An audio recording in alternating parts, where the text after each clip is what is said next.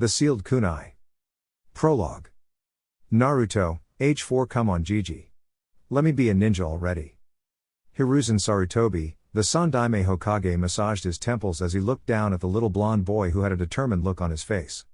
He had been visiting the boy in order to give him a monthly allowance and help him shop for groceries as he lived alone.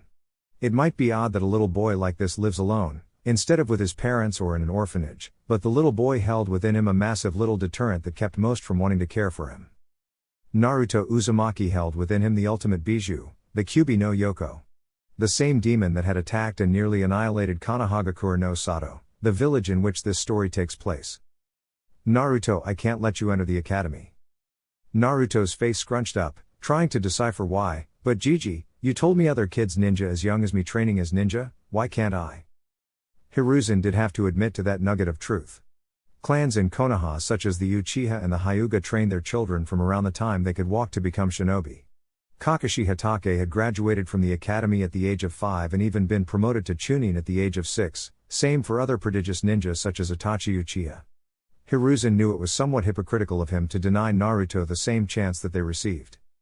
But the people of Konoha would never accept the demon spawn training in the ninja arts right in front of them. This was more for Naruto's safety. The worst thing to him was that he couldn't even tell Naruto why he couldn't allow him to join. That the irrational fear the village as a whole had of him being the Kyuubi reincarnated wouldn't allow them to see him as just a little boy that wanted to prove himself to them all. Hiruzen patted Naruto's head and looked down at him patronizingly. I'm sorry Naruto-kun. Maybe one day soon I can let you join, but not now. Naruto watched the old man walk towards his door and shut it on his way out. XXX. Naruto walked aimlessly around Konoha, trying to ignore the looks that he wasn't getting. He didn't get why Gigi didn't want him to be a ninja. He knew he would be the best ninja ever, that was all he would settle for, no matter how hard he had to work. There was something he wasn't getting, and trying to think about it made his head hurt. Eventually, by the time he had stopped pondering all of the absurd reasons that he wouldn't be allowed into the academy, he even came up with a strange conspiracy that there was some sort of demigod stuck inside of him and everybody knew but him. Crazy, right? He found himself atop his favorite place in the village, Hokage Mountain. It's beautiful, isn't it? Naruto whipped around suddenly to see a man with his head and one eye in bandages, and his right arm in a sling, also wrapped up. Naruto couldn't feel any real malicious intent from the man, so he allowed him to come closer. He stopped next to Naruto and looked out at the view from the top of the mountain. Truly being a ninja to protect this village is something that I've always felt is well worth the sacrifice. Naruto's eyes widened, but then he looked away sadly. Gigi won't let me be a ninja. I don't know why though. I mean, I'll work hard, and I know I'd be good at it. The man made a noise as if he was thinking of Naruto's words. You would really work hard? You would do whatever you had to in order to become the greatest ninja you could be?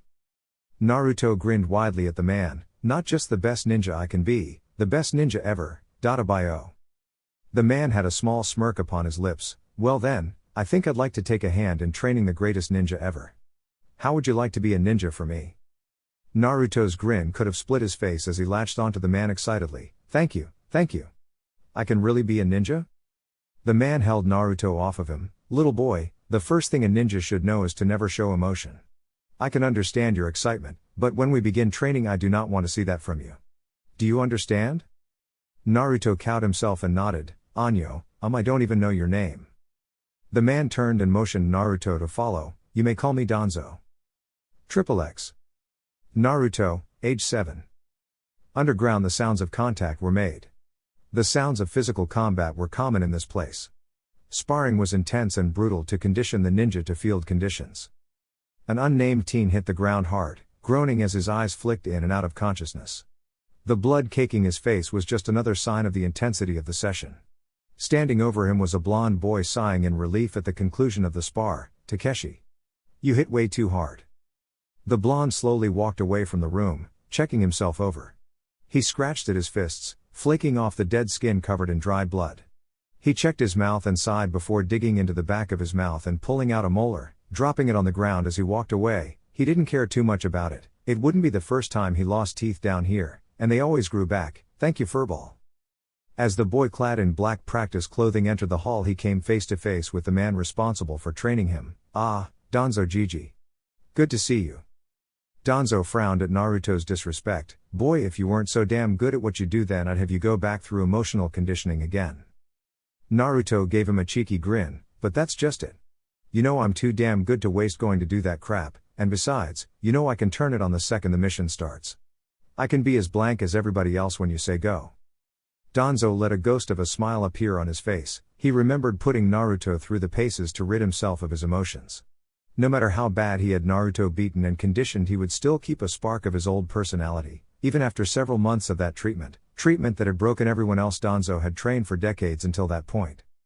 Danzo motioned for Naruto to walk with him. I have a mission for you, solo this time. Naruto went into business mode upon hearing those words. What do you require of me, Danzo-sama?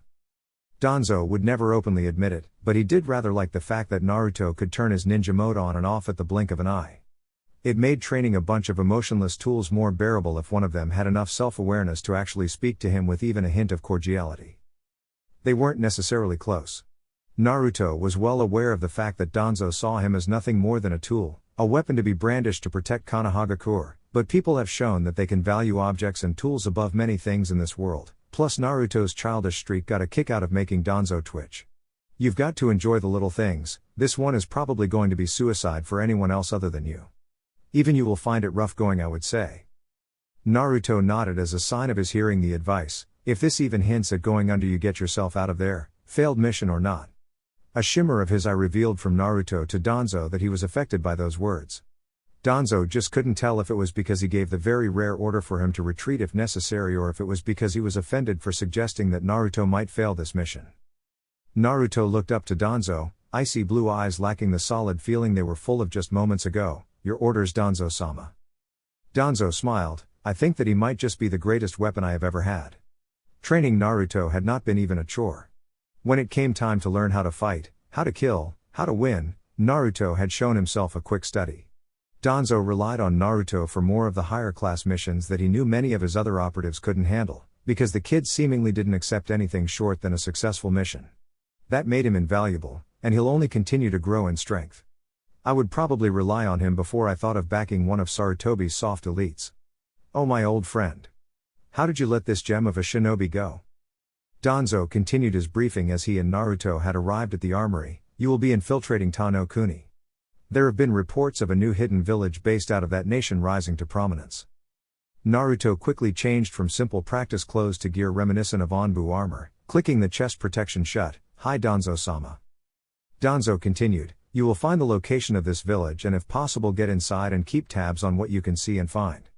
When you believe that you have sufficient information to determine whether or not this village is a threat or not, you are to return to base and debrief.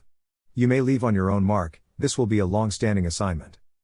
Naruto packed himself with kunai, shuriken, flash tags, exploding tags, smoke bombs, anything that he might need, and he packed to the brim, sealing whatever he couldn't carry in a scroll. He didn't know whether he would need to restock on this mission or not. Upon his completion of arming his person, he turned to Danzo and bowed. I will leave as soon as possible, Danzo-sama. You will hear from me upon my return. Danzo nodded. By your leave, Uzumaki. Naruto stood and walked from the armory, ready for his next assignment. Naruto slipped his mask in with his combat gear, as he had replaced it all with simple street clothes as he had to keep up his appearances. Ni was the opportunity that Sarutobi never gave him. He knew all he needed to do to prove his worth as a ninja was a chance, and when that chance was given he took it. XXX. 1 year later, border of Hai no Kuni / Ta-no Kuni. An explosion drew Jiraiya's attention away from returning to Konoha. He had just gotten through going through Ta-no Kuni looking into rumors of a new hidden village rumored to be called Otogakure. After finding enough to bring back to the Hokage, he made a hasty retreat to the border, and from the sounds of things he wasn't the only one. Jiraiya eventually found himself on the heels of a blur in the darkness. Jiraiya slipped into the shadows of the trees to speed ahead of the fleeing mystery shinobi. However, this was unnecessary as the person in question collapsed and dropped to the forest floor in exhaustion. As Jiraiya walked closer, he saw deep cuts and gashes all over the body of the Anbu, or so his armor had him believing. Jiraiya whistled as he took in the age of the blonde boy on the ground. They're sure starting him younger these days. Jiraiya refrained from moving the mask of the boy, on which he saw a leaf insignia, as Anbu had to keep their identities secret for as long as was feasible to the masses. Jiraiya picked the boy up and made for Konoha, interested in this current situation. XXX. Jiraiya had set the boy down in Sarutobi's office and had requested that his Onbu guards leave the room. Sarutobi-sensei, you could have sent me a message that you already had someone in auto checking things over. I think I might have blown his stealth when I made tracks and left that place. Hiruzen's eyes darkened. I didn't send anyone into Tano Kuni, I expected you to look into it yourself and send word back, like you are now. This Onbu isn't mine. I would never allow a child this young into their ranks, never again, not after Itachi. Jiraiya scratched his white mane. Well, I kind of figured that, but I thought you might have made an exception or something. Sarutobi rose from the desk and walked over to where the masked boy lay. He narrowed his eyes at the kanji he found right by the leaf symbol on the forehead. Danzo. Ni again? Jiraiya sighed. I thought you handled him in that group of blank faces. He's still doing this? Jiraiya shrugged. Well, at least he also recognizes Otto as some kind of unknown quantity. Hiruzen reached down and pulled off the mask. What he saw almost gave him a heart attack. And Naruto. Jiraiya ran over, looked down, gaping at the sight. Kami, he looks just like Minato. Wait. Sarutobi, is this Minato's child? Hiruzen settled himself somewhat. Yes, Jiraiya. This is his child. Danzo must have gotten his hands on him. I should have known. When I went to see him, he was becoming progressively more aloof and secretive. I stopped getting reports about him around town completely. I figured he must have just been keeping a low profile, but I never would have guessed. Jiraiya looked angry. Danzo turned Minato's son into a mindless drone? I'm going to. Jiraiya, wait. Jiraiya turned to face his teacher with an angry look. The council wanted him to be trained under Danzo's watch anyway. They'll see him in the right if this gets out. You and I are the only ones that know about this. Jiraiya bared his teeth. He won't tell us anything about Danzo. Even if he had any real reason to tell us anything, Danzo has seals on his ninja that keep them from speaking about Ni too freely. I've seen it. Hiruzen nodded. I know. So what if instead of using him to get to Danzo we just take him away from that place entirely? Seeing Jiraiya's confusion, he elaborated. Danzo won't move to retrieve him no matter how valuable he knows a Jinchuriki is to his goals. All we need to do is keep him under watch and seal him. Jiraiya nodded in agreement. So what? Memory seal? Chakra seal? What exactly are we sealing? Everything. Jiraiya's eyes widened. Now when you say everything. Hiruzen stood back up. I mean everything. His entire mind and body have been utterly conditioned by Danzo to fight. He would have never been out there if he wasn't at least as strong as one of my jounin. Danzo wouldn't have allowed it. Seal it all. If we just seal his memory, then he would still be infinitely more powerful than any academy student, even without the knowledge of all of the techniques. Just with the academy techniques he would still obliterate any academy student. Jiraiya looked at the unconscious blonde on the floor. I don't like this, Sarutobi-sensei. What will you do with him then? Hiruzen picked the boy up and put his mask back on. I will allow him to enroll in the academy. I'm wearing the council down. Soon I can get them to let him attend. Him staying off of their radar has helped considerably. Jiraiya followed Hiruzen down to the depths of the tower to commence with the sealing of the young boy. XXX. Ni base, Kanahagakur. The sound of a door shutting sounded through Danzo's speakers on his desk. The injured man put his face into his hand and groaned. Uzumaki. Damn it. Jiraiya. How was he to know the wandering sage was in Otto as well? From the sound of things, the flamboyant shinobi had placed their forces on high alert upon his own exit, and with Naruto stuck inside that buzzing hive, with everyone searching high and low for anything amiss, the boy had run into quite a bit of trouble when he took to making his own hasty retreat. Danzo's weapon was lost to him now. He knew Sarutobi would never allow him to get anywhere near Naruto again. Danzo pulled out a bottle of sake and poured himself some. After tossing the alcohol back, he grimaced slightly, and we move along. XXX. 4 years later. A blonde in an orange jumpsuit sat down deep in the forests of Konoha. Man, that was so easy. Why wasn't that the regular graduation exam? The boy unfurled the scroll in his grip and read it. Oh man. Kage Bunshine no Jutsu?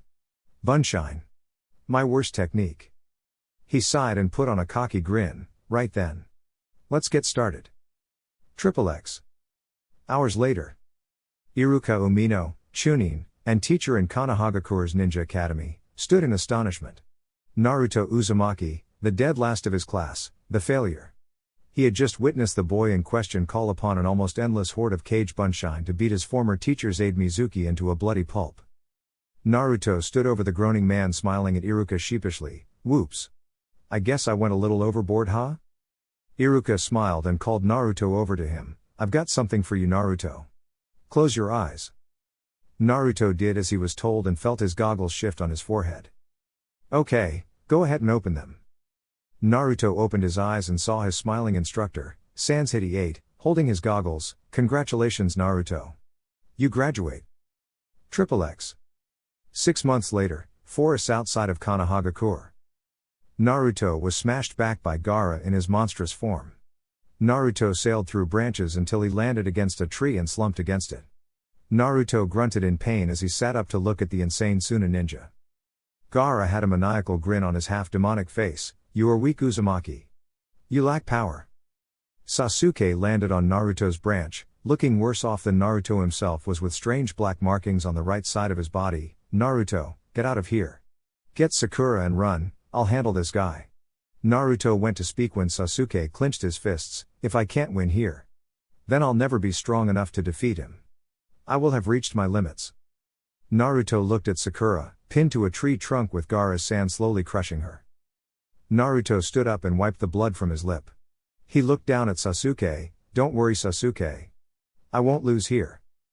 Naruto flipped through hand signs and slapped his palm to the tree branch.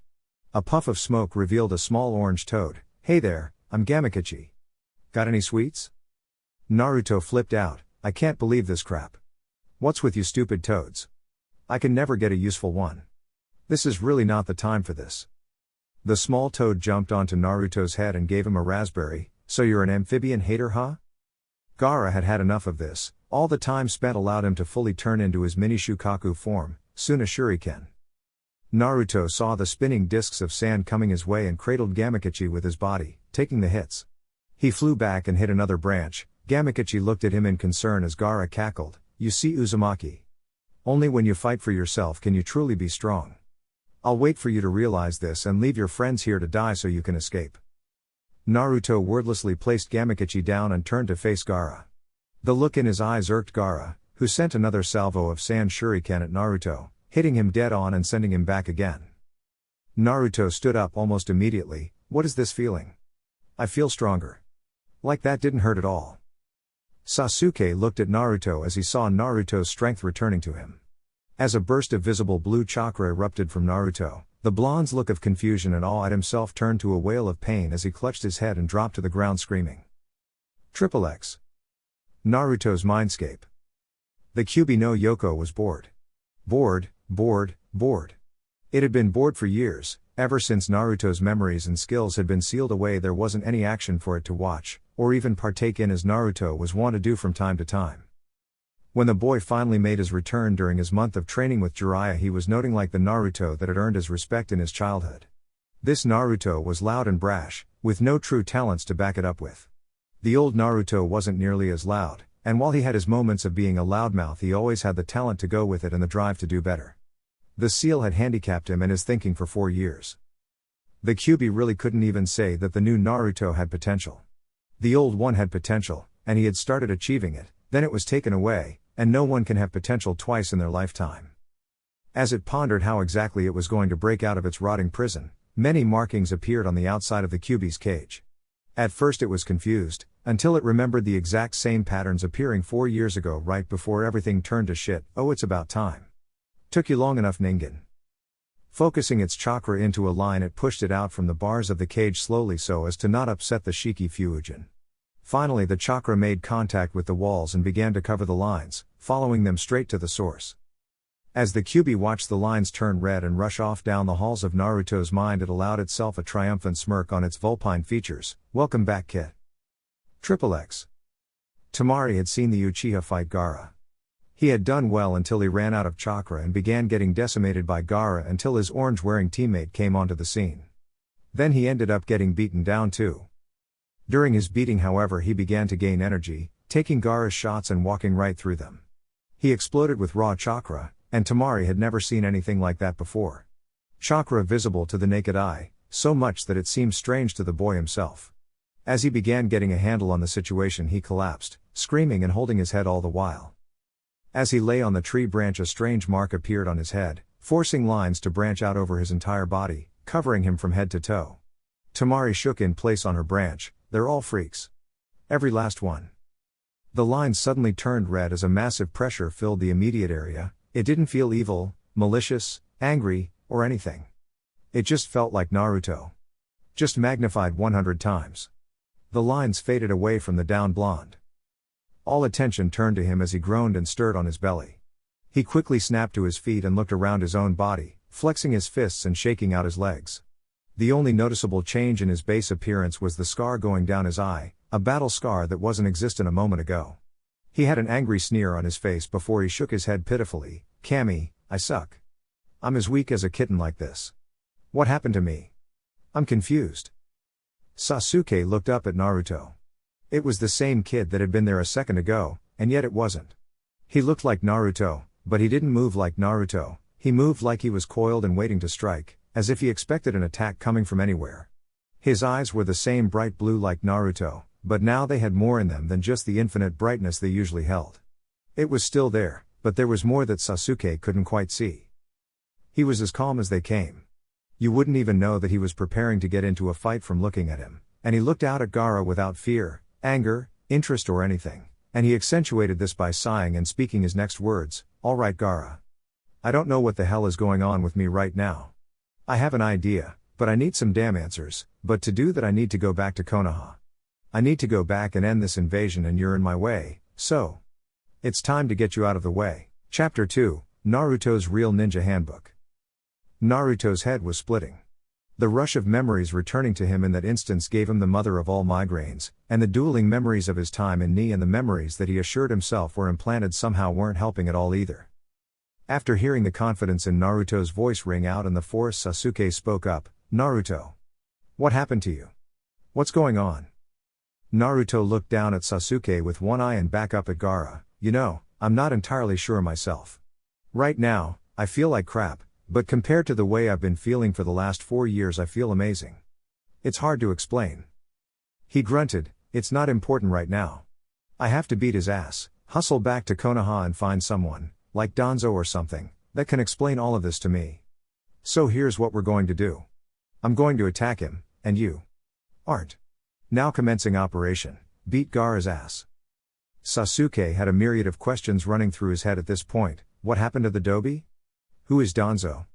What the hell does he mean I'm not fighting?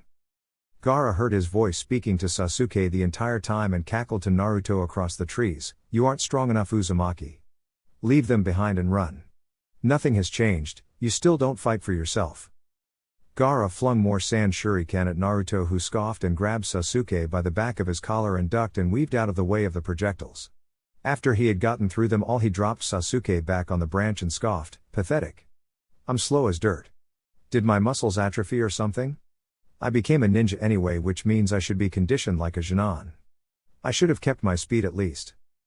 Gaara looked at Naruto, looking himself over after dodging with Sasuke. This angered him. It was like Naruto was ignoring his existence, just like everybody else, just like everybody else. "Don't ignore me." Gaara had mouths appearing all over his body as he took a deep breath and released it ahead. Fuuten, Mugen Sajin Daitapa, Wind Release, Sandstorm Devastation. Gaara released a massive blast of air in a sandstorm in Naruto and Sasuke's direction, tearing off branches and cutting into the bark of trees. As the wind died down, Gaara couldn't see Naruto or Sasuke, no sign of either. "It's a shame." Gaara turned around to see Naruto standing behind him right before Naruto's fist lifted him off of the branch and sent him crashing to a lower level. Naruto crouched on the branch and watched Gaara try to stand. You had a defense that only the fastest could bypass and only the strongest could breach, and what do? You cast it away for raw power when things get a little tough. Raw power can only overwhelm skill and finesse in extreme qualities. Naruto pointed at Sasuke, who was over by Sakura, Pakun, and Gamakichi. "You beat him in this form because he was already burned out when you transformed. He used Chidori twice here, once during your fight in the stadium, and I'm sure he tested it one time when he and Kakashi were late. If he had more shots then you wouldn't have won." He smirked down at Gaara. "I don't know what happened to me all of those years ago, but I'm not the kid that just had cage bunshine flying all over the place anymore. I could beat you like that, but that wouldn't be very fun. After all of this time, I can finally fight like I used to, if only a little bit. I'm still not fast enough to avoid taking hits, but I can almost assure you that however hard you hit me, A feral grin came onto Naruto's face. I'll hit you twice as hard. So let's see who can still stand up when this is all over. Naruto's hand moved unconsciously to his back before he pulled it down, clicking his teeth. Damn, that's right. I don't have a sword. Seriously, what happened to me? These phantom urges to fight like I was trained to are going to get me killed if I don't get it together. Gaara stood with a growl. You aren't stronger than me. You fight for the Uchiha. You fight for the pink-haired girl. Fighting for others makes you weak. Naruto scoffed. That's the stupidest thing I've ever heard. There are detailed stories of mere mortal men, overcoming demons, for others. The Yondaime Hokage overcame the Kyubi no Yoko for his village. Orochimaru fights for himself, you fight for yourself, and that's why you will both lose here today, because you don't have a true purpose to fight. Naruto cracked his knuckles, but let me show you, just how wrong you are. Don't blink. One flash tag later and Naruto's presence was gone from the area. Everyone looked around for any sign of the blonde boy who had changed from the orange loudmouth they had taken him for based on past experience. Chuckling rang out through the forest, but not from any particular area, as Naruto was projecting his voice. That little sandstorm from earlier wasn't a Fyuuten jutsu. This is a Fyuuten jutsu. Fyuuten, Repushu, wind release, gale palm. A fierce gale came from the trees above, sending wind and weapons at Gaara from above. Gaara lifted his arms to block vital spots and allowed the kunai and shuriken to bury themselves into them. Gaara lowered his hands and shouted out loudly, Is that the best you have, Uzumaki? Come out and fight me. Give me a real fight. Let me feel alive. Naruto's voice rang out again in mocking laughter. If you wanted to feel alive, then you shouldn't have caught those weapons. Even with all of that power, you're still just a baby Jinan, huh? Just listen. And tell me what you hear. Everyone silenced themselves in order to listen for Naruto's warning. Tamari's eyes widened. Too late to help. A hissing noise coming from Gaara was being muffled by the sandy appendage he had caught the mishmash of ninja tools in. Gaara, no. Tamari's shout of warning did no good. It was too late for him to cast them out as a massive explosion took place in the trees, and the fireball that used to be Gaara fell to the forest floor. The others could only look on in amazement as the goofy boy in orange was systematically decimating the strongest person out of them all. Naruto's voice rang out again. Damn it, I should have just killed you. Gaara was like a puddle of melting sand on the ground as Naruto spoke. I guess my fake self has more influence over me than I thought. I should be down there killing you right now. But for old time's sake, I guess I'll hit you with an attack inspired by him. Suddenly several Narutos rushed out of the foliage and kicked Gaara into the air, one after another. You. Su. Ma. Ki. As Gaara was stuck hanging in the air, a wave of orange revealed itself from the leaves above. Countless Kage Bunshine from Naruto descended with their fists and feet cocked to strike. Naruto Nisei Rendan, Naruto Uzumaki 2K Barrage. Naruto's Bunshine dropped an obscene amount of physical offense on Gaara's prone form, driving him back into the ground hard. Naruto and his clones littered the trees looking down at Gaara. Naruto sighed yet again. If I was at full strength, he'd be a puddle in a crater right now. Someone's going to answer for this.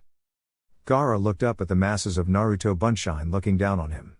Each of them had the same uninterested look on their faces, as if they were trying to ignore him. Cold blue eyes magnified by 1,000 staring down on him. There's no way. Gaara allowed the final shred of sanity and reasoning inside of him snap. There's no way I'm going to lose to a guy like that. The original Naruto's eyes widened as Gaara's chakra spiked. Oh crap. He can transform again. Naruto was blown back hard as Gaara was completely immersed in sand, swelling to the sky. Naruto's Kage Bunshine were dispelled as Gaara's towering sand smashed them asunder. Gaara ended up sticking out of the head of Shukaku looking down on Naruto, who was covered in sand. It's too late, Uzumaki. Time to die. Like I said, power cleanly outclasses skill only in overwhelming quantities. Naruto sat, entirely encased in Gaara's Sabaku Q. Well, this is great. I'm too weak to break it. Now what? Naruto smirked as he remembered that he didn't stop learning things when he lost his memory. Uro Sennin, you might have been useful after all. Naruto bit his thumb and made a few hand signs. Gaara put out his right hand. Sabaku Sos. Kushios no Jutsu, summoning jutsu.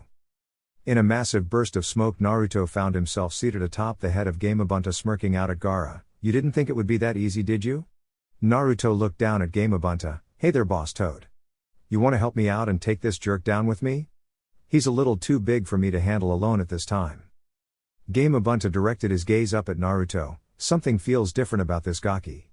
Like he isn't as frantic and spastic as he was the last time I saw him. Gamabunta huffed out smoke from his pipe. Ichibi no Shukaku. No can do, kid.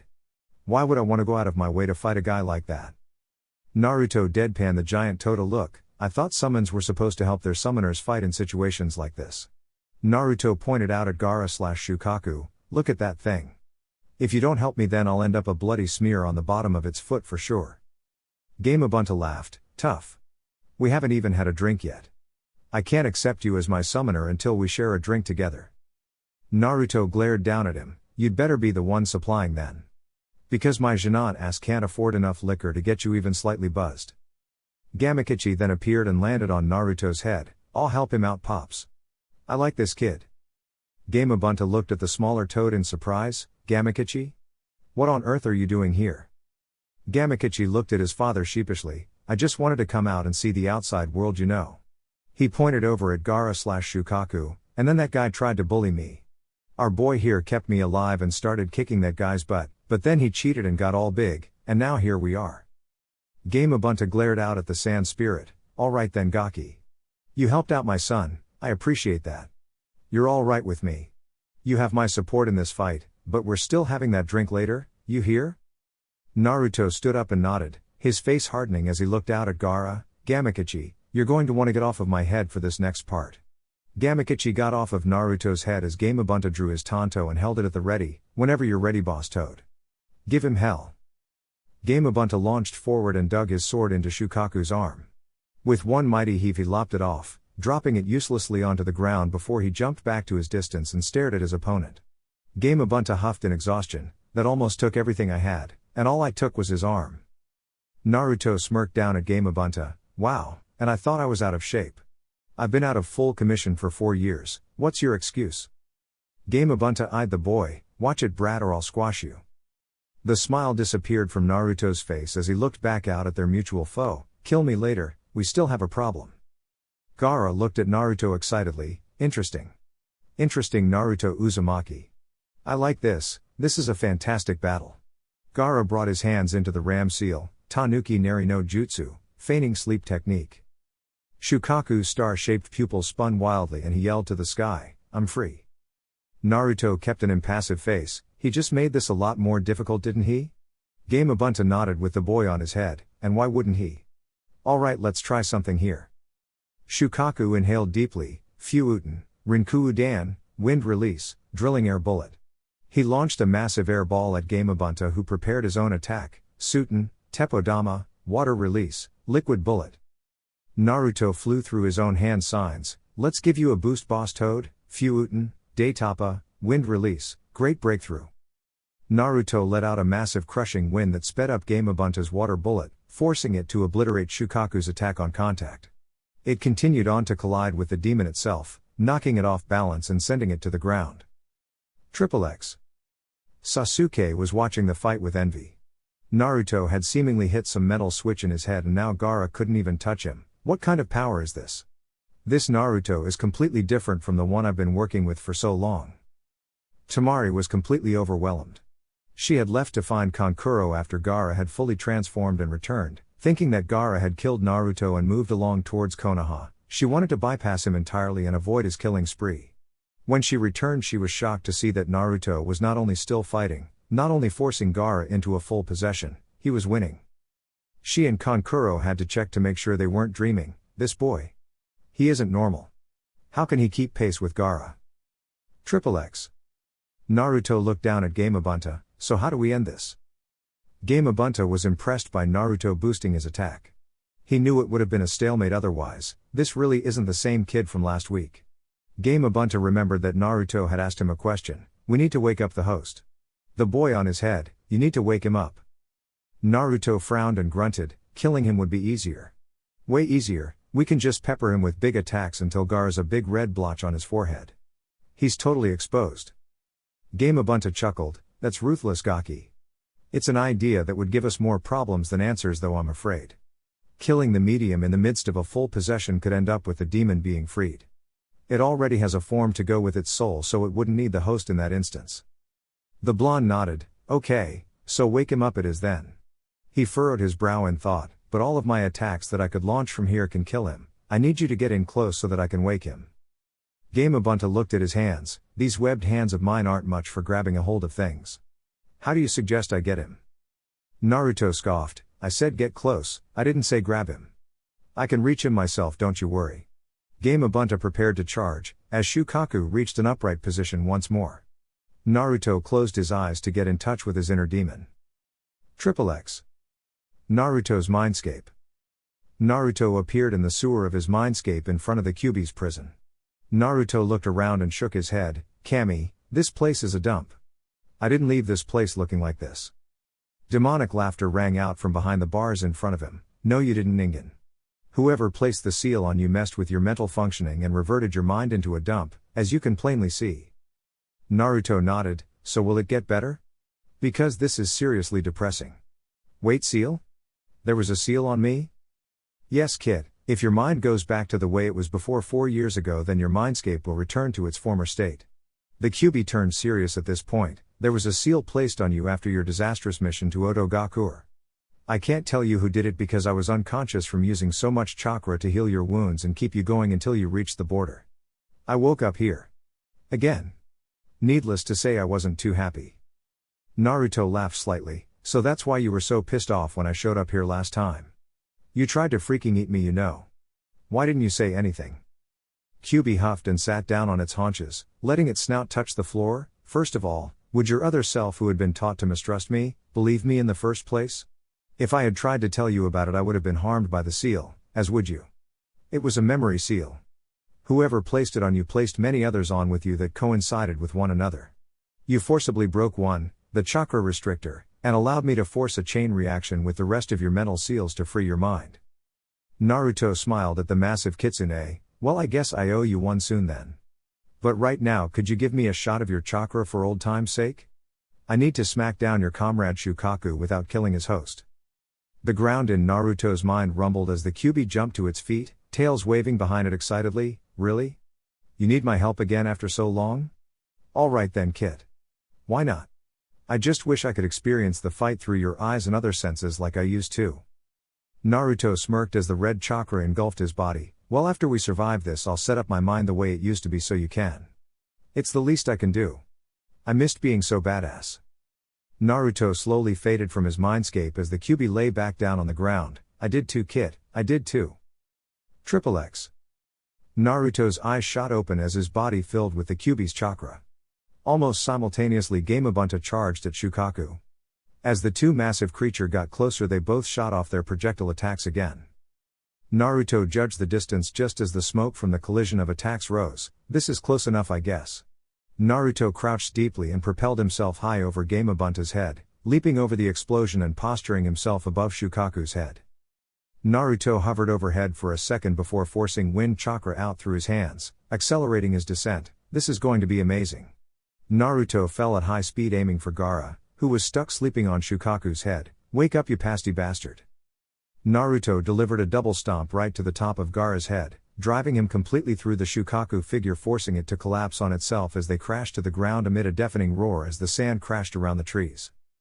Gamabunta stood slack-jawed at Naruto's vicious/reckless attack on Shukaku. The kid jumped from the relative safety of his head, 30 feet higher than he already was, towards a crazed homicidal demon.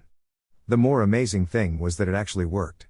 He hit Gaara with the force of his body weight focused into his feet from 30 feet above his head, making the impact more intense by using wind chakra to send him down faster.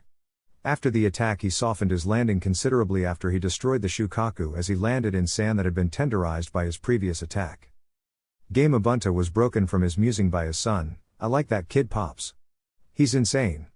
Can I hang out with him more often? Gamabunta chuckled. If he allows it, Gamakachi. Jiraiya sure picked an interesting one this time. I'll be watching you, Naruto Uzumaki. Naruto stood up and shook the sand off of his body, dragging Gaara out with him and dropping him on the ground, watching him look up at him in fear. Stay away from me. I don't want to die. Naruto slapped Gaara across the back of his head. Act like a shinobi, damn it. We deal in death for a living. Besides, I'm not going to kill you. You're a weapon like me. He dropped Gaara onto the grass and walked away slightly. You're a weapon that I broke already. And while you can be repaired, most of the time a repaired weapon is easier to break a second time around. He turned back to look at Gaara, his cold blue eyes turned back to their formerly bright nature. I'll beat you down every time you try to harm me or anyone in my village. Because only when you fight to protect and defend others can you be powerful and find the strength to push beyond your limits. Naruto looked up to the trees. Sasuke. The Uchiha in question landed by his side. Is Sakura-chan safe? Was I fast enough? Sasuke nodded. Yeah, Naruto, you saved her. Naruto looked back at Gaara just as his siblings landed and prepared for a fight. Naruto shook his head at the two Suna ninja. I just beat the guy that terrorized you since he was 6 and I still have enough chakra that I'm gonna sprint back to Konoha and finish up the battle there. You both already got your asses kicked by this guy in Shino and he looks like he's ready to go another round. Do you really think you can beat us if you were stupid enough to attack us? Kankuro and Temari bristled at Naruto's nonchalant threat as he shrugged. Fine, be that way. We'll just knock you out and drag you to the village, and by we I mean them. Naruto pointed behind them as two Kage Bunshin bashed them in the back of their heads with the blunt end of their kunai. Naruto looked back at Sasuke. Alright team, go get Sakura-chan and Pakun and we'll get out of here. We still have a battle to fight. Sasuke went to gather up Sakura as Naruto took to tying up the Suna ninja and hoisting them up on his and his Bunshin's shoulders. As they set off through the trees, Naruto mentally berated himself. How could I let myself be caught? Damn it. If I had never been sealed, then I would have been able to warn Danzo that Orochimaru was planning an invasion and amassing forces. I hope things aren't as bad as they seemed at the stadium. XXX. Kanahagakure, around the center of town. Jiraiya stood atop the head of his massive toad summon as he watched Konoha forces engaging the Suna and Oto forces. Despite the fact that they had driven the enemy out of heart of the city, the enemy had been putting up a dog fight. Suddenly Ibiki landed atop the toad's head. Jiraiya-sama.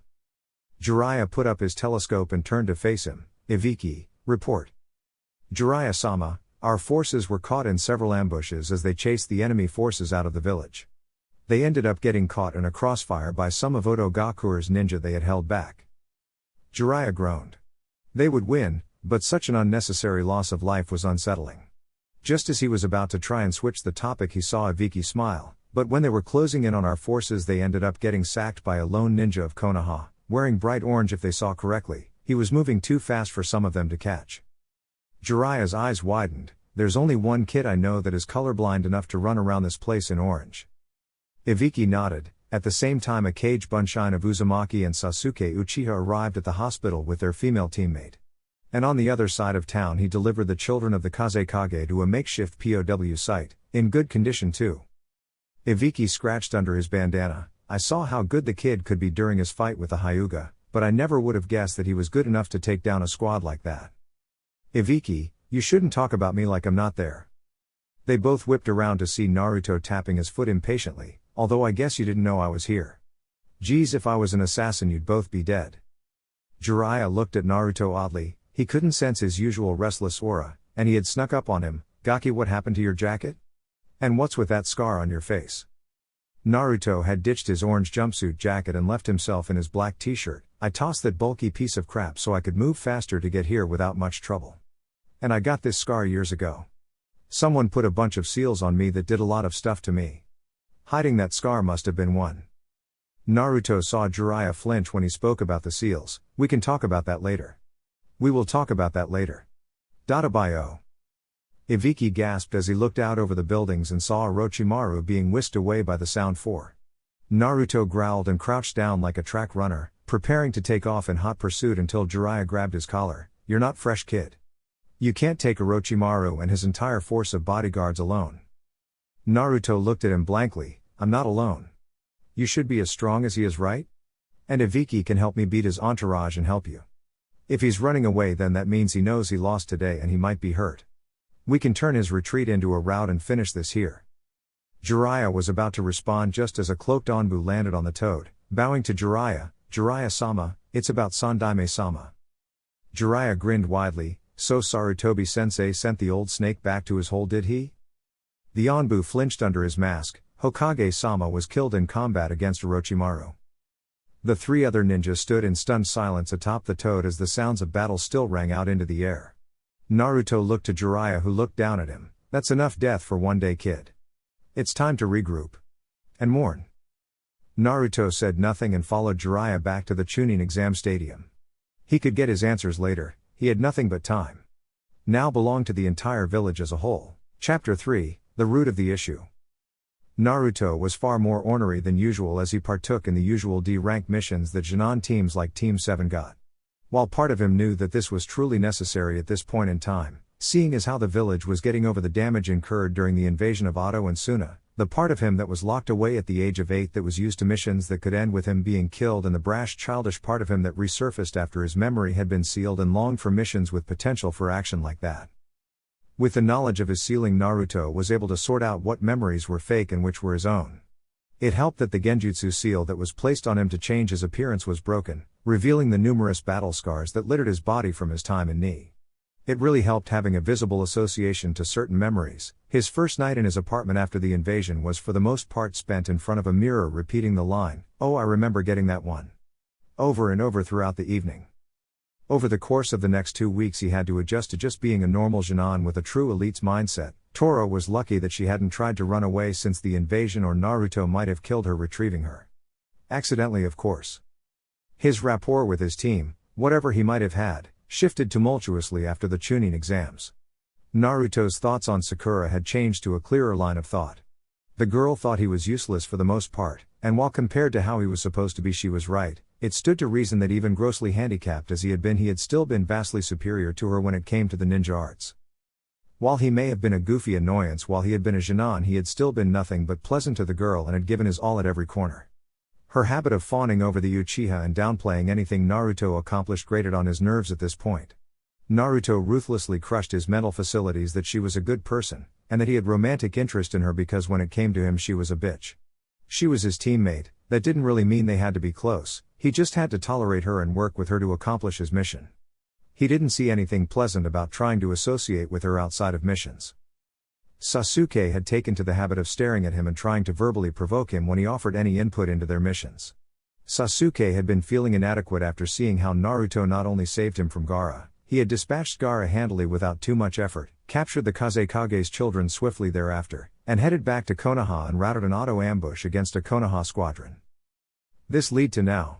He had been trying to goad Naruto into a fight so that he could really test his own capacities against the blonde, but not only was there no time for sparring as they didn't have team training while rebuilding the village, Naruto left so quickly after the day's work was done that Sasuke couldn't follow him, and he was never able to trail the boy for too long before losing him. Kakashi had noticed quite a few changes in his blonde student since he had let him go during the invasion. While the scar over his eye was the most glaring one, his attitude was another. He didn't try to keep his team's spirits up with indomitable brightness. He still cracked jokes, and his overall timing was vastly superior now, Kakashi had to admit, but they were bright flashes in an otherwise dreary day of rooting through Konoha's rubble. Naruto no longer took to calling him Kakashi-sensei. When he reprimanded Naruto on this habit he had seemingly picked up, Naruto responded by saying that he hadn't taught Naruto anything other than tree climbing, and he technically learned how to do that years ago, he just forgot. Kakashi noted the bitter tone in Naruto's voice when he said forgot but didn't press too much. He figured that Naruto was still bitter from being cast aside during the Chunin exams. The differences in Naruto's gait, actions on missions, and how he now treated his teammates showed him that there was a vast change in Naruto that he couldn't pinpoint exactly. He watched Naruto drop another stack of wood by the building that his team was working on at the moment, and walk off again to grab more. There was something he was missing about this. XXX. Team 7 had been dismissed for the day and Naruto had taken to wandering around Konoha. He had taken to treating the villagers with the same apathy and looks of annoyance that they gave him. He didn't care about them, he was in a bad enough mood as it was. He had been unable to find Danzo since the invasion ended. In his haste to track his trainer down and report back to him, as he technically never failed or completed his mission, he had found that the older base for Ni had been abandoned. Cursing the old cripple out in his head, he realized just how difficult it truly was to find Danzo when he didn't already know where he would be. You'd think there would only be so many places that you could hide a group like Ni in this village. Naruto understood things from both sides of the fence. He understood how Sarutobi disliked a secret branch of the military that he didn't directly control running rampant under his nose. It wasn't good for a supposed military dictatorship, as Konoha was supposed to be, to have something like that among them. It was unnerving to say the very least. But Naruto knew that if he truly knew that honestly, Danzo only had around 20/25 well-trained ninja, including himself. Compared to Konoha's forces, it was simply a drop in the bucket. And while Konoha's true forces had a never-ending supply of recruits and potential, only certain types ever had a chance in Ni, and they weren't readily replaceable. Ni took Konoha's dirty missions. The jobs that somebody had to do, the kind of stuff that stepped on people's toes on the large scale of things, but if they never took place then it would expose Konoha's back to the lions. The killings that Konoha couldn't be caught having any hand in, the alliances that could substantially benefit Konoha but that had less than moral bases. There was a reason that the seemingly most powerful village in the nations didn't have too many problems regularly compared to the others. Sarutobi directly chose not to accept certain missions for the sake that they could be seen as an aggressive move on Konoha's part. Danzo took these missions for Ni. Ni had to be better than the majority of other ninjas simply for the sheer difficulty that their missions entailed. There were no D-ranked missions, hell there weren't even any C-ranked missions. Everything you did in Ni was B rank and up. If you weren't ready then you trained and drilled until you were, no other way about it. If you couldn't cut it after all of the things you were put through until that point then you died, namelessly, facelessly, and miles away from home. He needed to find Danzo. He knew that the second he actually put on Konoha's Hideate he was basically no longer Ni shinobi, but he still had the mindset of completing his mission. He also wanted to find out exactly what the hell happened to him. If anyone knew, Danzo did. His thoughts then drifted to the mission he had been tasked with as he clenched his fists, his emotional nature spilling out. If only he had gotten back sooner, if only he hadn't stuck around for so long, if only somebody didn't get a wild hair in their ass and sabotage Otogaku's information department with explosives. If only all of those things hadn't happened then he would have been able to return and send word on Otto's plans. He had found everything. He found that it was being run by Orochimaru. He found that they had a then rookie Konoha Jinan, Kabuto Yakushi, as his lead spy. He found that Orochimaru had finished his immortality jutsu, he'd even had the misfortune of seeing it being performed, he couldn't eat for the rest of the week afterwards.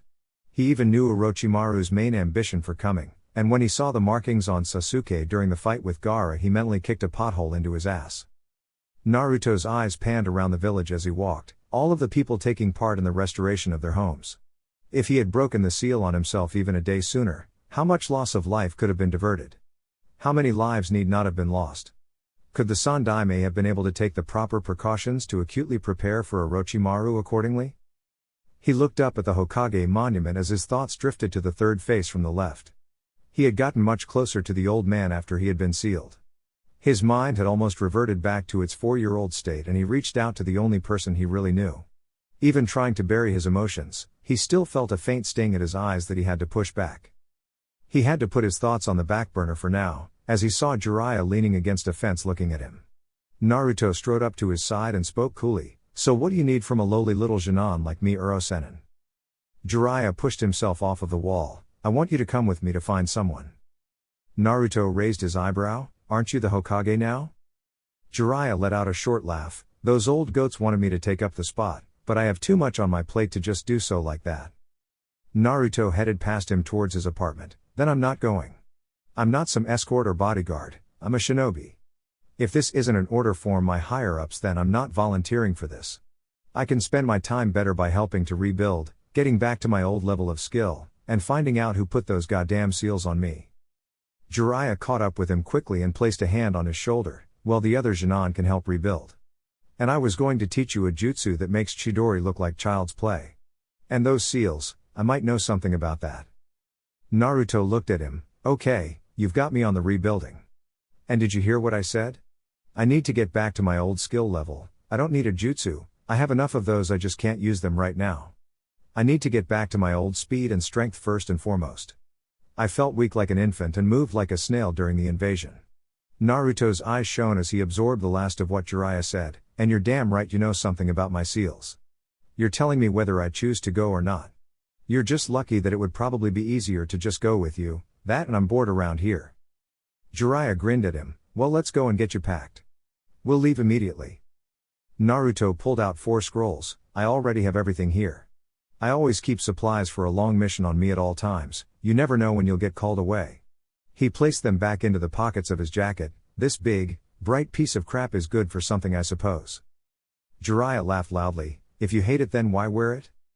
Naruto's eye twitched. When I went home after the battle to look for clothes, this was the closest thing to shinobi gear I had in my closet. What the hell did they do to me? I wouldn't be caught dead in this.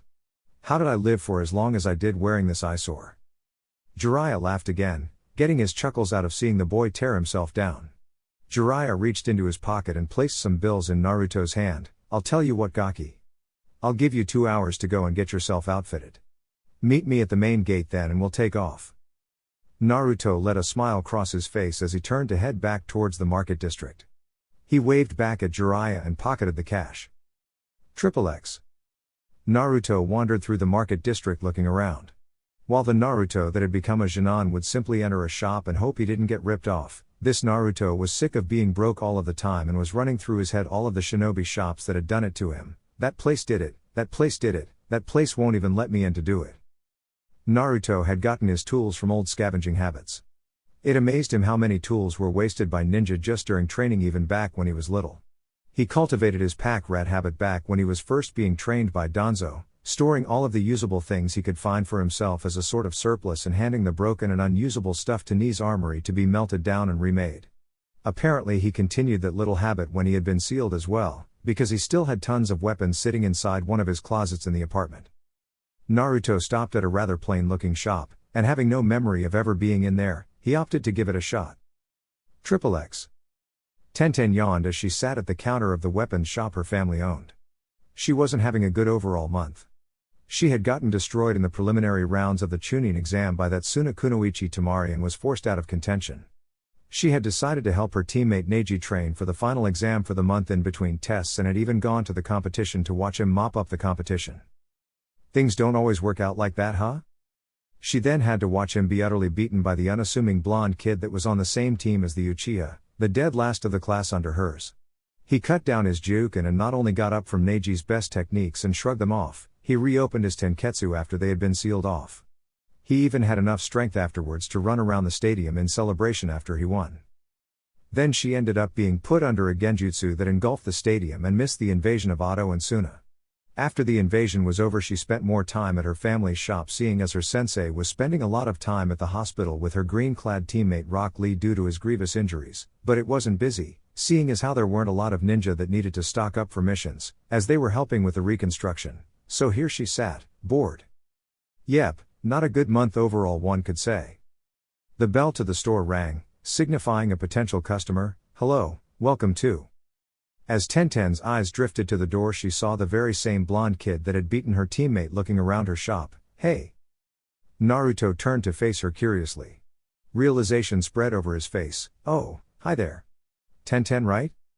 As she looked at his inquisitive face, she noted the scar sitting over his right eye. Ha, that's new.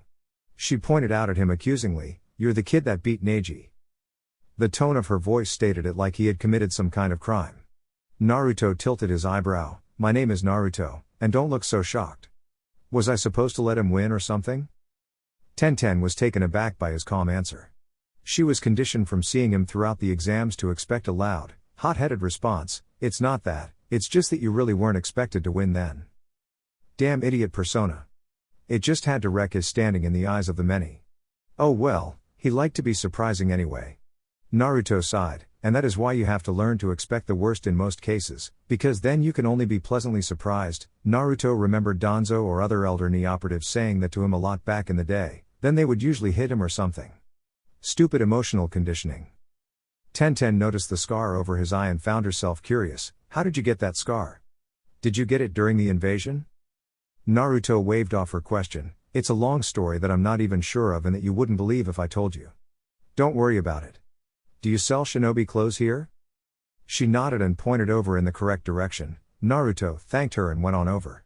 Tenten watched silently as he walked over to the clothing section of her store and rifled through the selection. Apparently he was getting rid of that sense-offending jumpsuit on his back. He nodded as he pulled out a set of shirts and a few pairs of pants. He went into a changing room and came out a moment later in a dark blue muscle shirt and dark blue loose pants tied at the ankles with wraps. He set the extras on the counter and went back into the accessories section and grabbed some black bracers that wrapped around his forearm entirely. As he walked back to the counter, he stopped as he came across the swords.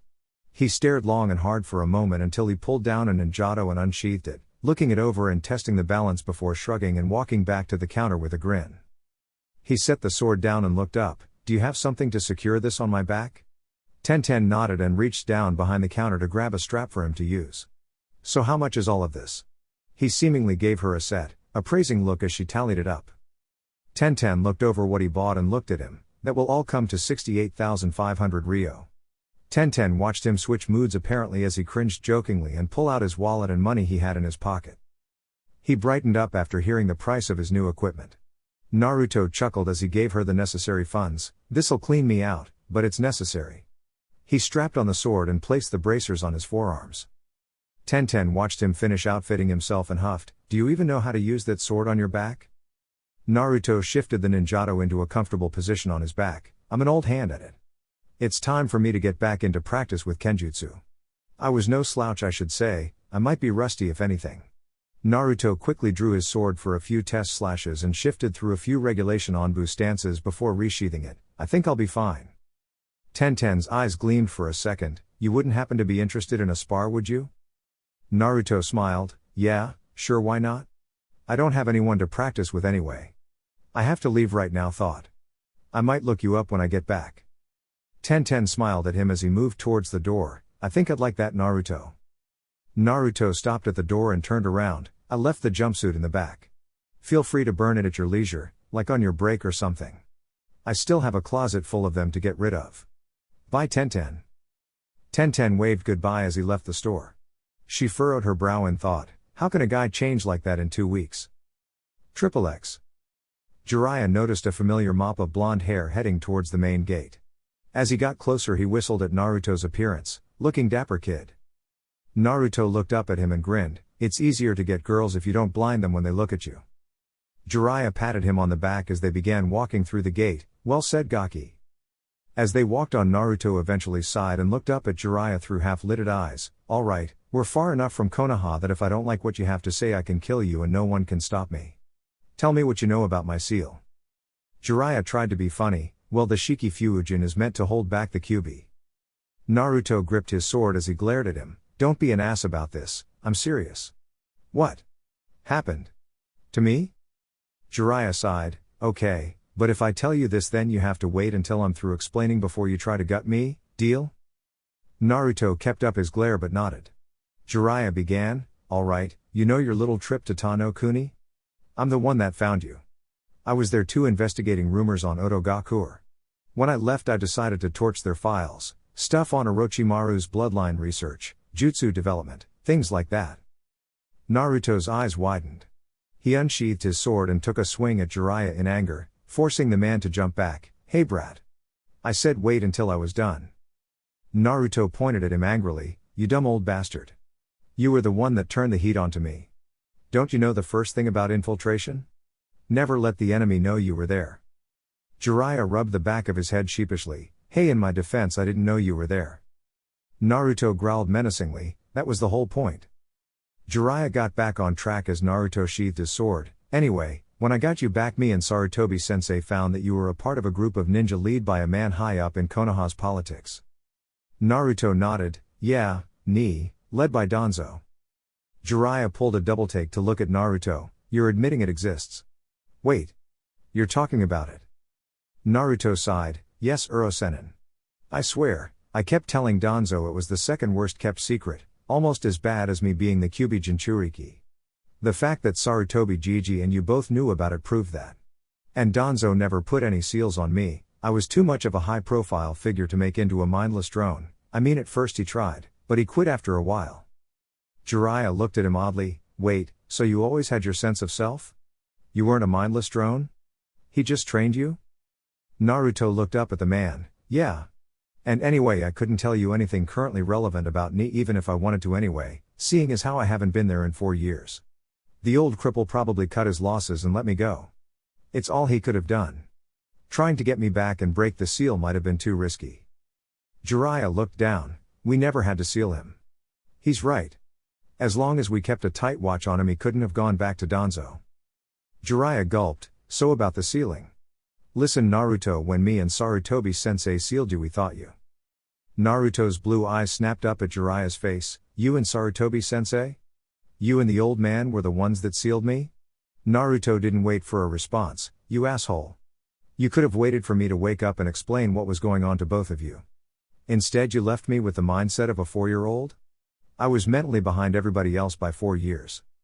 Jiraiya already knew that they had messed up back when they first sealed him, but it still sucked to have it thrown back at him. We didn't know what you would do when you woke up. We didn't know how you would react. We were just running damage control as quickly as we could. Naruto shook his head angrily. There was no damage control to run. All this time. I'm a shadow of my former self. My chakra control is shit. I have a fraction of the speed I used to have. Why? I still trained hard even after I was sealed. I should have kept that speed. Jiraiya rubbed the back of his head sheepishly. I kind of put a gravity seal on you too, sorry. I knew it. I knew I couldn't have been that slow naturally. Kami, I felt like I was waiting in jelly. Naruto undid his hidiate to reveal his forehead. Take the seal off, damn it. Jiraiya made a few hand seals and placed his hand on Naruto's head. Fuin Kai. A glyph of a seal appeared and faded from Naruto's head. He tested his body's functions with some short motions. Okay. I feel better now. Jiraiya felt the need to keep explaining. Naruto just kept walking. I don't want to hear any more right now. I don't think I can take much more of this story before I feel the need to hurt you. You guys almost killed my career, you know that? Come on, let's get to a town. XXX. Jiraiya and Naruto had gotten a hotel for the night in a town not far off. Upon arriving, Jiraiya had gone off gallivanting after some woman who showed a little interest in him. This suited Naruto just fine, as he didn't really want to be around Jiraiya at the moment anyway. Naruto took himself up to their room and laid down on one of the beds. He had a whole new set of things to think about. Was Hiruzen close to him only because he had gotten out from under his watch once, or was it truly legitimate? When he showed up at the ceremony for Konoha's fallen ninja the day after the invasion, he had gone up to the Sandaime's memorial and he didn't know what to feel. He shed not one tear. His head was jumbled enough at the time. He was still sorting through his mind to figure out what was factual and what was fabrication. He shook his head free of that thought, putting his training under Danzo into use. He was a ninja, and while it was seemingly a simple mission, it was still a mission, and he needed a clear mind to go through it successfully. Naruto felt a pair of powerful presences coming closer to his door. They were hiding their chakra levels, but it was noticeable that they were considerably strong. Now the side of him that had been out and about for the last 4 years wanted to confront them, see what they wanted, and, if necessary, kick their asses. Unfortunately for that line of thought, rational Naruto was in control at the moment. He darted out of bed and leapt out of the window to find Jiraiya. Fighting two opponents that were potentially overwhelming in strength for no reason didn't really appeal to him after just starting to get himself back into fighting condition. He knew they wanted him for some kind of unpleasantness, because in Naruto's life experiences, for the most part, new meetings equaled lots of pain and trouble. Naruto dashed along the rooftops until he reached the outskirts of town. Naruto bit his thumb and summoned a toad. Not even giving it time to speak, Naruto belted out an order. Go find Jiraiya. Tell him to find me as fast as he freaking can or I'm screwed, okay? The toad nodded and ran back into town to find Jiraiya. Naruto sighed and turned around slowly. I know you're there. Come out already. Save us all some time here. Two figures in black cloaks with red clouds appeared, both donning straw hats. Naruto sighed at the sight of the familiar red eyes signifying Sharingan. Of course it would be a guy like Itachi Uchiha after me. The other figure chuckled and removed his hat to reveal a blue-haired, blue-skinned man. It looks like you're still famous in that village of yours, Itachi. Naruto smacked his forehead. And Kisame Hoshigaki. What a fantastic day. The hits just keep on coming. He set himself into a ready stance. Who else do we have coming? You guys happen to have another S-ranked cameo coming from the woodwork? Kisame scoffed at the sight of Naruto's small frame. Who knew the Kyuubi Jinchuriki would be such a runt? Itachi, should I cut off one of his legs to make sure he can't run away again? Itachi stepped forward, red eyes spinning. Please come with us, Naruto-kun. Naruto sighed and brought his hands together. Kai. Come on now. I'm a kid, but don't insult me like that. I'm not that easy to yoke into oppression, you know. Kisame reached for the sword on his back. Itachi, this kid is mouthy. Let me handle him. Seimata can just taste his chakra from here. Itachi stared at Naruto, unblinking. Very well. Don't go overboard and kill him. Leader Sama needs the Jinchuriki alive. Naruto narrowed his eyes. Two powerful guys like this want me alive. They won't fight to kill, they can't. But I don't have that kind of restriction here. And all I have to do is wait for Uro Sennin to show up. Even if the toad I sent is slow or can't find him, once the fight starts it shouldn't take him too long to get here. Naruto drew his ninjato and in the blink of an eye was at Kisame's throat, who had brought Seimata down to parry his blade. You're pretty fast, Gaki. Naruto pushed with his sword. I used to be faster. He felt Kisame pushing him back and grunted, used to be stronger too. Kisame brought down his massive weapon on Naruto's shoulder and pulled back, slicing deeply into his shoulder, before kicking the boy off. Naruto picked himself up off the ground. I seriously need to whip my ass back into shape. Fucking seal. This ain't gonna cut it. Kisame grinned maniacally as he rushed Naruto and swung at him with his sword. Naruto ducked low and swiped at Kisame's feet. In response, Kisame uncorked a kick at the ducking Naruto's head. Naruto saw it coming and rolled out of the way. Man, I'm glad Uro-Sennin had the common sense to at least take the stupid gravity seal off of me. I'd be dead meat otherwise. Naruto sheathed his sword back into the scabbard on his back, going blade to blade with one on the 7 swordsmen of the mist. Label me the idiot of the day. Itachi walked a few steps up. You're better than our intel anticipated, Naruto-kun. It was said that you were a dead last Genin level shinobi. You've shown much surprising skill. Naruto huffed as he ignored the dripping wound spanning his shoulder. Yeah? Well, there's no such thing as perfect intel. Indeed, Itachi removed his own hat to look at Naruto. This battle is unnecessary, Naruto-kun. Just come with us, you cannot defeat us both at your current level. Naruto glared at the rogue Uchiha and the shark-like Kisame. They're right. I couldn't beat these two like this. If they were here to kill me. And I don't even have to win, all I have to do is last long enough for some help. Naruto smiled as he felt his wound begin to pulse with a familiar sensation. Apparently breaking the seal inspired the Kyuubi to stay awake more often again. Good, now if only he had found the time to set up his old arrangements with the powerful Kitsune, then he could just have Kyuubi help him rampage on their asses and be done with it. There was time to think about that later, he had a tall order ahead of him here. Kisame and Itachi covered each other's weaknesses extremely well. What Kisame lacked in long-range ninjutsu, potent genjutsu, and tactical finesse and patience Itachi more than made up for. Vice versa for Itachi and his close-range skills. Naruto didn't think he could win in close with Itachi anyway, that damnable Sharingan would give away his every move. Unless... Itachi walked ahead and called Kisame back. Kisame, I would like to test Naruto-kun for a bit. Stay back for a moment. Naruto would have grinned from ear to ear if it wouldn't have looked so suspicious. Itachi and Kisame both think he's weak. Itachi will probably let the Genin in close to humor him, that's where he would get his chance. He needed to abandon all logical reason and just flow. The only way to bypass the Sharingan was to simply move faster than the body could adjust to. As if that would work on someone like Itachi. However, if Itachi could anticipate his movements, then what would happen if even Naruto didn't know what he would do next? It would be a pain to try, fighting his own muscle memory and his own instincts just to attempt a new strategy on the fly. Sounds like something his jumpsuit-wearing self would try. But then again, why the fuck not? Even an idiot can come up with some masterful gems of ideas every once in a while, right? Naruto ran in and ducked looking to jump when in range of Itachi, but as he crouched spontaneous inspiration came to him. Instead of jumping high as he had crouched to do, he tumbled forward and rolled through. This random act got him inside of Itachi's guard. Now what? As he saw Itachi move his arms to react to any action he could take from this point in a split second, Naruto once again listened to the most random thing he could think of. He tilted his head up and spit directly in Itachi Uchiha's face.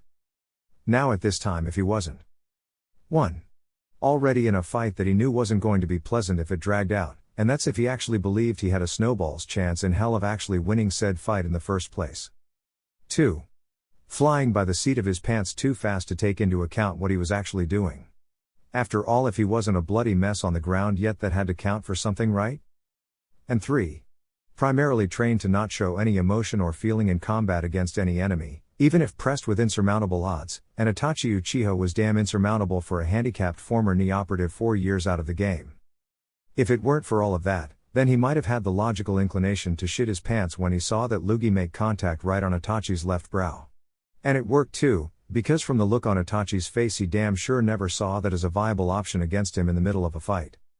Itachi froze in place, giving his diminutive adversary the opportunity to launch a vicious jumping snap kick to the side of his head, sending him flying back to his partner. The combination of seeing a 12-year-old kid spit into Itachi fucking Uchiha's face, and then seeing said kid dropkick Itachi Uchiha back 15 yards left Kisame's jaw quite slacked. Kisame pointed dumbly at Itachi as he watched him rise to his feet. Itachi. You've got a little something. Right there. Kisame felt a shiver go down his spine as Itachi sent his Sharingan glare on his as he wiped his dripping brow. You got it. The adrenaline from Naruto's little improv session wore off as he got distance and waited for Itachi's response. Naruto attempted a little denial therapy. Maybe he isn't as pissed as I thought? He's a former Anbu, those guys get bodily fluids on them all the time. A little spit didn't even faze that guy. Itachi, turning a downright murderous look at him, spinning Sharingan enhanced of course, perished the thought that he was getting out of this alive without missing some important body parts. Being the highly trained professional he had been raised to be in his formulative years, Naruto prayed to the skies above for even the slightest diversion. Anything that could tear Itachi's attention away from him for even a moment would be a gift from Kami herself. Itachi Uchiha. Naruto turned to find Sasuke standing shortly away, eyes affixed on his older brother. You've told me to live my life with hatred in order to get strong enough to kill you. Well, that day has come. If he wasn't such a highly trained warrior and if he wasn't in the middle of a serious, high-tension situation, Naruto could have broken down and cried in sweet relief. Those two reasons, combined, were the only reasons he didn't. Naruto knew there was no I in team. But sorry Sasuke, someone had to take one for the team today. And on this day, Naruto was more than willing to spell team with an I. Konoha business. Naruto slumped against a tree and sat down as he saw Jiraiya talking to Mito Guy, with Sasuke over his shoulder. Itachi had really done a number on that kid and Naruto knew it was mostly his fault, but defended himself with the fact that Sasuke either didn't notice or didn't care that Itachi was in such a pissy mood. And what kind of Jinan tries to stay and fight Itachi Uchiha by choice? Itachi looked pissed off when he beat Sasuke too. Naruto called his bat on that. Naruto had gotten his ass saved by Sasuke's assistance and he knew it. It had given Jiraiya enough time to find him and drive the Nuke Nin duo off before they could refocus on him. Thank goodness the old sage could back up all of that posturing with skill. Gaki, come over here. Naruto stood and walked over to Jiraiya and Guy. While he was pissed off at Jiraiya, he had to admit, without his timely interference he would have gotten turned into hamburger. Guy gave Naruto a blinding smile as he got close. Yosh Naruto-kun, you have certainly shown yourself to be quite flushed with the power of youth today. Holding off those two like you did. Naruto looked at Guy strangely. Thanks Guy-san. I was useless though. They could have killed me whenever they wanted, they needed me alive. Guy shook his head, smile still in place. And you are alive, are you not? And that means you have another day to get stronger. Another day to prepare yourself and make sure this doesn't happen again. Naruto smiled faintly. You're right. I need to worry about getting ready for the next time something like this happens. Naruto clenched his fists. There's no way that guys like that are going to get the drop on me ever again. Guy shifted Sasuke on his shoulders. Well, I do hope that you two are successful in your mission. We could use her expertise for more than just Sasuke-kun here. Kakashi got hit as well. Naruto looked at Guy. Kakashi made eye contact? Guy nodded and began reaching for something on his person. Jiraiya grabbed Naruto by his shoulder. We should go, kid. We'll lose the trail if we stay after all of this. Naruto grunted as Jiraiya pulled him away. Later Guy-san. Tell Rock Lee, and Tenten I said hi. Guy gave him a thumbs up and a smile in return before turning to blaze a trail back to Konoha. Naruto noticed Jiraiya was hurrying him away. Why are you pulling me so fast, Uro-senin? Jiraiya looked down and back out at the road ahead. He was going to give you one of those god-awful jumpsuits, kid. There was no way I was letting you go back to such horrendous clothing after you just started looking decent. Naruto scoffed and slapped Jiraiya's hand off of his shoulder. Don't touch me. You aren't off of the hook yet. You and the old man screwed me over. I'm a joke in Konoha these days because of what you guys did. Itachi and Kisame treated me like a piece of crap back there, and while it helped keep me alive and out of their hands, it was insulting. Naruto grumbled as he stomped down the road. I've got at least 2 S-rank Nukenin after me and I'm a sitting duck if they decide to get serious on me. We seriously need to finish this mission so I can work on getting back up to snuff. Jiraiya shook his head as they traversed the roads. XXX. Naruto had calmed down over the course of the next few days. He was still incredibly testy due to still not finding any time to train himself properly. Jiraiya tried to placate him by saying he had proven himself to be far stronger than a Genin should be. Naruto countered by blankly stating that he wasn't supposed to be at Genin, he was Anbu level at 8. Jiraiya didn't like Naruto fretting over his skill level like this, but then he remembered what he met Naruto doing, infiltrating an unknown country. When he saw Naruto again at the hot springs years later, he was rather underwhelmed. After taking the Gagyo Fuin off of Naruto and watching him immediately stand on water, he wasn't surprised. He figured he subconsciously knew how to do it already. What had been done to him was a damn shame, and he had every right to be angry. Years of blood, sweat, and tears. Okay, not so much tears if he was trained by Danzo, but everything else, all of that was spent to give him his strength, and to have a considerable amount of it ripped away by the folly of a pair of old men? Jiraiya knew he would be in an uproar about it too if it were him. And he knew Naruto had all the reason to worry about it. He had just been attacked by two of the most infamous ninja actively listed in the bingo book, and only sheer folly on their part and raw luck and hard-nosed skill from his got him out of it. His teammate had been injured in the fracas as well. Jiraiya looked at the boy who was practicing running through hand signs quickly. Hey kid, don't worry about your teammate, he'll be fine. Naruto stopped working on his hand signs and looked at Jiraiya. Oh, that. It'll be good for him. A little beating every once in a while builds character. Naruto shrugged when Jiraiya stared in shock at his nonchalant attitude. What? It's how I was trained. Getting your ass kicked makes you really want to avoid getting your ass kicked again, so you do what you can to improve. It's good for him.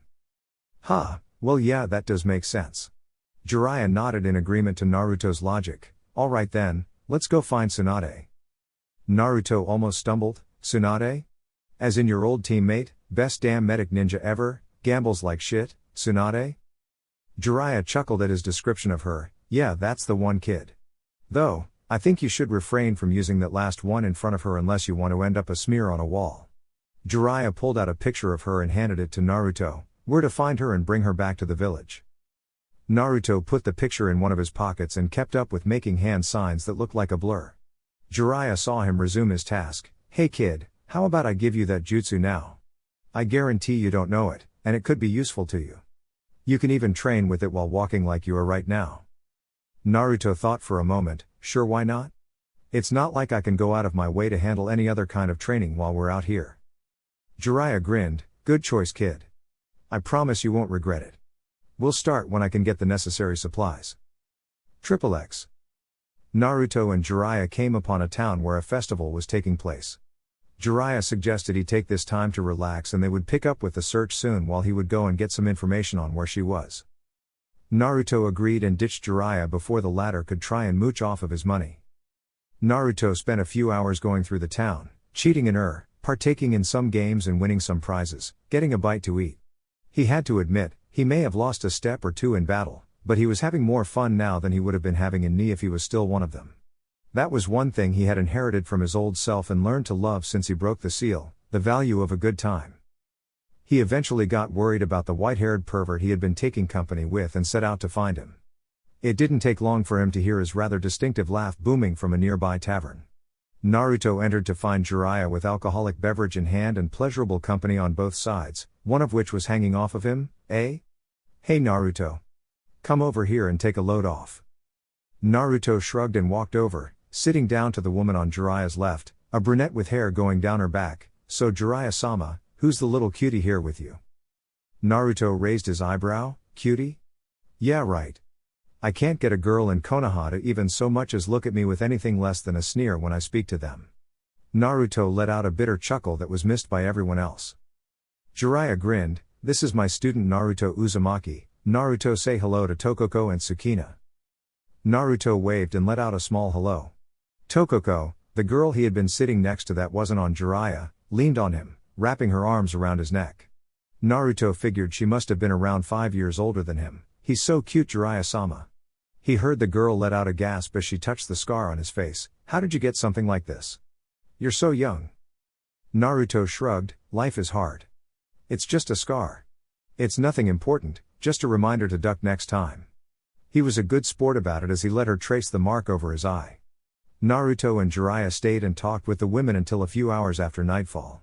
Naruto had refrained from drinking the entire time, letting Jiraiya get his fill for now. He knew the man would pay for it in the morning.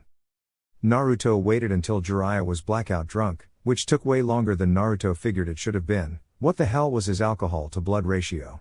Kami bid goodbye to the women they were with and proceeded to haul Jiraiya out of the bar towards an inn for the night.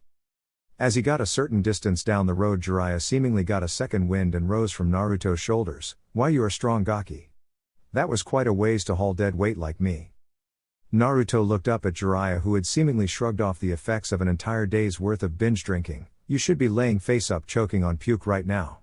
How in the hell are you even standing straight? Jiraiya smirked at the boy as he continued looking for a place to stay. I'm no lightweight kid. Naruto deadpanned a look at him, saying that he didn't drink a lightweight share, while Tsunade would have dropped hours ago. I'm just that good. I'm surprised you didn't drag me out or call me an old perv or something. Naruto sighed. I'm not adverse to enjoying myself. And those women were hot.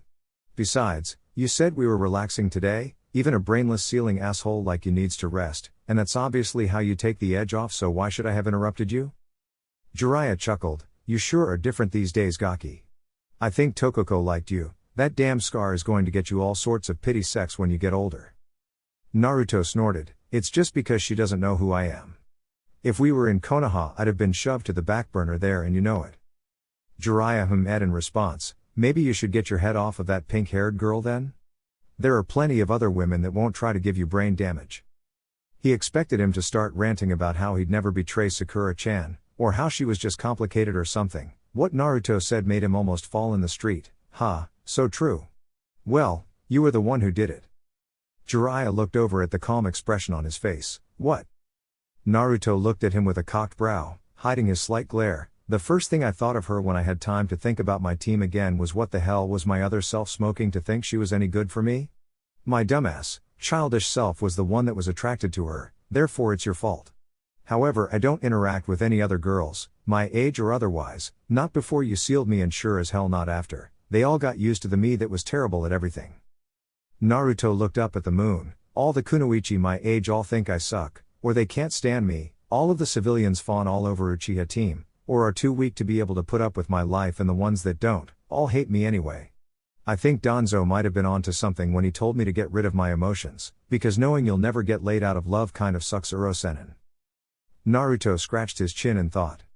Jiraiya flinched as he noted how calmly he had just said that he would never find anyone to be with. No one should just accept that kind of thing as a fact of their life. Naruto left Jiraiya with one more thought for the night. That Tokiko girl was pretty cute though. XXX. As they had woken up the next day and headed out on the road, Jiraiya tossed Naruto a water balloon. Naruto looked up at him blankly. What the hell is this? It's not that hot, Uro-senin. You're a grown man. Jiraiya held out another in his own hand. The jutsu you're learning has 3 steps. The first one is to pop that balloon with just the rotation of your chakra. Naruto yawned. Well, does this mystery jutsu have a name, or will I have the pleasure of doing that? Jiraiya held out his other hand as a rapidly spinning blue ball of chakra formed in it. Naruto noticed the speed and the size of the jutsu compared to the massive amount of chakra rolling inside of it. Jiraiya smirked as he saw Naruto's eyes affixed to the ball. It's called Rasengan. It was one of the Yondaime Hokage's prized jutsu. Naruto nodded. Whoa. Jiraiya let the jutsu fade. Indeed. Now let's. He was cut off as the sound of water splashing rang out. He turned to see Naruto shaking his hand and picking pieces of rubber off of it. Jiraiya held out his balloon. Do that again. Naruto grabbed the balloon from his and popped it like clockwork. Jiraiya had to rub his eyes. What? How? Naruto shook more water off of his hands as he kept walking forward. I saw that the jutsu had chakra flowing in all directions. I just did that to the balloon and, pop. Jiraiya shook his head. A Genin shouldn't have gotten something like that so quickly. A tick mark on Naruto's head appeared. Yeah, well, I'm not supposed to be a Genin either. I'm supposed to be a Nihonbu, remember? Noticing a detail like that is amateur hour stuff. Naruto looked at him expectantly. What's the next step? Jiraiya dumbly held out a rubber ball. Pop this with your chakra. It should be the most difficult step. It has to do with just power. Blam. Naruto's hand snapped to his ears as the rubber ball exploded in his hand. Damn it, why was that so loud? Jiraiya almost had a seizure out in the open road. How did you get it that time? Generating a consistent amount of power like that takes time. Naruto dug into his ear. And I have what's sealed inside of me again? I've been dealing with powerful chakra since I was little. My own naturally got stronger. Danzo had me spamming high-level jutsu all over the place by the time I was 8. Jiraiya opened his mouth but nothing came out. I'll show you the final step later. I need to find something new to start you on. What about your elemental affinity? Wind, and I have several jutsu for that element, I just need to relearn the big ones again. Naruto walked along with a bored expression on his face. Where is Tsunade, damn it? Did you find out anything in that town we were in? Jiraiya ceased his thoughts on Naruto's training and answered, I did actually. She was heading up towards the edge of the country, she'll probably wind up in Tanzaku-gai, so that's where we're going. Naruto grunted, tell me the third step so I'm not wasting time on the way.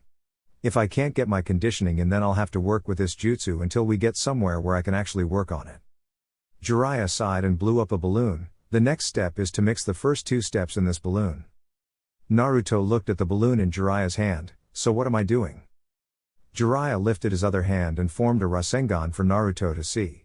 Naruto opened his mouth, forming an O in recognition. So I'm doing that, just inside the balloon instead, right? So I can get the spatial composition down? Jiraiya nodded. It took me 2 months just to get this far.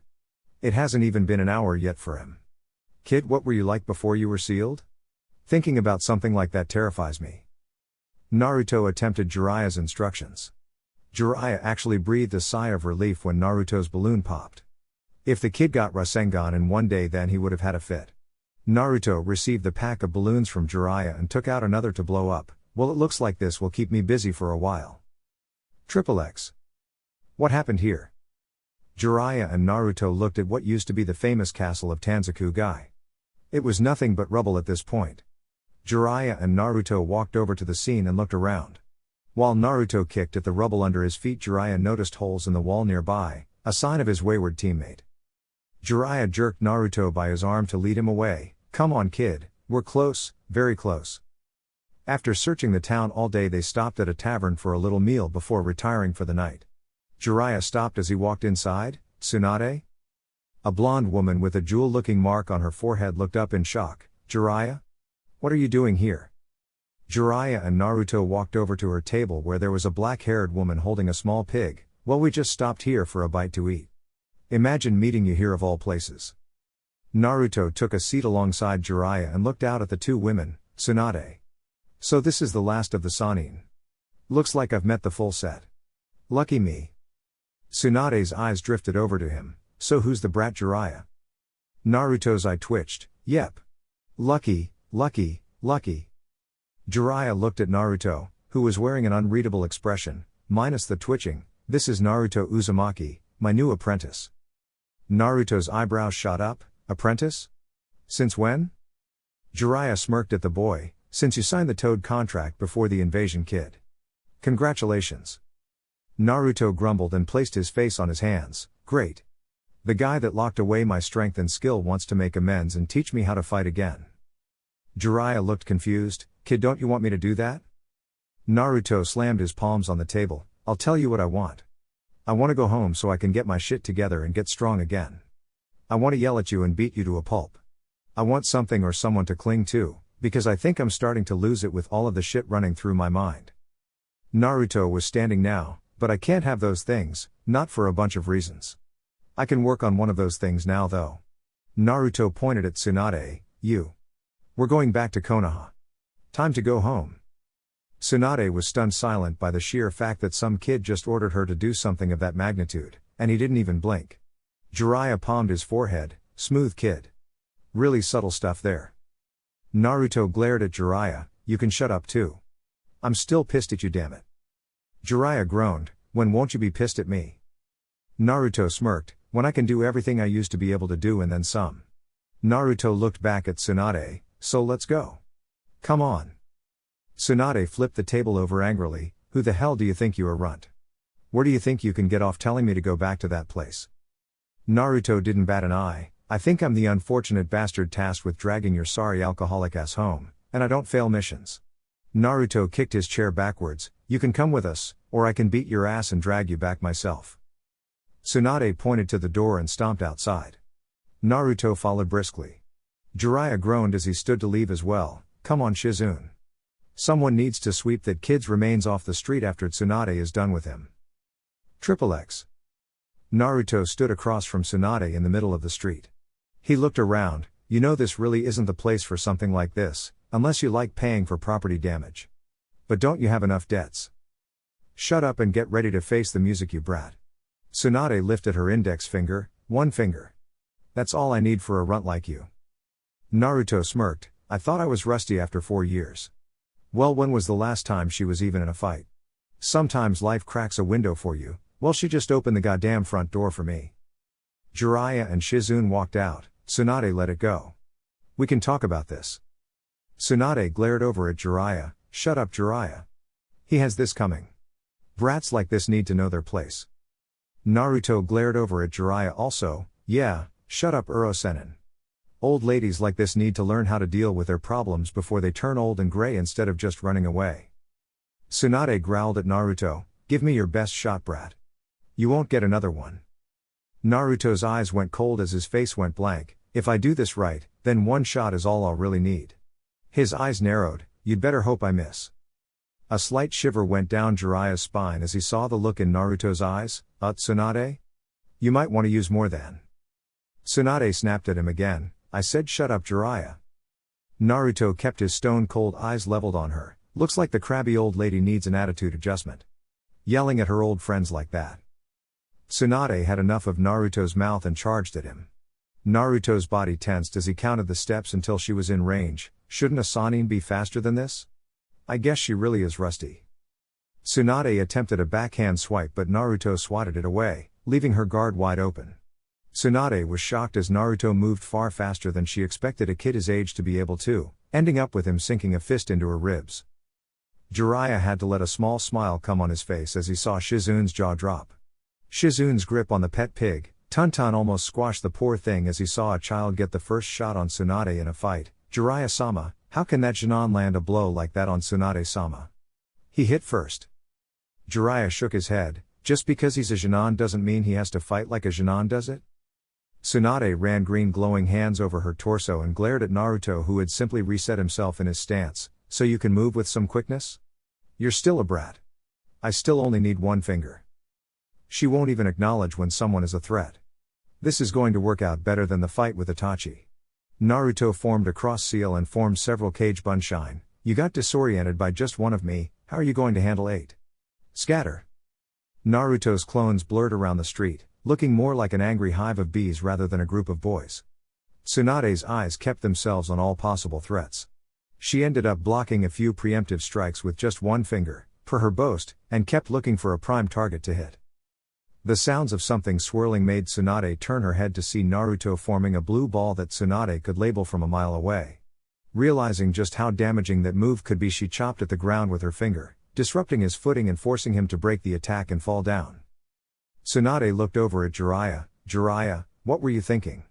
Teaching a kid like this that kind of jutsu? Jiraiya wasn't even looking at her. He was looking in another direction with a grin on his face. Hey Naruto. Don't embarrass her badly, kid, she's supposed to be our next Hokage. Naruto strode out of the darkness of a nearby alley holding something in his hands. He had a dumbstruck look on his face. Really? Her? Are you sure? Because for all intents and purposes I just killed her. Tsunade watched as the Naruto in front of her burst into smoke and was about to ask what he meant. All of a sudden she felt a draft around her chest and looked down to see her gray kimono/blouse open and fluttering in the breeze. Shizune looked mortified at the sight of her master's busty glory out for all the world to see. She was thankful solely for the fact that the street was clear. Naruto smirked in a mean-spirited fashion as he slung her obi around like a rope. I think you're missing something there. His eyes widened as he actually got a decent look at her. Whoa. Good on you though. Bravo. Jiraiya ran up to Naruto and shook his hand with stars in his eyes. Kid, that was amazing. You're my hero. Jiraiya dropped to the ground and bowed down. I'm not worthy to train you, kid. You should be training me. Tsunade's senses came back online as she proverbially saw red and rushed over to Naruto, hitting him dead on and sending him flying into the front wall of a nearby building, utterly turning it to rubble. Jiraiya and Shizune ran over to where he had landed as Tsunade held her clothing shut with her hands. Amazingly, they found him still conscious, but not in any condition to get back up. As Shizune started running a diagnostic jutsu on him, he coughed up some blood. Cough, I win. Tsunade stormed over and ripped her obi from his grasp, reapplying it. What do you mean? Look at you, brat. You're a mess. Naruto grinned, showing her bloody teeth in his smile. You still used more than one finger to beat me. You lose. Naruto shakily picked himself up off of the ground, shocking all who witnessed it. Now playtime is over. Time to go back to Konoha already. Tsunade sneered at him. Why would I? Why should I? I already said I'm not going. That place has taken too much from me. It isn't getting my life too. She turned to leave. Shizune. Come on. The brat is fine, we're leaving. Jiraiya stood in front of her path to leave. Tsunade. Like I said, the elders have chosen you as our next Hokage. Now that we've caught you, we're not just going to let you vanish again. We'll stay on you until you decide to come along. Tsunade scoffed and turned away, looking out at the road. She saw the marking from the attempted Rasengan and looked back with a devious smirk. Alright, since you won't just leave, how about we have a little wager? She walked over to the injured Naruto. That move you tried to use on me back there. You know it was once used by the Yondaime Hokage. If you can master that move in 1 week, then I'll give you the necklace I'm wearing and I'll return with you to Konoha. If you fail, then you'll give me all of your money and give up the mission. Naruto looked at the necklace and back up at her. Deal. 1 week. I'll learn how to perform the Rasengan in 1 week, or we'll go home without you. Tsunade had a victorious look on her face and turned to leave, Shizune in tow. Naruto got Jiraiya to help him walk down the street as they went to get their own hotel room. Are you going to be alright, Gaki? Naruto's teeth were gritted as he tried his hardest to stay upright with Jiraiya's assistance. Yeah. I just need to sleep it off for the time being. I'll be fine in the morning. I'm okay. Jiraiya rolled his eyes as they hobbled down the street. You know, I kind of wasn't kidding back there, kid. You're my hero today. That sight you gave me, absolutely glorious.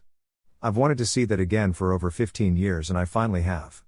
The best part, I didn't even get beaten up for it this time. Jiraiya finished with a lecherous grin on his face. Naruto's sweat dropped. That's great, Uro-sennin. Glad I could help, I guess. XXX. The next day Naruto was awakened from his deep slumber by a knock at his door. Lumbering over to the door, he opened it to find Shizune. Shizune-san? What is it? She came inside and looked him over, noting the fact that he was shirtless and had scars littering his body. Are you sure you're okay from last night? Tsunade-sama has liquidated men using less force than she used on you. Naruto sat on his bed and stretched. I'm fine, I've had worse. So what do you need? I need to go train for this bet already. Shizune rubbed her arm awkwardly. That's what I want to talk to you about. I don't want you to think of Tsunade-sama as a bad person, she's just bitter. Naruto nodded, because her brother and lover were killed during wartime. I know. Shizune's eyes widened in shock. How do you know that? Naruto shrugged. The guy that trained me made me learn all kinds of stuff about Konoha's famous ninja. Shizune looked at him strangely. The academy in Konoha sure goes over some classified things these days. Naruto chuckled darkly. No, they don't. I didn't learn that in the academy. I learned things of that nature elsewhere. Shizune recovered admirably. Well, if you know that, then you must know that that necklace is cursed. It will kill anyone who wears it other than Tsunade-sama. Naruto stood up and walked towards the door. Well, then I guess I'm next. Because I'm winning this little bet of ours, so tell her to get all of her affairs in order and get ready to go back to Konoha. I'll see you later, Shizune-san. Naruto left Shizune sitting in the room as he left the hotel entirely. Naruto made his way to the outskirts of the town where he found Jiraiya sitting against a tree waiting for him. He had a smirk on his face. Kid, you must have the biggest set on you.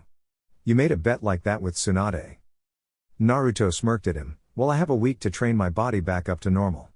It won't be even a drop in the bucket to what I need, but free time is free time. Jiraiya looked at him strangely. Kid, you need to work on the Rasengan and win this bet. You can wait to do everything else right now, finish the jutsu and then do everything else. Naruto looked at him mischievously. Oh, you mean this Rasengan?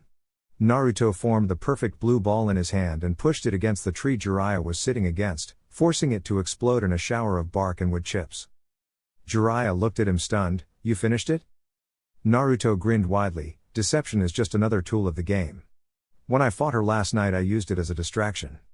I just needed to get her attention so my clone didn't really focus on the attack. I can do the Rasengan, but showing her that I could last night would have done no good. She would have just made another impossible bet that I would have had to actually work at. Jiraiya was still confused. Well, why didn't you just show her last night? Naruto gave him a dry look. Uro-sen and I was seeing sextuple last night. She gave me a concussion, I still feel my head pounding even today. There was no way I could focus to show her the finished product last night after the bet was made. Naruto stretched out as he prepared to work. I'll just milk this for the week of training I can get in and show her on the last day. I don't have to tell you to watch her, you know she's a flight risk. Jiraiya looked at Naruto seriously. Yeah. There's a good chance Orochimaru is here as well. Naruto stopped stretching to look up at Jiraiya. Really? Well then that's all the more reason for me to get to work now, isn't it? Jiraiya turned to head back to town with a grin on his face. Damn, Brat is going to be stronger than all of us one of these days. XXX. Over the course of the next week, Naruto threw himself into training as hard as he could. Regaining intense control of his chakra was his primary concern. He trained in this facet by way of mass kunai balancing. He attempted to reacquaint himself with the movements of swordplay once more, but until he could get in some decent sparring there was only so much he could remember. He still needed weights to get his speed up, and he figured his strength was alright for now. Not being able to activate his true levels for years did a number on his muscles. Contrary to popular belief, gravity seals aren't really a form of training. The seal weighs you down by connecting to your chakra and manipulating how much you would be able to pump to your muscles, decreasing the greatest amounts that you attempt to generate. Depending on the nature of the seal, it could seal away any percentage of your maximum. The difficulty and obscurity of the seal gave rise to the rumors of it being used as a training method. Jiraiya had been using the seal in combat for decades since he had discovered its uses. When Jiraiya came across a powerful or dangerous ninja that he didn't necessarily want to kill, he would sometimes place the seal on them to make sure they couldn't challenge him again. Most of them, however, never realized this and went the rest of their careers lagging in their physical skills unknowingly until they were later killed in battle. Naruto had to sigh in relief when he realized that Jiraiya had placed something like that on him. Who knows what may have happened if he had kept it on. With dangerous ninja after me and me lacking the ability to get faster or stronger, I would have been a dead man. At least he still had enough speed to deem manageable against most opponents for now anyway. He found that he was as fast as Rock Lee with his ways off. Naruto chuckled when he thought of the boy. Now that would be a hell of a spar. He then realized that Lee had been crippled by Gaara during the exams, and that stoked his resolve further that Tsunade wasn't going to get out of this bet with him. If anyone can help Lee get better, it's her. Just another reason to drag her back, kicking and screaming if I have to. Naruto rubbed his hands together as he felt a familiar presence at the edge of the woods. Okay, kill two birds with one stone. Train this jutsu of mine and rattle her with my training. Serves her right for trying to spy. Naruto made a mass of hand signs and drew his hands apart as wind whipped around them. He turned to a boulder and thrusted out his fists pushed together at the thumb and index finger. Fuuten, Fuujin Seiken, wind release, divine fist of the wind god. A fierce wind pushed from his fists and impacted hard against the boulder, leaving the imprint of his two fists the size of his entire body. Naruto smirked as he felt Tsunade leave the area of her hiding. Alright. Finally, one down, 8 more to go. I'm getting all of my jutsu back. Just wait till I bust out the big ones. Reality check. Naruto awoke with a groan. Ugh. Okay, I guess I still can't use all of my jutsu yet. The previous night Naruto had exhausted himself trying one of his more upper tier ninjutsu. Waking up in his own bed, he realized that Tsunade must have been spying on him again. Naruto chuckled. Hey, I wonder if she saw that one. Naruto jumped out of bed and tripped over a black bundle at the foot of his bed. As it groaned, he realized who it was. Shizune-san? What are you doing here? Shizune's hazy eyes opened and widened as she jumped up, surprising the blonde. Tsunade-sama. Where is she? Naruto grabbed Shizune to calm her down. Hold on a second, just wait. You're saying she did this to you? Shizune stopped stirring and rested in his arms, though he felt her breathing was still frantic. Naruto sighed and let her go. Shizune immediately made for the window. We have to find Tsunade-sama. It might be too late to stop her. As Shizune left through the window, a kunai buried itself to the right of her head into a wall. They both turned to see Jiraiya standing on the ledge uneasily. Where's Tsunade? His voice held a threatening tone as he slinked along the wall up to Naruto and Shizune. Naruto took note of Jiraiya's condition. Geez, Uro-sennin, what the hell happened to you? Jiraiya sat on the ledge and experimentally flexed his arms. Tsunade drugged me last night. I should have known better. She wasn't as pissy as she usually was when she drank with me. Naruto's attention was drawn up at an adjacent rooftop. But when he peered up, he saw nothing. Shizune had gone to fetch Jiraiya an antidote to whatever Jiraiya had ailing him. She ran back and handed Jiraiya a glass of water and some crushed up pills. Sorry Jiraiya-sama, there isn't an antidote to the poison, this should even you out though. Jiraiya took the pills and swallowed them with the water. Thank you Shizune. When Naruto's attention returned to the roof he could no longer sense anyone's presence. Naruto looked at Shizune. It's Orochimaru isn't it? Shizune looked surprised. Naruto looked over to Jiraiya. How you feeling Uro-sennin? Jiraiya crushed the glass in his hands. It's not much. My chakra is still fluctuating, but it'll have to do. Shizune looked down sadly. Orochimaru came to us last week with an offer. Restore his arms and he'll return Tsunade-sama's most precious people to her from the dead. She looked at Jiraiya hopefully. Today is the day they meet, we might still be able to keep her from doing it. Jiraiya stood. So how are we going to find her? Shizune grabbed Tuntun and jumped to the ground before placing the small pig onto the ground. We need your help Tuntun. Can you find Tsunade-sama for us? The pig oinked as it sniffed at the ground. Jiraiya and Naruto dropped down around them just as Tuntun began oinking wildly at Shizune. Shizune turned to the other two with her. Tuntun has her scent. Come on, it's this way. XXX. They returned to the area of the ruined castle and found even more signs of destruction, though they were newer. Naruto smiled at the sight of the pulverized wall. It looks like the old bat turned him down. Jiraiya nodded. Yeah, that might not be so good for her though. Come on. We still have to find her. As they ran into a field they found Tsunade being beaten by Kabuto.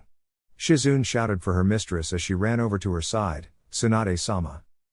Naruto and Jiraiya waited close by as Shizune took out a handkerchief and wiped blood from Tsunade's face. Naruto looked at the scene in confusion. Uro-sennin, what's going on here? Is it a genjutsu or something? Jiraiya shook his head in the negative. Tsunade has hemophobia. She's afraid of blood kid, even the sight of it messes her up and makes her like that. Right now she's utterly useless. Naruto looked out at Orochimaru, whose arms were wrapped up, but Naruto could see faint traces of blood coming through. Next to him was Kabuto who was wearing a headband with a musical note on it. Naruto's eyes narrowed at the sight. Kabuto Yakashi, I can't say it's good to see you again. At least I know my information was right, I just wish I could have gotten your ass before the invasion, damn seal. Jiraiya looked down at the now fuming blonde. Kami kid I said I was sorry. Hindsight is 20/20 they always say. Orochimaru chuckled as he saw the arrival of his third teammate, Jiraiya, and Naruto-kun too. What a warm reunion this is. Though I do wonder what you are doing here. Jiraiya held his arm out in front of Naruto, keeping him from beginning to engage the enemy. Protect Tsunade Gaki. Orochimaru is too much for you, and that Kabuto kid is out of your league also. It would take an Anbu. Jiraiya trailed off as he looked down at Naruto who was giving him a deadpan look. Trying to be funny old man? Jiraiya sighed and waved. Fine. Shizune can watch over Tsunade I guess. Go ahead and fight Specs over there, I'll handle Orochimaru.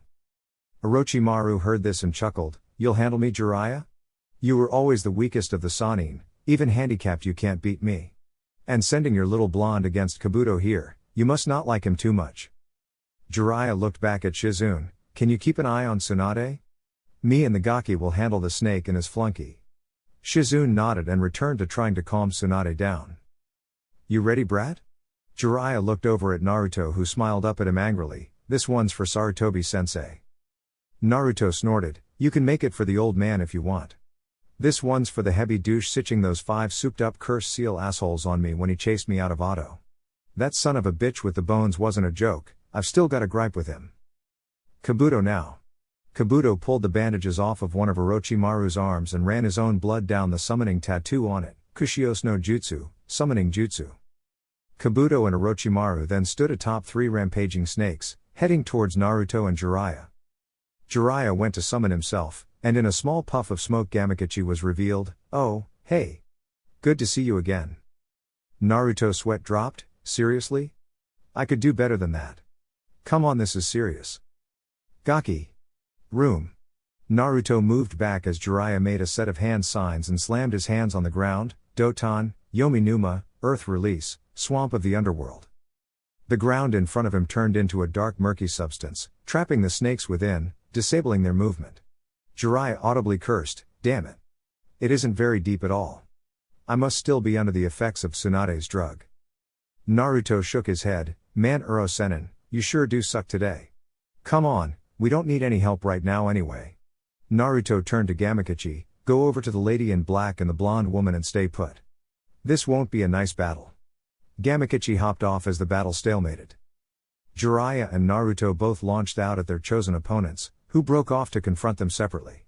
Jiraiya began assaulting Orochimaru, who was noticeably unable to attack using his arms, instead lashing out with kicks and slipping away from Jiraiya's assault. Jiraiya decided to tease his former teammate, man, it must be hard to use jutsu with no arms, eh? That must suck for a guy like you, huh, Orochimaru? Orochimaru gave a superior smirk, I don't even need my arms to destroy you, Jiraiya. I saw your weak jutsu, you're just as bad as me. Jiraiya barked out a laugh, I guess that's true as well. I guess we're just going to have to wait for our retainers to finish off their little speck of business before we can really get to the main event. Orochimaru laughed slowly, the Kyuubi child Jiraiya? I've seen what he can do. Against Kabuto he has no chance, the boy has absolutely no skill as a shinobi. Jiraiya gave a big grin, and that would be my fault. But don't worry, Rochi, I fixed him up before we even got to this town. I'm letting him fight Kabuto down there because I know he'll win. Consider this his coming out party, so to speak. Orochimaru looked befuddled, I fought him, Jiraiya. Even going as hard as he could, Kyuubi's chakra and all, he didn't come close to impressing me. Now the Uchiha, what strength? A true genius. Jiraiya broke down in laughter, I guess the standards for a genius are seriously declining these days. If just being a Genin at the regular age makes you a genius, then I don't know what the hell to call Naruto. Orochimaru gave a cruel grin, how about failure? Loser? Cannon fodder? Frontline trash? Take your pick or make a few more of your own. Jiraiya had a placid smile on his face as he just stared at Orochimaru, ah, that's a good one. Orochimaru contorted his face in confusion, what is? What are you talking about? Jiraiya gave him a hard look, that face of yours just now. I want to remember it for later. Just so I can compare it to the look on your face after you see what the Gaki can really do. XXX. Naruto faced off with Kabuto a distance away from where Orochimaru and Jiraiya were currently in conflict. Kabuto crossed his arms, a decided superior smirk on his face, you might want to leave this place before things get messy, you're a little out of your element here. Orochimaru-sama, myself, Jiraiya, Tsunade, even the woman with Tsunade. All of us are high-level shinobi. I myself am on par with Kakashi Hatake. And you're just a cute little Genin that's out of his place. Naruto started chuckling, but then chuckling gave way to full-blown laughter. Haha, man, I'm glad I didn't end up broken like everybody else in knee, because hearing that little threatening rundown was too much. You? Comparable to Kakashi Hatake? I'll believe it when I feel it. Naruto pointed back in Tsunade's general direction, I already beat Tsunade the other day. I could have killed her if I wanted to, knowing she's got hemophobia would have easier than it was. He pointed in the direction of the trapped snakes, Orochimaru is crippled. It wouldn't be too much of a stretch for me to beat him too, especially if he's underestimating me like you. Kabuto laughed loudly, to be naive Genin. Believing that you can fight and defeat anyone. Naruto scratched his head, how to get you to understand. Okay, you obviously remember 4 years ago when one of Otogakure's bases got sacked and Orochimaru sent out his elite bodyguards to handle the intrusion. Kabuto nodded, those fools were punished for allowing the intruder to escape. A spy like that could have been detrimental to our efforts. They haven't failed since. Kabuto's eyes snapped open wide, wait? Are you really saying? There's no way, you would have had to have been 8 years old. Naruto grinned widely, ding ding ding ding ding. Got it in one Kabu team. It was me. I'd have gotten away clean too if it wasn't for Uro Sennin's love for dramatic bullshit. Who blows up the information depot during a reconnaissance mission? Honestly, how is that stealth? Kabuto pointed at him accusingly, no way. From what I've seen and from the information on you, you're nothing. A low-level Genin. Naruto chuckled, well, that's what the Konoha records had on one Kabuto Yakashi also, if you'll recall. We all know how that turned out, right, Mr. Spy? If you were capable of it, then why wouldn't I be? I didn't even have to join any ranks and keep suspicion off like you did, all I had to do was not get caught. Naruto tapped his finger on his head, I had the plans for your invasion all up here way back then. Every move you had planned out over the long term was all up here. All of your bases, the info that was listed on your cursed seal, the true nature of Orochimaru's immortality jutsu, it's all here. The only reason your invasion had even half of a chance of even getting off of the ground was because of some unfortunate business that ended with me getting my memory and abilities sealed off before I could tell the necessary people. Kabuto tilted his glasses and scoffed, well then Naruto-kun, please show me these skills of yours that allowed you to breach our defenses. I'm in need of a new form of entertainment after all. Naruto nodded sagely, I see. I guess it would get boring being Orochimaru's ass muppet after a while. Playing hide the trouser snake would get dull even for a flaming fruit like you, I assume. Kabuto gritted his teeth in anger, do not slander Orochimaru-sama like that. What could you possibly know about his power? Naruto grinned, hey, being a pedophilic creep doesn't mean he's weak, and from the way you're defending him it sounds like a fucking lie to me, boy. And don't think I didn't notice how you refrained from defending yourself either. Kabuto rushed in at Naruto, who set himself in a defensive stance. Kabuto's hands glowed blue as he neared closer. Naruto dodged his first attacks and kicked him back to get some distance between them. Chakra scalpels, I see. You're medic ninja? Letting you in close wouldn't be too favorable as long as you're using that. Kabuto chuckled, try to keep me away then, Naruto-kun.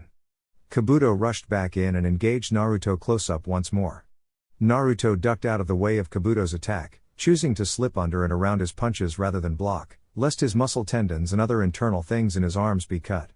He also had to watch it when he threw a punch or kick of his own to make sure that Kabuto didn't cut anything by simply blocking or parrying his moves. Naruto dodged even more of Kabuto's potentially fatal strikes, grunting in effort, you're really annoying to fight. You're really fast, even for a medic nin. Kabuto's confident smirk returned, like I said, Naruto-kun, you're all talk. You're not on my level. Kabuto overextended on one of his attacks and allowed Naruto to spring out of close range. Naruto immediately began tossing out kunai at Kabuto, who dodged deftly and chuckled, simple kunai, Naruto-kun? That honestly can't be your best. Naruto rolled his eyes, there you go again, with that superiority thing of yours. Why are bad guys such douchebags? Naruto rolled through a series of hand signs, Raiten, Denkai, lightning release, electric field. Kabuto sat in place as he felt and saw nothing. Naruto simply stood in place, staring at Kabuto with cold blue eyes that seemed to analyze his every movement. Kabuto simply strolled forward, you must not have that jutsu down quite yet, Naruto-kun. Don't worry, I mean you are still just a Jonin after all. Naruto's eyes showed no indication that he had even acknowledged Kabuto's words. Kabuto shrugged and strolled forward, reactivating his chakra scalpels once more, until a sharp jolt of electricity thrusted him backwards. What is this? Didn't you hear me call out the jutsu? Naruto kept his gaze on Kabuto, only this time he had a smirk on his face. You didn't really think that I was that bad at using kunai, did you? Kabuto turned to see a small spark of electricity coming from one of the kunai. He then noticed that the weapons Naruto had thrown were strewn about in a rough circle around him. A barrier jutsu? I really have been underestimating you. Naruto made more hand signs, I'm not done yet. From here I can branch off into tons of stuff, just watch. Raiten, Denki Mahimyu, lightning release, electric mayhem. Kabuto heard multiple snaps of electricity going off around him before a burning jolt hit his body. As he caught his breath from the sudden zap, he could actually see random pulses of lightning rushing from kunai to kunai. Another shot hit him and dropped him to the ground while he was analyzing the jutsu. Kabuto was breathing raggedly as he turned his head towards Naruto, whose hands were held out at the field surrounding Kabuto. Do you like it? This jutsu lets me just trap and torment you in there until you black out or just die. The more chakra I pump into it, the more frequent the bursts of electricity will come. The only thing is that I can't control the lightning coursing through the field, but it still has a great chance of hitting you as you felt. Naruto channeled more chakra into his attack, forcing the snapping sounds of electricity to sound off more frequently. Kabuto shakily rose to his feet once more but was quickly struck back down. Before he could even try to rise again, he was hit one more time. Kabuto growled to himself and sunk into the ground before another bolt could hit him. Naruto simply stood in a position to move quickly and jumped aside as Kabuto's hands emerged from the ground to grab at his legs. Naruto landed and formed 3 cage bunshine who swarmed around Kabuto, launching attacks up close.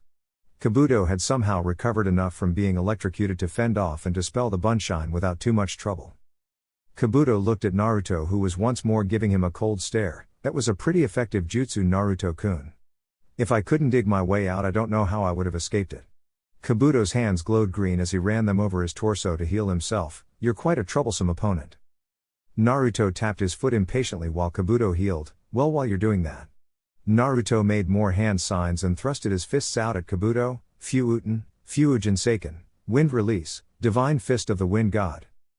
A visible ripple of air flew at Kabuto and hit him like a high-speed cart, sending him flying back, rolling head over heels bonelessly until he came to a stop. Naruto smirked as he saw Kabuto cease his backwards movement. You still alive over there? Kabuto stood up once more with blood trailing down his chin. That was a solid hit there, Naruto-kun. I was right, you were a troublesome opponent. Naruto scoffed at Kabuto's pseudo-praise. Oh really? I thought I was just a Genin that was out of his element. If all it took to get your praise was an ass-kicking, then when I go back to Konoha I guess I'll have to start dealing them out en masse. XXX. Shizune had cleaned the blood from Tsunade's face quickly but found that she was still lacking response. She had taken to watching Naruto fight Kabuto, seeing as how Jiraiya and Orochimaru were too far away to find, and that she didn't know whether or not Naruto would require her backup. Much to her surprise and delight, however, Naruto was capable of handling Kabuto handily. Were it not for the fact that Kabuto was a medic ninja, she was sure that the accumulated damage of Naruto's attacks would have beaten him. Tsunade's eyes had been affixed straight ahead ever since Kabuto had splattered her with blood, so she actually had been watching Naruto fight Kabuto the entire time. Watching him fight off the silver-haired medic, she realized that she had been extremely wrong in her first impressions of him.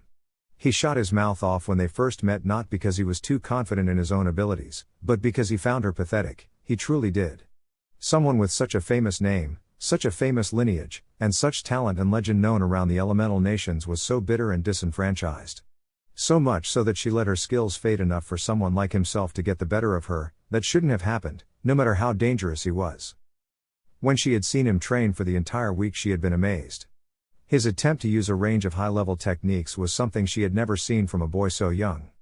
After he was done with one, he would move right on to the next one. If he couldn't get one to work, he would attempt it until he could force it, or until he dropped out of exhaustion.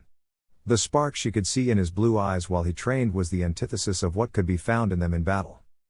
In training he would laugh, chuckle, crack jokes at himself and show his spirit and emotion. In battle he kept things bottled, only choosing to take snide verbal shots at his opponents to get the upper hand.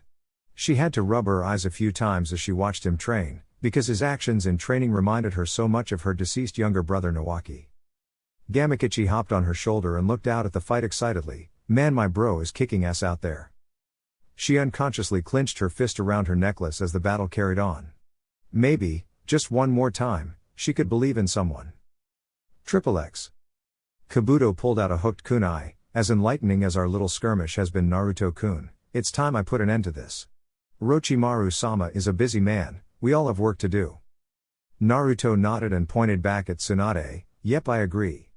Right now I have to go drag Ba-chan back to Konoha. But I also have a bet to win. Luckily for me, you're going to help me with that. Naruto snapped his fingers as two pairs of arms shot up from the ground and grabbed Kabuto's legs and arms, holding him in place. Kabuto tried to shake them off, but the grip was iron. What? What is this? A familiar voice sounded off from behind where he was grabbed. He turned slightly to face the cold eyes of the boy that was also facing off against him across the field. You didn't think you were the only one who could use Doton, Mogarega no Jutsu, Earth Release, Hidden Mold Jutsu, did you? Kabuto looked ahead of him to see Naruto smirking. Now I've got this new jutsu I was taught, but I never got to use it on any real people before. I think you'll make the perfect guinea pig for me, don't you think? With your healing abilities you should be fine. Maybe. It's not like I really care anyway. Naruto charged up chakra into his hand. Kabuto's eyes widened and his struggling increased as he realized just what it was as a blue spinning orb took shape in Naruto's grasp. Naruto strode towards him slowly, the stride turned into a jog and the jog into a sprint as he rushed at Kabuto.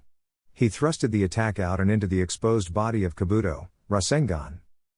Naruto ignored the blood flying as the attack tore into Kabuto's body and sent him flying off into a nearby boulder. Naruto turned towards Tsunade and walked with a purpose over to her and Shizune.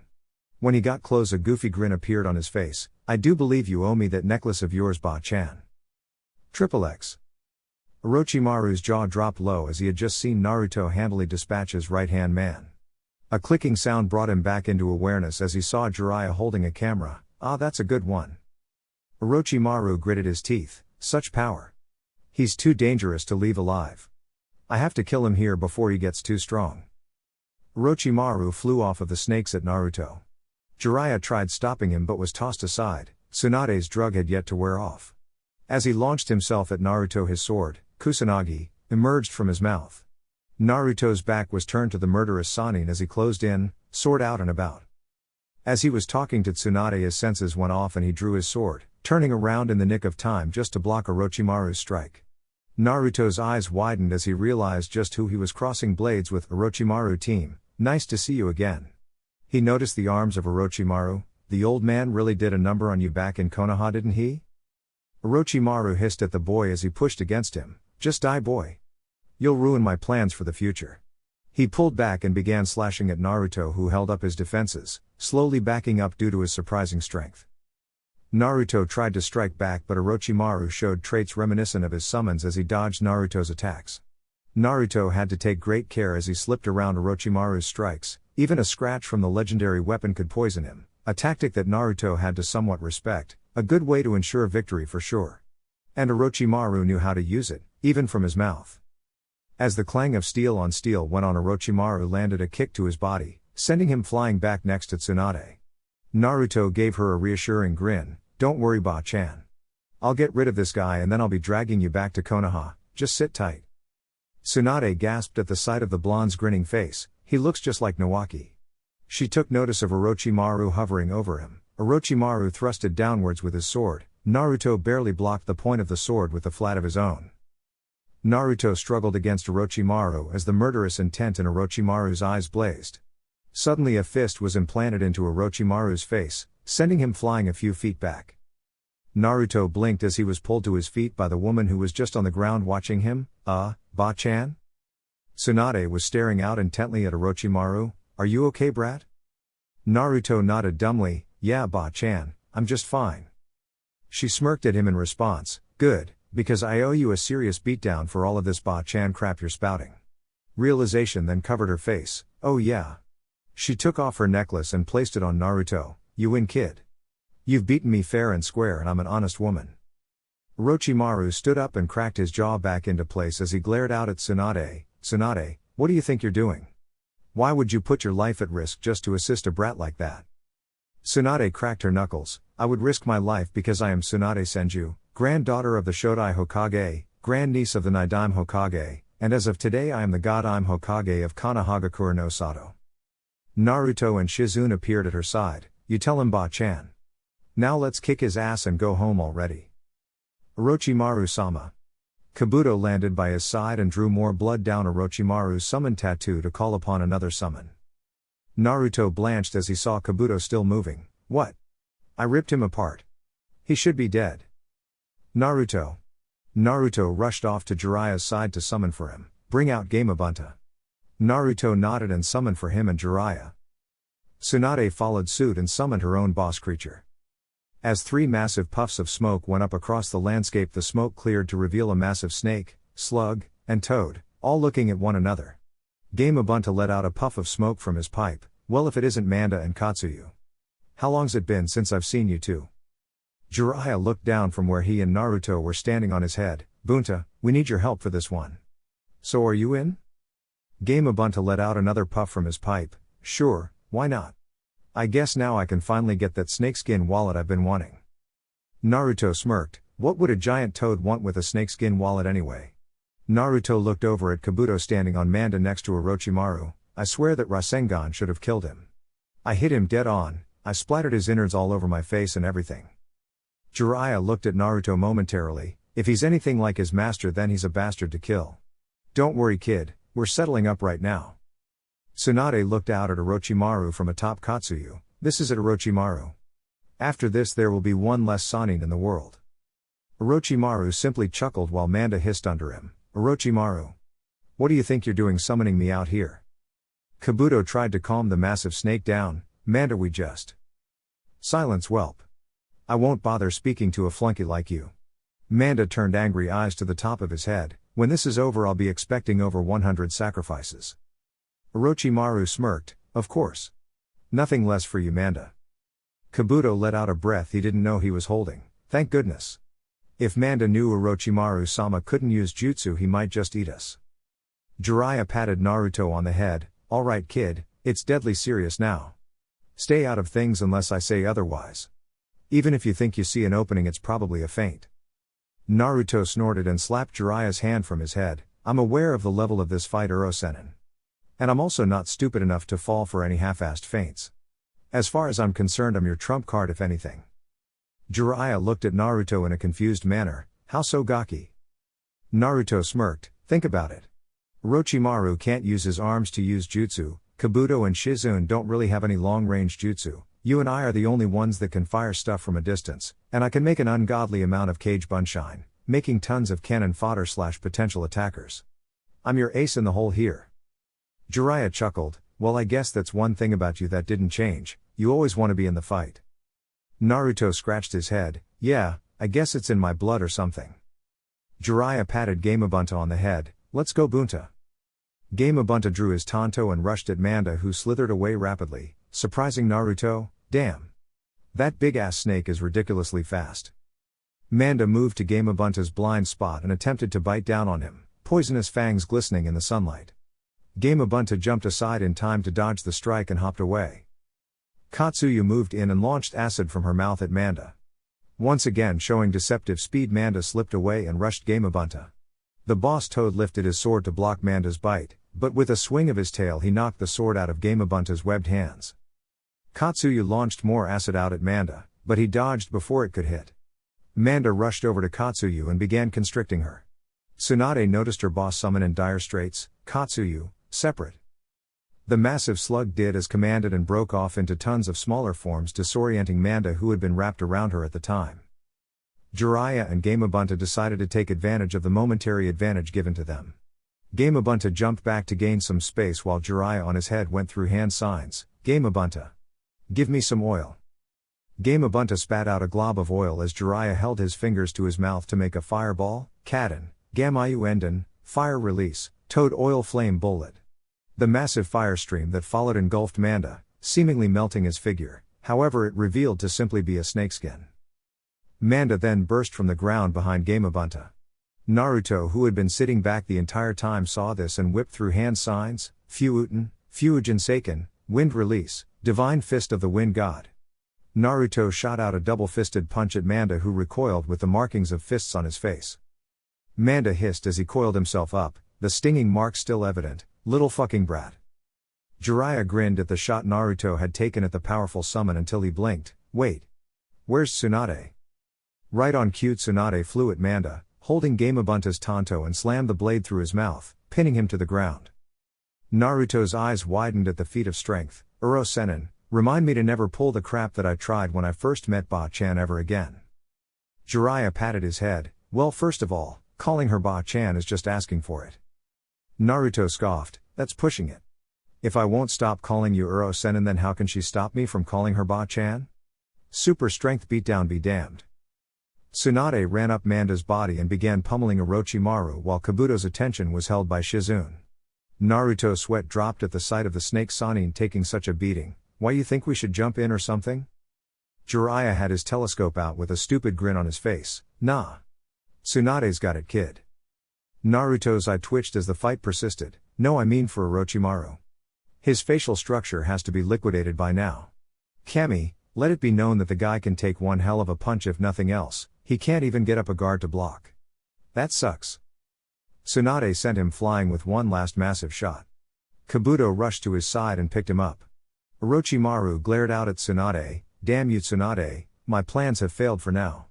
Do not think this is over, there is still another way to heal my arms, and the next time, I'll kill you both. With that being said, he and Kabuto sunk into the earth to make their escape. Naruto, Jiraiya, and Shizune appeared next to her as all of the summons had long since dispersed. Jiraiya slapped Naruto on the shoulder. Good job, brat. A high-level fight like this is over and you aren't an ugly red smudge on the landscape. Naruto sighed and rolled his shoulder. No respect. I don't get no respect at all. Shizune smiled and kissed him on the cheek. I respect you, Naruto-kun.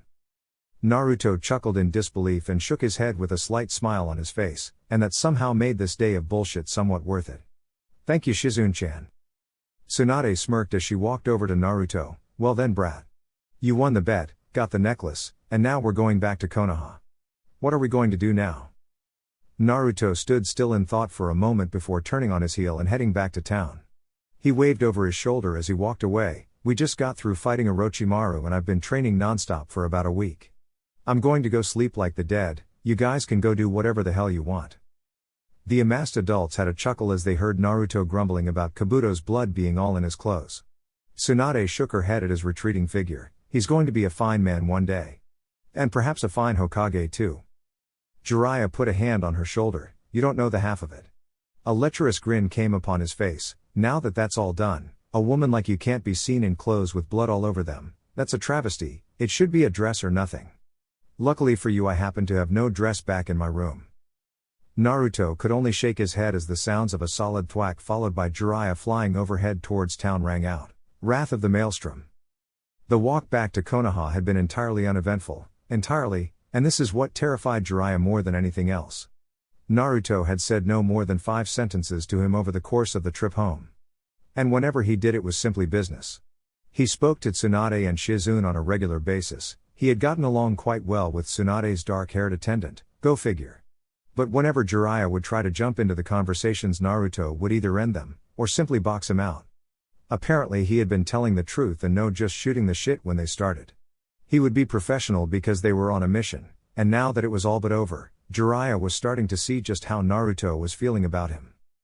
Upon their arrival in Konoha they all headed up to the Hokage Tower to get Tsunade introduced and situated, grilling by the Sandaime's old advisors included. Konohamaru didn't really take kindly to someone replacing his grandfather's position, so he holed himself up inside the office, barring entry with traps and blocking the door. Somehow he ended up keeping people out all day long.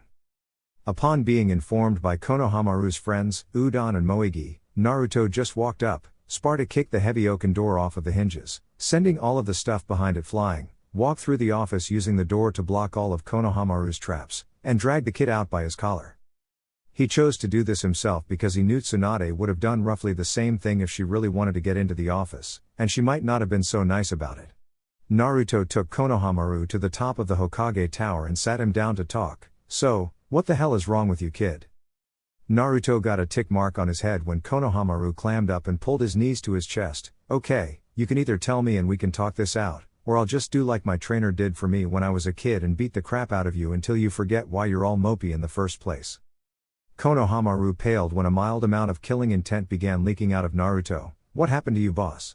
You've been different since the Chunin exams. Naruto sighed. It's a long story, and because I know what's wrong with you it might make you even more pissed off than you already are, for one reason or another. Now don't change the subject. What's your malfunction today? Konohamaru snapped at him. I thought you already knew.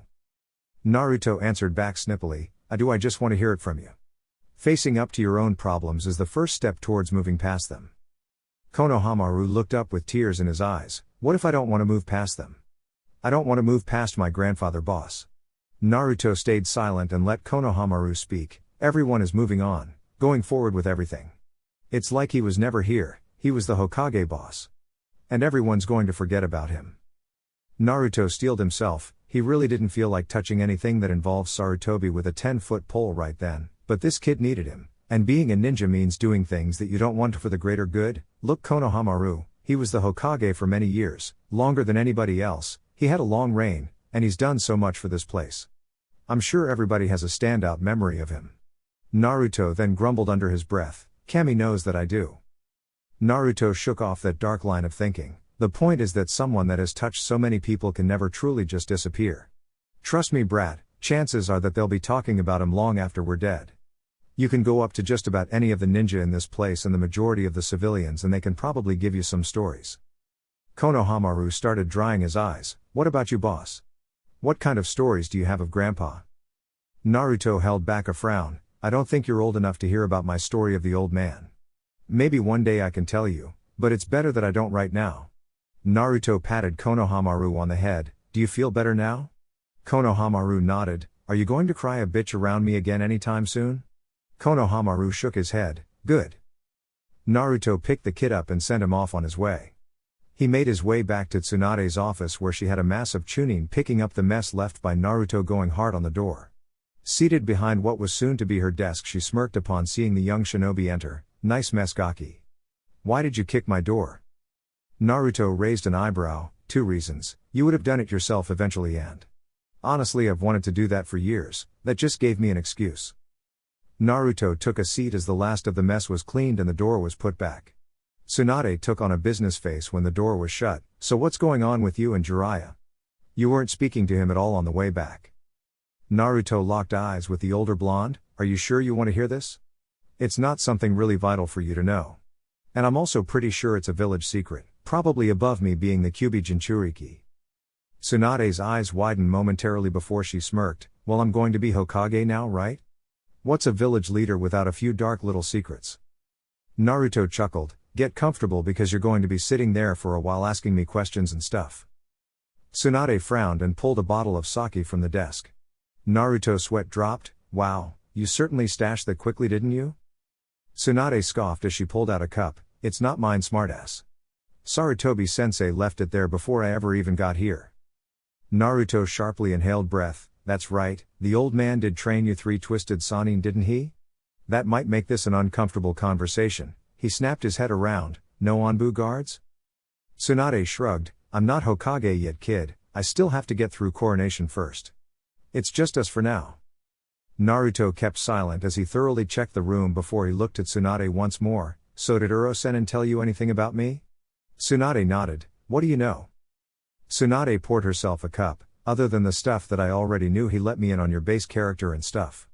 Apparently he left out the scary battle phase part.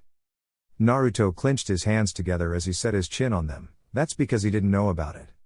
I didn't used to be a goofy loud fuck-up until a few years ago. I was more like I am now, calm, collected, focused, and I had something of a mean streak too. Tsunade looked confused. So your personality changed? How is this a secret? Naruto shook his head. It's not that my personality evolved, it's how it evolved. Haven't you noticed that I'm too good for my own good at fighting? I shouldn't have been able to stop Orochimaru's surprise attack on me back in Tanzaku-gai if I was just a Jonin, hell, even a Chunin. I was spamming jutsus that I shouldn't know how to do and fighting on par with a Jounin-level ninja.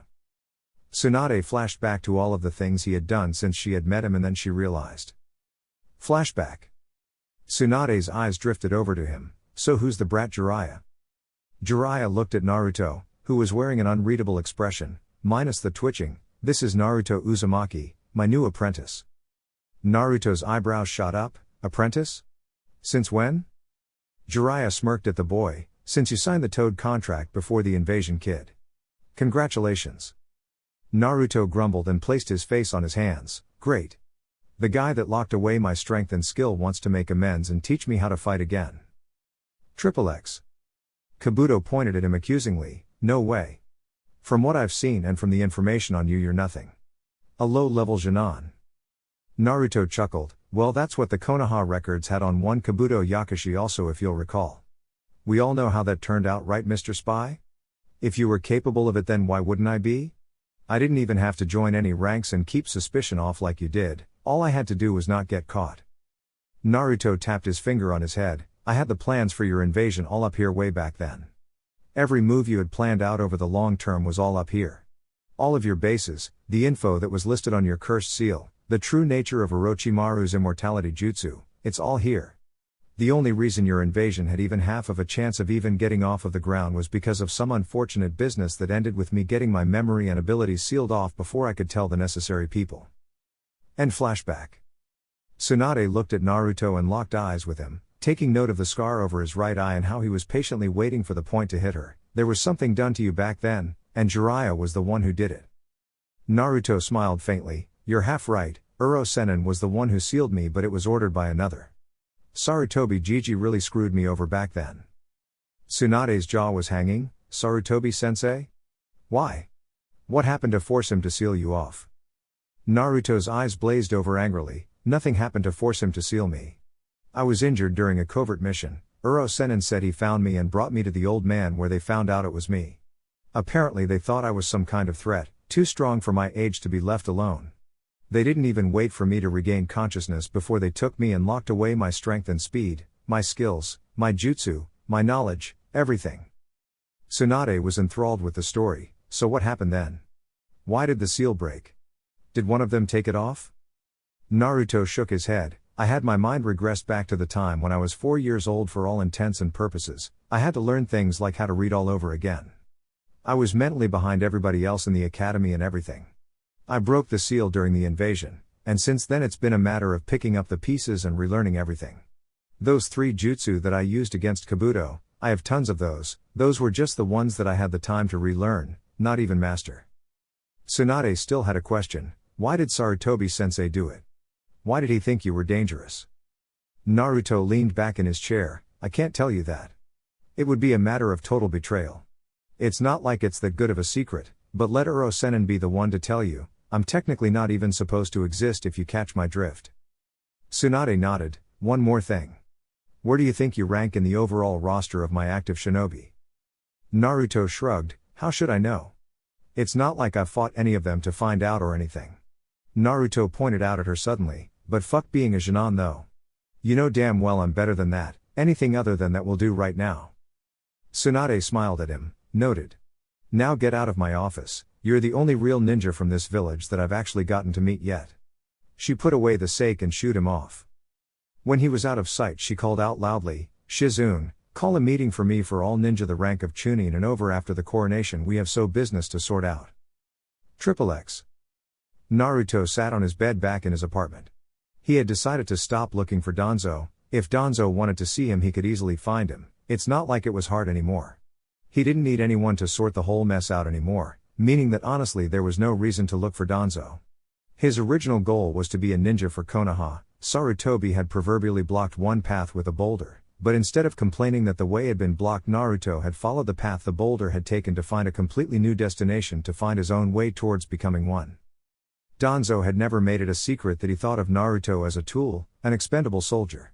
While Naruto had more value than most if not all of his other operatives, when your house burns down you don't grab the stuff inside, you just run, and when Naruto was caught on the job and exposed, Danzo had to wash his hands of him. It was all he could have done.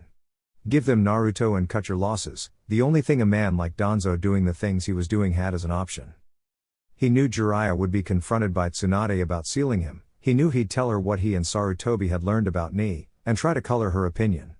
But honestly, loyalty only went so far as Naruto was concerned, and being blacklisted by Ni pretty much got rid of his loyalty. If you don't want me, I don't need you, was the way he saw it. The best Danzo would get from him at this point was him keeping his mouth shut about Ni, which was all he was going to do in the first place. Jiraiya's arrogance in his own ability to gather information kept him from ever asking Naruto what he knew about Ni, thinking that Naruto had been a young flunky and didn't have much information. It's always fun to have preconceived notions, isn't it? Not really smart though. Naruto knew quite a bit. He had been trained by Danzo almost personally and had information given to him by the man himself, no misdirection necessary. Naruto would never have broken to torture, it had been made sure of and tested thoroughly because Danzo never placed the seal ensuring he would be quiet about Ni on him. Therefore Danzo told him things. Everybody needs at least one confidant. But that was not important either. He was now a Konoha ninja, no longer in Ni. He answered to another higher up and belonged to their forces now. Naruto groaned as he sat up in a meditative position. The last thought he had before slipping into his own mind was that he was still a weapon. He had just been lost and collected by another. XXX. Naruto opened his eyes to reveal himself standing at the door of his own apartment. Naruto sighed. Well, it's better than a sewer, I guess. He opened the door and walked through his mindscape/apartment to find a dog-sized fox with 9 tails and a collar asleep on what was supposed to be his bed, obviously the Kyuubi. The Kyuubi's ears twitched as he drew closer and it sat its head up to let out a vulpine yawn. Hello, kid. I have to say, it's a major improvement over the sewer. Naruto sat on the bed next to the fox and looked over at the awakening Bijou. I can see you're enjoying it. It's still not as cool as it used to be though. If I want to see my own apartment then I sure as hell wouldn't come in here. The fox growled in comfort as Naruto shook his head with a faint smirk. So is my mind good enough to broker out the old deal again or what? Kyuubi cracked open an eye and stood to walk over to Naruto. Well, since I can make physical contact with you again we can do this right now. Anything you want to add? Anything you didn't like? You want to get rid of the trigger? Naruto raised his eyebrow. No, I like the trigger. Hell no, we're keeping that, that was always cool. Keep that. Also you can still see and feel everything I do, you can talk to me, but I can still mute you. Spoil sport. Kyuubi butted Naruto with its muzzle. Naruto kept reeling off deals. I get to retrain using your chakra, and I have to get ridiculously strong again, per the first agreement. I still have to kick the guy that helped the Yondaime come up with the seal that imprisoned you and me in the balls, and I think I'll enjoy doing that more than you will. Am I forgetting anything? Kyubi scratched behind its ears. No, not really. If you want to make another deal or something, I'm always open to negotiations, remember that, kid. And don't wait too long to use the trigger, you know I always like that move. Naruto stood up and let the Kyubi lay back down on the bed. Alright, I'm gone. Later, you lazy-ass fox. Kyubi batted one of its tails in acknowledgement as Naruto left the apartment/mindscape. XXX. Naruto opened his eyes and sat up to reveal the hazy outline of the sun outside. Damn it, did I black out until morning? Naruto shakily stood up and went into his bathroom to help wake himself up. As he was brushing his teeth, a knock came at his window. Spitting and rinsing his mouth, he then walked over to the window in his bedroom, revealing an Anbu in a bear mask. Kuma-san. I must have slept through Tsunade Bakan's coronation, right? The Anbu nodded. Tsunade-sama wishes for you to meet her at the tower immediately. Naruto nodded. Sure thing, just let me change clothes and then I'll go. The Anbu used sunshine to disappear from sight as Naruto shut his window. Upon changing and leaving his house, Naruto was once again subjected to the usual looks of disdain and scorn from the villagers. Naruto went through a mental checklist as he walked towards the tower. I'm gonna get that guy, that bitch is screwed. Oh. That guy is getting fucked when I get free time. Naruto had not lost his luster for pranks, and seeing as how he needed to vent on someone anyway, why not take it out on the people that dislike you regardless? As he arrived in the tower, he found the same Anbu from his house standing in front of the door of Tsunade's office. Hokage-sama is waiting inside, Uzumaki-san. Naruto nodded and entered. Naruto found the office filled wall to wall with many of Konoha's high-level ninja. Naruto sauntered, pushed, slid, and mashed his way through until he reached Tsunade's desk. You wanted to see me, Ba-chan? Tsunade glared at Naruto as she heard snickering coming from the back. Yes, brat. I asked for you to come today so that I could get a general idea of your promotion. I've asked these jounin here because they must know more of what you're capable of than I do. Naruto snorted. Yeah, right. Tsunade opened the floor for the others to voice their opinion on Naruto. Needless to say, most had nothing too flattering to say about the blonde. The only thing most said that was actually good was that he had high reserves, and then the compliments dropped off sharply. Naruto could only stand silently and pondering. That guy's getting it, that guy's getting it. Oh hell no. He called me what? That guy's getting fucked. Meanwhile, the Kyubi was doing some musing of its own. You could kill that guy, you could kill that guy. What the hell? That guy wouldn't last more than 5 seconds against you. How is he getting a say in this? Kurenai then stepped forward to take her turn. Naruto has high chakra reserves and stamina, which lend themselves to him well when he uses Kage Bunshin no Jutsu. Other than that, and an ability to think on his feet, however, I cannot give him a good grade in the other facets of being a shinobi. He is usually reckless and quick to act before thinking. He has poor chakra control due to such high reserves. His taijutsu has almost no true form. He has no aptitude for genjutsu, and other than his aforementioned Kage Bunshin, he has no true ninjutsu to speak of. In the back, Iruka had to grit his teeth hearing all of these people speak about Naruto as if he was a burden on the program. Asuma pretty much agreed to the same thing, leaving Naruto looking around. Where the hell is Kakashi? Shouldn't someone have my back in here? Asuma looked at Naruto. Good luck with that, kid. Kakashi isn't going to show for this until we're 3 hours in. Naruto felt like slamming his head into something, a person or inanimate object. It didn't really matter to him. Tsunade noticed that everyone was done with their opinions and looked to Naruto. Well, we've heard from everyone else, Naruto, so what about you? Do you have anything to say about what you've been told today? You have the floor. Tsunade shivered as a dark grin came upon Naruto's face. He turned to face all of his superiors. Well, speaking personally. Fuck you all. As the jaws dropped of everyone in the room, Naruto began walking around the room. Fuck you, fuck you, fuck you, fuck you. Not you, Iruka-sensei, you didn't say a thing. But yeah, basically, fuck everyone with no real input or a true perspective based on real knowledge. He continued walking around the room. You say my jutsu list is pitiful. Did you ever know if anyone tried to teach me any? Have you ever seen me fight other than the one time against Neji? You say my control is shoddy. Well, if you have enough chakra to make upwards of 1000 Kage Bunshin, then I'd love to see you try and keep it up to snuff. You say my taijutsu sucks. Come and fight me and find out just how bad at it I am. Having an aptitude at genjutsu is kind of hard without someone teaching it to you, isn't it? All of you love to talk about how much you've heard that I suck to make you feel better about your own teams, but none of you have even the slightest idea of what I'm capable of, and while I kind of like that sometimes, right now it's really starting to piss me off. Naruto finished and sat on Tsunade's desk calmly. I can see you all have something to say. So go ahead and say it. The room exploded with Jounin and Chunin yelling at Naruto for his disrespect and begging Tsunade to discipline him. Naruto turned to look at Tsunade and shrugged when he saw her massaging her temple. Well, you said I had the floor. That means I can say whatever I want. Tsunade sighed in resignment. I suppose I dug my own grave on that one. Asuma calmly stared Naruto down. Do you really think you're ready for a promotion, kid? You didn't come off as a world beater during the Chunin exams. Naruto scoffed. Whatever, and I suppose you'd rather have someone like Shikamaru be promoted than instead of me. Asuma blinked. Actually yes, he showed great strategic thinking and combat savvy. Naruto rolled his eyes. Yeah, and what will he do when he ends up going against someone that can flat out overpower him and disrupt his plans? He's just lucky Temari got caught up in playing his game. If she really wanted to kill him, she could have just ripped the tree he was hiding in up by the roots with her wind jutsu and crushed him. Hell, I could beat Shikamaru. As a matter of fact, I could beat your entire team if I had to. He looked at Kunai. I could beat everyone on your team.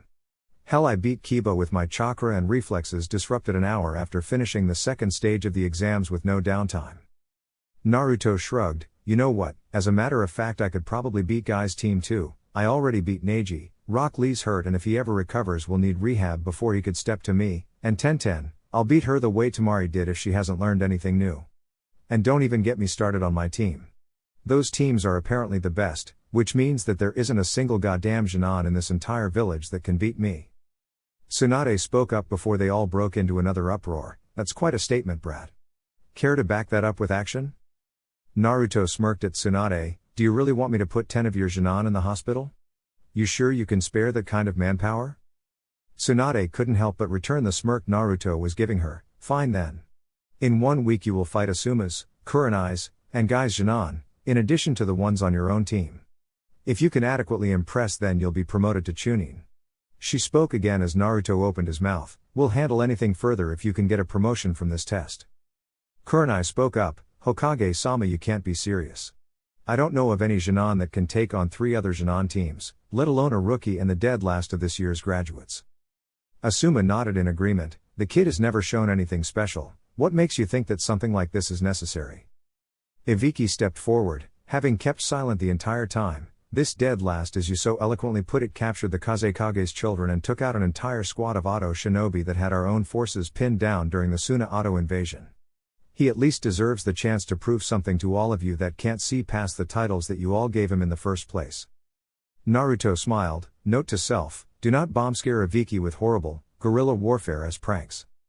Tsunade nodded. Thank you, Ibiki. She looked out at the other amassed ninja. I have personally seen this boy face down Orochimaru's spy Kabuto Yakashi and come out on top. He even went head to head with Orochimaru himself and helped me and Jiraiya fight him off. If he is what you call a dead last, then I'm glad that you didn't determine the skill levels back when I was a Genin, or else I would probably still be one. Naruto looked at Tsunade. So are we done? Because I would love to go and vent my frustrations right now. This entire meeting has pissed me right the fuck off. Tsunade sighed. Language, brat. And yes, that was all I needed.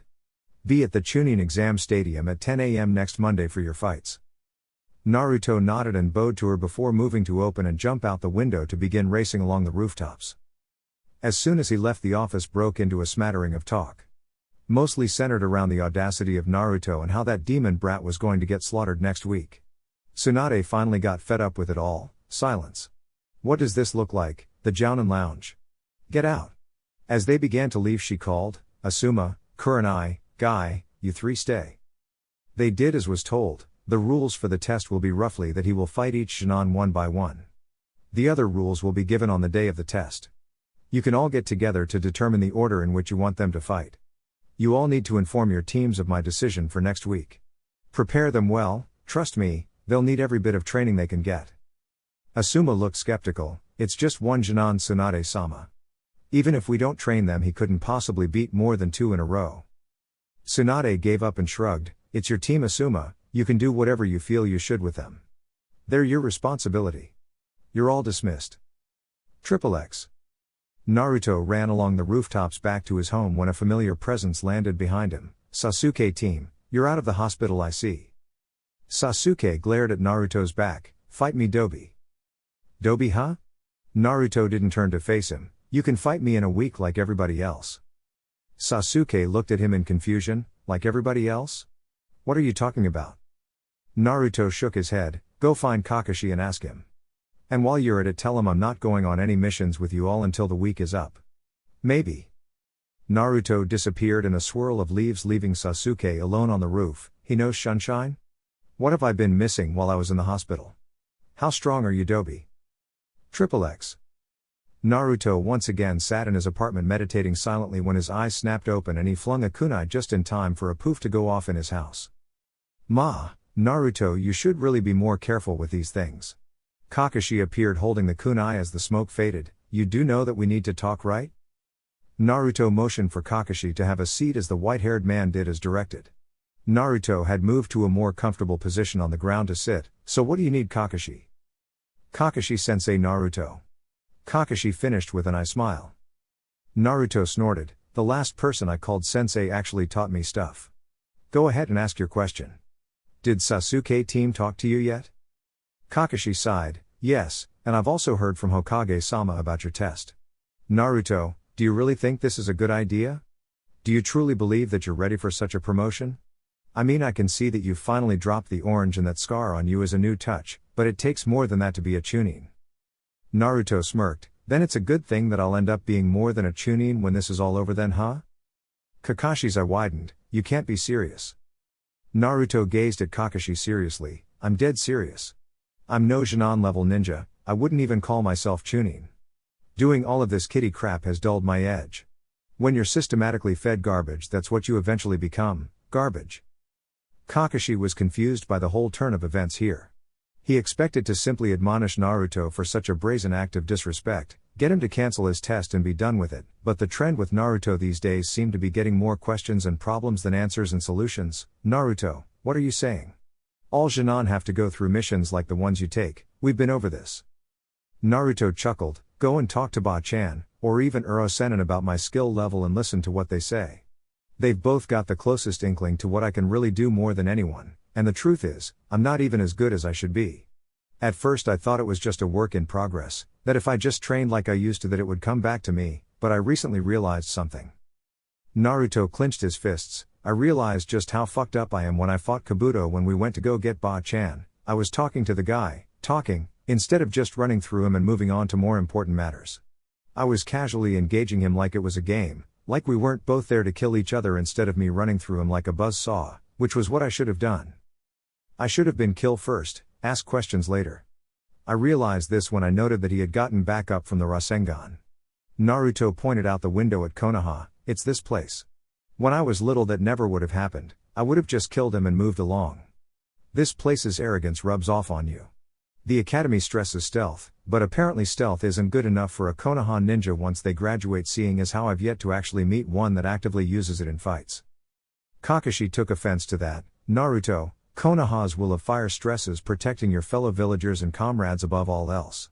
The way you speak of combat, someone would be left out and could get injured. Do you not remember my first lesson to you?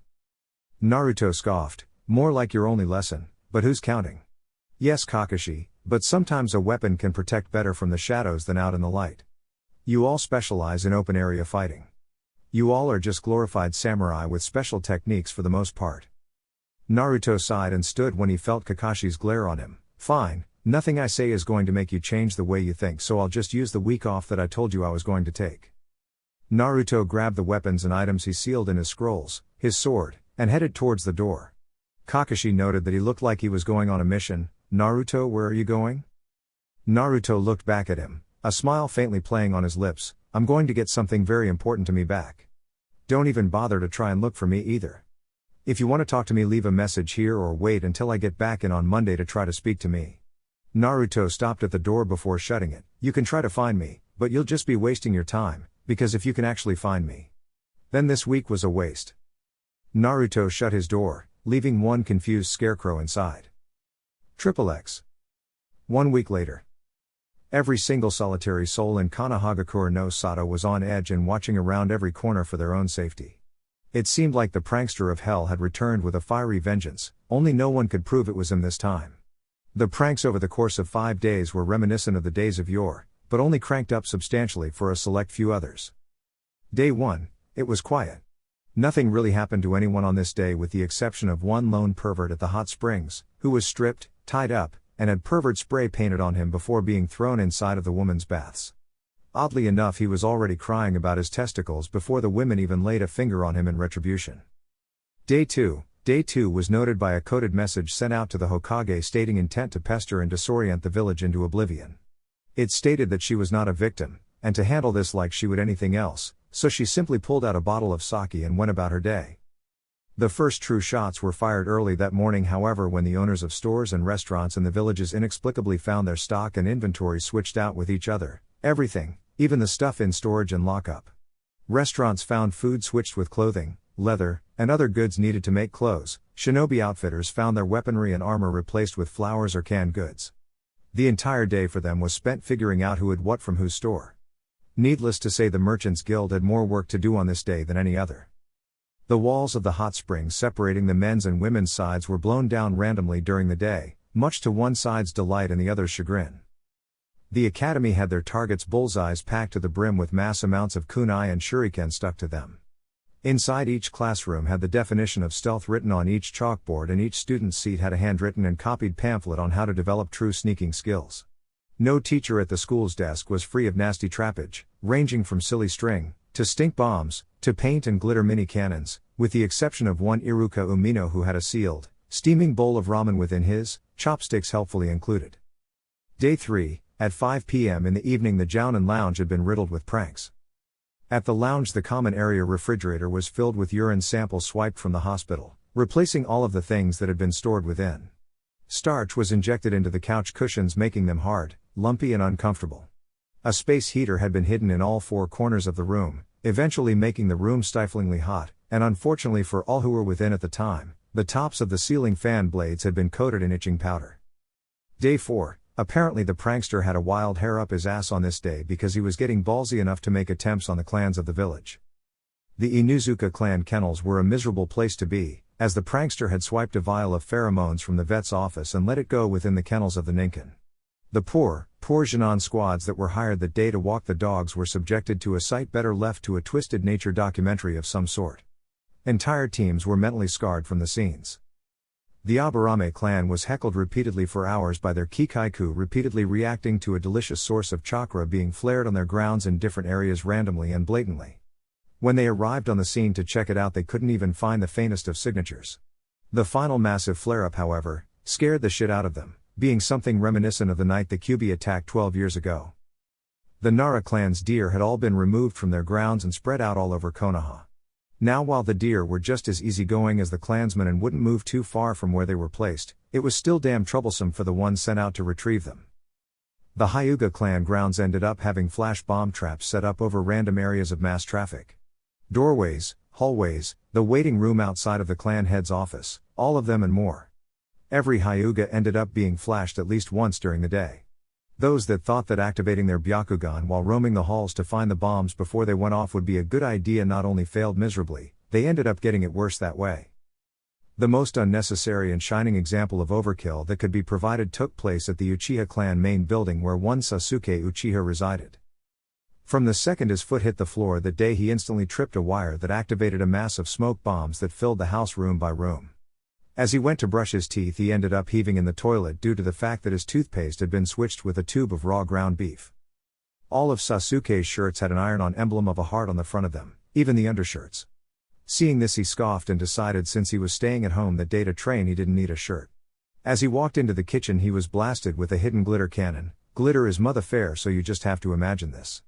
When he opened his refrigerator door, cologne was dumped on him from above. Now getting pissed off that his attempts to start the day kept ending with some kind of shenanigans, he decided to head outdoors to practice with his kunai. Upon opening his door, he was greeted with a sight that until this moment was something saved for his academy day nightmares. Standing out in front of his house was a sea of fangirls, and much to his horror a few fanboys, gathered from around the village. The day before this occurrence, Flyers were put up all over Konoha advertising Sasuke Uchiha hosting a mystery contest of sorts at his home, with the prize, of course, being one day with him alone to do whatever. Now the sight of Sasuke Uchiha stumbling out of his house, smoke billowing behind him, without a shirt, glinting in the sunlight like some sort of new age vampire, coupled with the overwhelming smell of the cologne drenching his frame was, simply put, overkill for the young women there for their Uchiha-sama. Now Sasuke, not being slow on the uptake by any stretch of the imagination, had his Bishonen senses tingling the second he opened the door. And with good reason he took the staring, hungry looks of the females in attendance as his cue to get the hell out of there, taking off in a dead sprint towards town to find a place to hide and lose the raving fangirls. And this is where the cologne came in, because he could run, but smelling like an entire bottle of cheap-ass body spray, he damn sure couldn't hide. And so Konoha was subjected to the sight of Rookie of the Year, the last loyal Uchiha, Sasuke Uchiha, running around town frantically ducking and dodging attempts from other girls to make him theirs and win his love. Day 5, at the limits of their own sanity, nothing really happened on this day, it didn't have to. By now the citizens of the village were so frazzled by their week in hell that they ended up screwing with themselves. Prices in the general stores were dropped to all-time lows in a collaborative effort to lure out the prankster in question who they figured had to restock.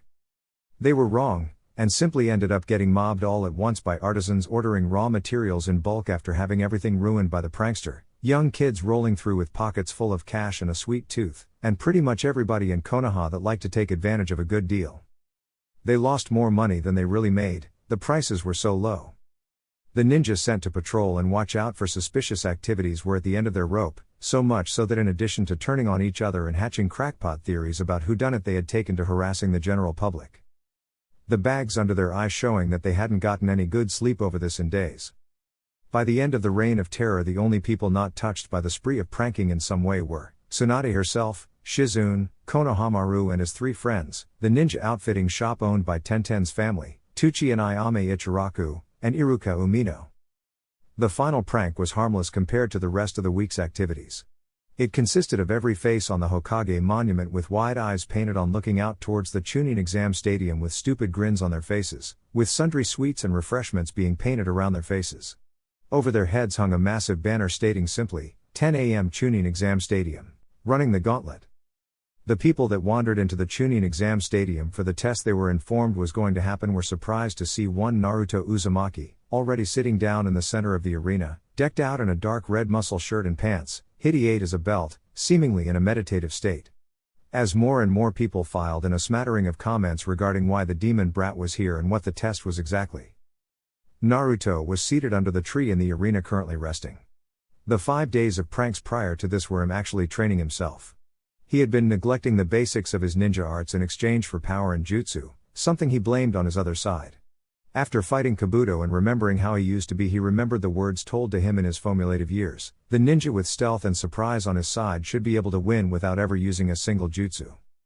He had spent the days progressively stepping up the difficulty of his pranks, and much to his delight he had never been caught once, even when deliberately provoking a response that alerted others of his direct location. Except for the pranks on Sasuke, no test was intended. That was purely for him, it was just sheer fun.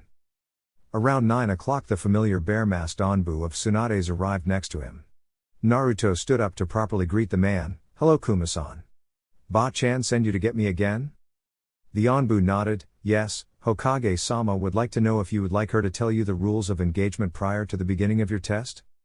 Naruto shook his head. "No, she'll just end up explaining it to everyone after they all arrive anyway, there's no need to make her do it twice, so I'll just wait." Kuma nodded and shunshined out of Naruto's space, leaving him to continue meditating until he would inevitably end up being interrupted again. The next interruption occurred at around 9:30 when Kurenai led her team into the arena. Naruto's focus was broken by Kiba loudly bragging, "Oh man, we're all fighting Naruto? What did he do to piss the Hokage off like that to get this to happen to him?" Kurenai looked over to Naruto, who waved back at her in indifference before returning to his meditation. She looked down at Kiba. "Kiba, do not underestimate him here. He already defeated you once already, you shouldn't do the same thing twice in this instance." Kiba smirked in confidence. "He got in a few lucky shots last time. This one won't last nearly as long, me and Akamaru will knock him out before he can start playing his games." The Kyuubi scoffed in Naruto's mind, "What a loud mutt. I hope you fight him first so you can shut him up and I don't have to hear him bark anymore." Naruto smirked slightly. Calm down, Kyubi. They'll all get my point in a few minutes. Shino looked over at Naruto, who was still seated under his tree. Kurenai-sensei, I don't understand why we're all fighting Uzumaki-san in the first place. You said all of the teams would be participating, that is illogical. Why would all of the teams be needed to fight just him? Kurenai looked at her sunglasses sporting Jinan. The Hokage gave him this option last week during a meeting and he took it.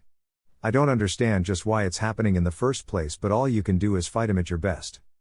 Shino nodded. I wasn't planning on doing anything other than that. Kurenai looked at Hinata, who was trying her best to look anywhere but at the blonde sitting under the tree. Hinata. You will probably have to fight him too. Don't let anything cloud your mind on this.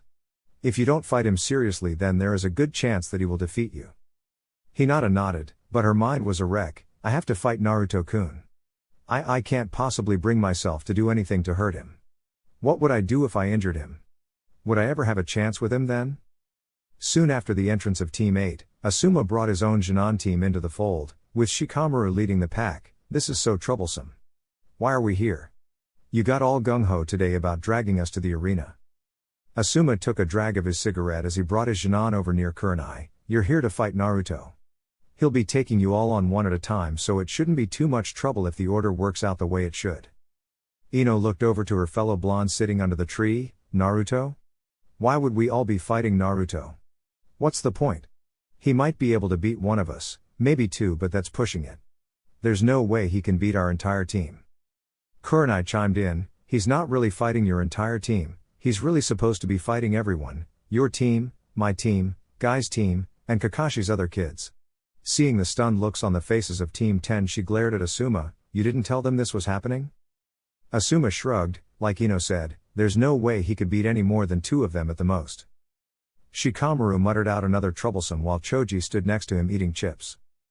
XXX. Naruto was now analyzing his upcoming opponents.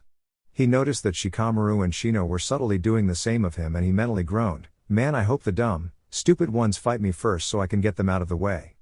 No matter when I fight Shino or Shikamaru, it's going to suck because they're already thinking on how to beat me. I hope I get someone like Kiba or Neji first, they might still underestimate me and I can just run right through them. Kyubi was seemingly getting excited as the time for the fights drew nearer. Hey Kit, are you going to use the trigger? Naruto paled. Hell no, I'm not using the trigger.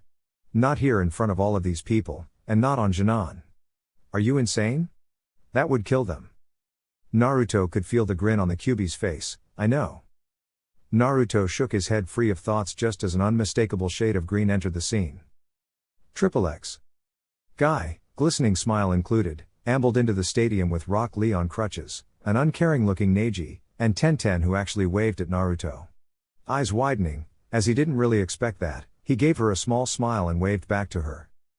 Kurenai was still mad at Asuma for taking this so casually. Guy, I hope you informed your students about what was going on today. Guy gave her a thumbs up. Of course I did. It would have been a crime not to let my adorable students know that they would have an opportunity to fight today. My only regret is that Lee-kun here could not have a chance to test his flames of youth against Naruto-kun. Neji ignored the continued ramblings of Guy and Lee and looked over to the placid blonde under the tree.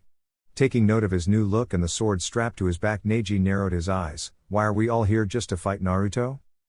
At 10:24 on the dot, guess who managed to find his way into the arena? Being dragged by Sasuke, Kakashi let out a nervous I smile. Sorry, we were almost late. I accidentally covered both my eyes with my headband this morning, and by the time I thought about it I was on top of the Hokage monument. Sasuke growled at the excuse while Sakura shook her head. Then you should have seen the massive banner up there telling everyone about this. Kakashi smiled at her. Ah, but I did, that's why I found you two, remember? Tsunade, with Shizune behind her, arrived with a deadpan expression on her face. This isn't the kind of thing that I'm going to have to get used to with you, Kakashi, is it? Kakashi smiled at her. No. I'm usually much later. After a round of face faults all around, Tsunade straightened up and faced the audience, projecting her voice to be easily heard. Ladies and gentlemen of Kanahagakure no Sato, today we have a special attraction for all of you. You will get to see some of the most prominent Jinan in this village pitted against one lone Jinan in today's battles. She pointed out to the tree where Naruto had long since stood up and begun loosening up. The sole Jinan in question is Naruto Uzumaki. A chorus of boos rang out among the audience until Naruto used the technique Tsunade had used to project her voice. Aw, shut the hell up. You miserable bastards. Tsunade's sweat dropped at Naruto's dismissal of the crowd. Right. Well then, the rules will be as follows. A one-on-one bout between Naruto and one of the Genin to be selected by their sensei. If Naruto can defeat the opponent he is matched with, he will be matched up with the next, and so on, and so forth until he is either defeated or runs through them all. She finished with a smirk. She motioned for someone to walk over. The proctor for the bouts will be Anko Mitarashi. Anko came from the back smirking at the Genin whose fights she would be refereeing. She turned to look out at Naruto, who was still stretching. Alright Gaki, you've talked a big game and Ibiki seems convinced, let's see what you've got. Tsunade turned to the Jounin who were conferencing amongst themselves, so have you decided who is first? They all nodded as Asuma stepped and whispered their decision in her ear. Tsunade nodded and re-projected her voice. The first bout will be Naruto Uzumaki vs Sakura Haruno. All others clear the arena immediately. All of the other Genin and their senseis made their way to the waiting area to watch the proceedings along with Tsunade. As they cleared out, it left Naruto standing out with Sakura and Anko. Naruto sighed and looked at Sakura. Do you really want to do this? You can always just quit now. Sakura glared at him. Are you saying that I'm too weak to fight you? I'm the same ranking as you, and I graduated at the top of the class. You were dead last. Naruto's eyes didn't leave her. I didn't say you were weak, you did, you're just weaker than me. And about the academy. I guess I could say that everything I ever needed to know I learned in kindergarten. Anko looked between them. First match, Naruto Uzumaki vs Sakura Haruno. Hajime. XXX. Tsunade looked at the Jounin as Naruto and Sakura moved close to Anko to begin. Why did you choose Sakura to lead off? Kakashi looked at her lazily. Well, we figured that while Naruto probably would more than likely win against her, we were banking on him taking it somewhat easy on her due to her being on his team and all. Asuma nodded. It's common knowledge that he had a massive crush on her in the academy and even when they were assigned teams. We thought that this would force him to take some damage before kicking it in high gear to actively finish her. Fwap. Shuza, Naruto Uzumaki. What? XXX. Naruto looked down at the unconscious Sakura at his feet and then at Anko who was poking her with a stick. Anko looked up at Naruto and grinned widely. Damn Gaki, what was that for? Naruto shrugged. What? That was a love tap. She just came rushing in with that academy cookie cutter style of taijutsu, and she had her guard so wide open. It was a jab. Who knew she had the chin of a 5-year-old narcolepsy patient? Anko burst out in laughter at the casual way he handled that. Medics came out and carried her off quickly, clearing the arena once more. Naruto shook his head at the results of his first match. He looked up to the Jounin with a deadpan expression. What the hell was that? I really hope you've got more for me than that, or you can just mark me down as winning this whole thing right now. Anko tried to calm herself down from her laughing fit. Kakashi, that was pathetic. Was she supposed to actually do something out here against him? I don't think she could beat an academy student fighting like that. XXX. Tsunade had to laugh at how easily Naruto dealt with his crush as she saw the Jounin looking on in surprise. Kakashi rubbed his visible eye. I didn't think it would be that fast. Asuma chuckled at Kakashi's expression. Why, what happened? I blinked and I missed it. Kurenai looked at Kakashi suspiciously. Kakashi. That looked like a strictly academy attack. Have you taught her anything since she was on your team? Kakashi thought about it. Define anything. Tsunade sighed. Alright, that was a waste of an introduction. Who's next? Shizune handed Tsunade the order that the Jounin had written out. Okay, Ino Yamanaka. Get down there. XXX. Naruto squinted to see Ino coming out to face him next. Naruto grumbled under his breath, so I'm getting all of the weak ones first? Okay, let's deal with that. Naruto hadn't moved an inch from his first fight, so he simply stood and waited for Ino to take her position. Ino looked at Naruto smirking at him. I'm not as pathetic as forehead Naruto. Just give up, you won't beat me. At a glance Ino realized that Naruto's blue eyes were boring into her own without a hint of response. On the inside, however, one could find Naruto rolling with laughter alongside the Kyuubi. She really thinks she can beat me. Are you kidding me? Hey Kyuubi, are you ready? Kyuubi stopped laughing at the behest of its container. Anytime, Kit. Go for it. Anko raised her hand up. Second match, Naruto Uzumaki vs Ino Yamanaka. Hajime. Ino tensed and waited for Naruto to move, but it never came. Aren't you going to fight me, Naruto? Naruto shook his head. There's no point for me to attack you. It would be overkill seeing as how no matter what you did I could beat you in one move. Ino gritted her teeth. Oh yeah? She brought her hands up in the famous sign of her family. X. Inoiki Yamanaka, who had come to watch the fights alongside his teammates, felt his heart stop when she made that sign. Ino no. X. Shintenshin no Jutsu, mind-body switch jutsu. Naruto didn't move as Ino let her spirit fly into his own. Upon contact, Naruto slumped over. X. Kiba shook his head and laughed as he saw Naruto go limp. He actually stood still and let Ino hit him with that move? He was watching during the Chunin exam like the rest of us, he should know what it does. Shikamaru nodded. I was worried at first. I didn't know how Ino was going to get him to hold still to hit him with it, but he did most of the work for her. Asuma, however, wasn't so confident. Oh Ino, that was not a good idea. X. Anko walked over to Naruto's slumped over body and poked him in the head. Hello? Which one of you brats is in there? Naruto stood up straight. It's me. Ino is in there being entertained in the confines of my mind. Anko shook her head. That's mean, Gaki. You know why that isn't safe, don't you? Naruto scoffed as he took out some ninja wire and walked towards Ino's body. Well, it was her own damn fault. No one told her to try and mind rape me, but she did anyway. It's not my problem that the only jutsu she knows isn't a battle jutsu. He began tying her up casually. Call it. Anko nodded. Shusa, Naruto Uzumaki. After hearing that, Ino broke out in a scream as she returned to her own body, babbling about massacres and torture and all kinds of things. Naruto raised an eyebrow as the medic team escorted her off. Kyubi, what the hell did you do to her? Kyubi was batting its tails in a pleased fashion. Well Kit, you told me not to kill her or maim her, so I simply directed her to some of your older memories. You know, tried to show her just what a real shinobi is. Naruto felt like rubbing his temple. What older memories? Naruto knew the Kyubi was having fun with this, just all of the fun ones. Like that time at Kuminari no Kuni, for example. Naruto blanched. Kuminari no Kuni. Do you know how many of those motherfuckers I killed back there? You showed her ones like that? I think you might have given her PTSD or something? You know they'll blame us for that, right? Kyubi chuckled. Well, you did let me do it, so I think technically it is our fault anyway. Naruto ambled back over to Anko. I hate you. Love you too, Kit. X. The Jounin in the waiting area all had grimaces on their faces. Naruto intentionally allowed Ino to use Shintenshin no Jutsu on him, knowing that he had something of a natural defense for it. Kakashi looked at Ino being carried away. Well, that's 2 down and he didn't even have to do anything to win. Kunai was a bit more upbeat about the whole situation. Well, at least next match I know he'll have to fight. Asuma looked at the fight order and nodded. There's no way he gets out of this one without some damage on him. Tsunade glanced at them briefly. Send whoever it is down then. Kunai walked off to fetch the next Genin to fight. X. Naruto was once again standing by Anko, who was looking at him. You know, Gaki, if you actually want to get promoted from this, then you're eventually going to have to, I don't know, fight? Naruto smirked at her. You're just bored. Anko waved her arms childishly. You're damn right I'm bored. You haven't moved 12 steps since this whole thing started.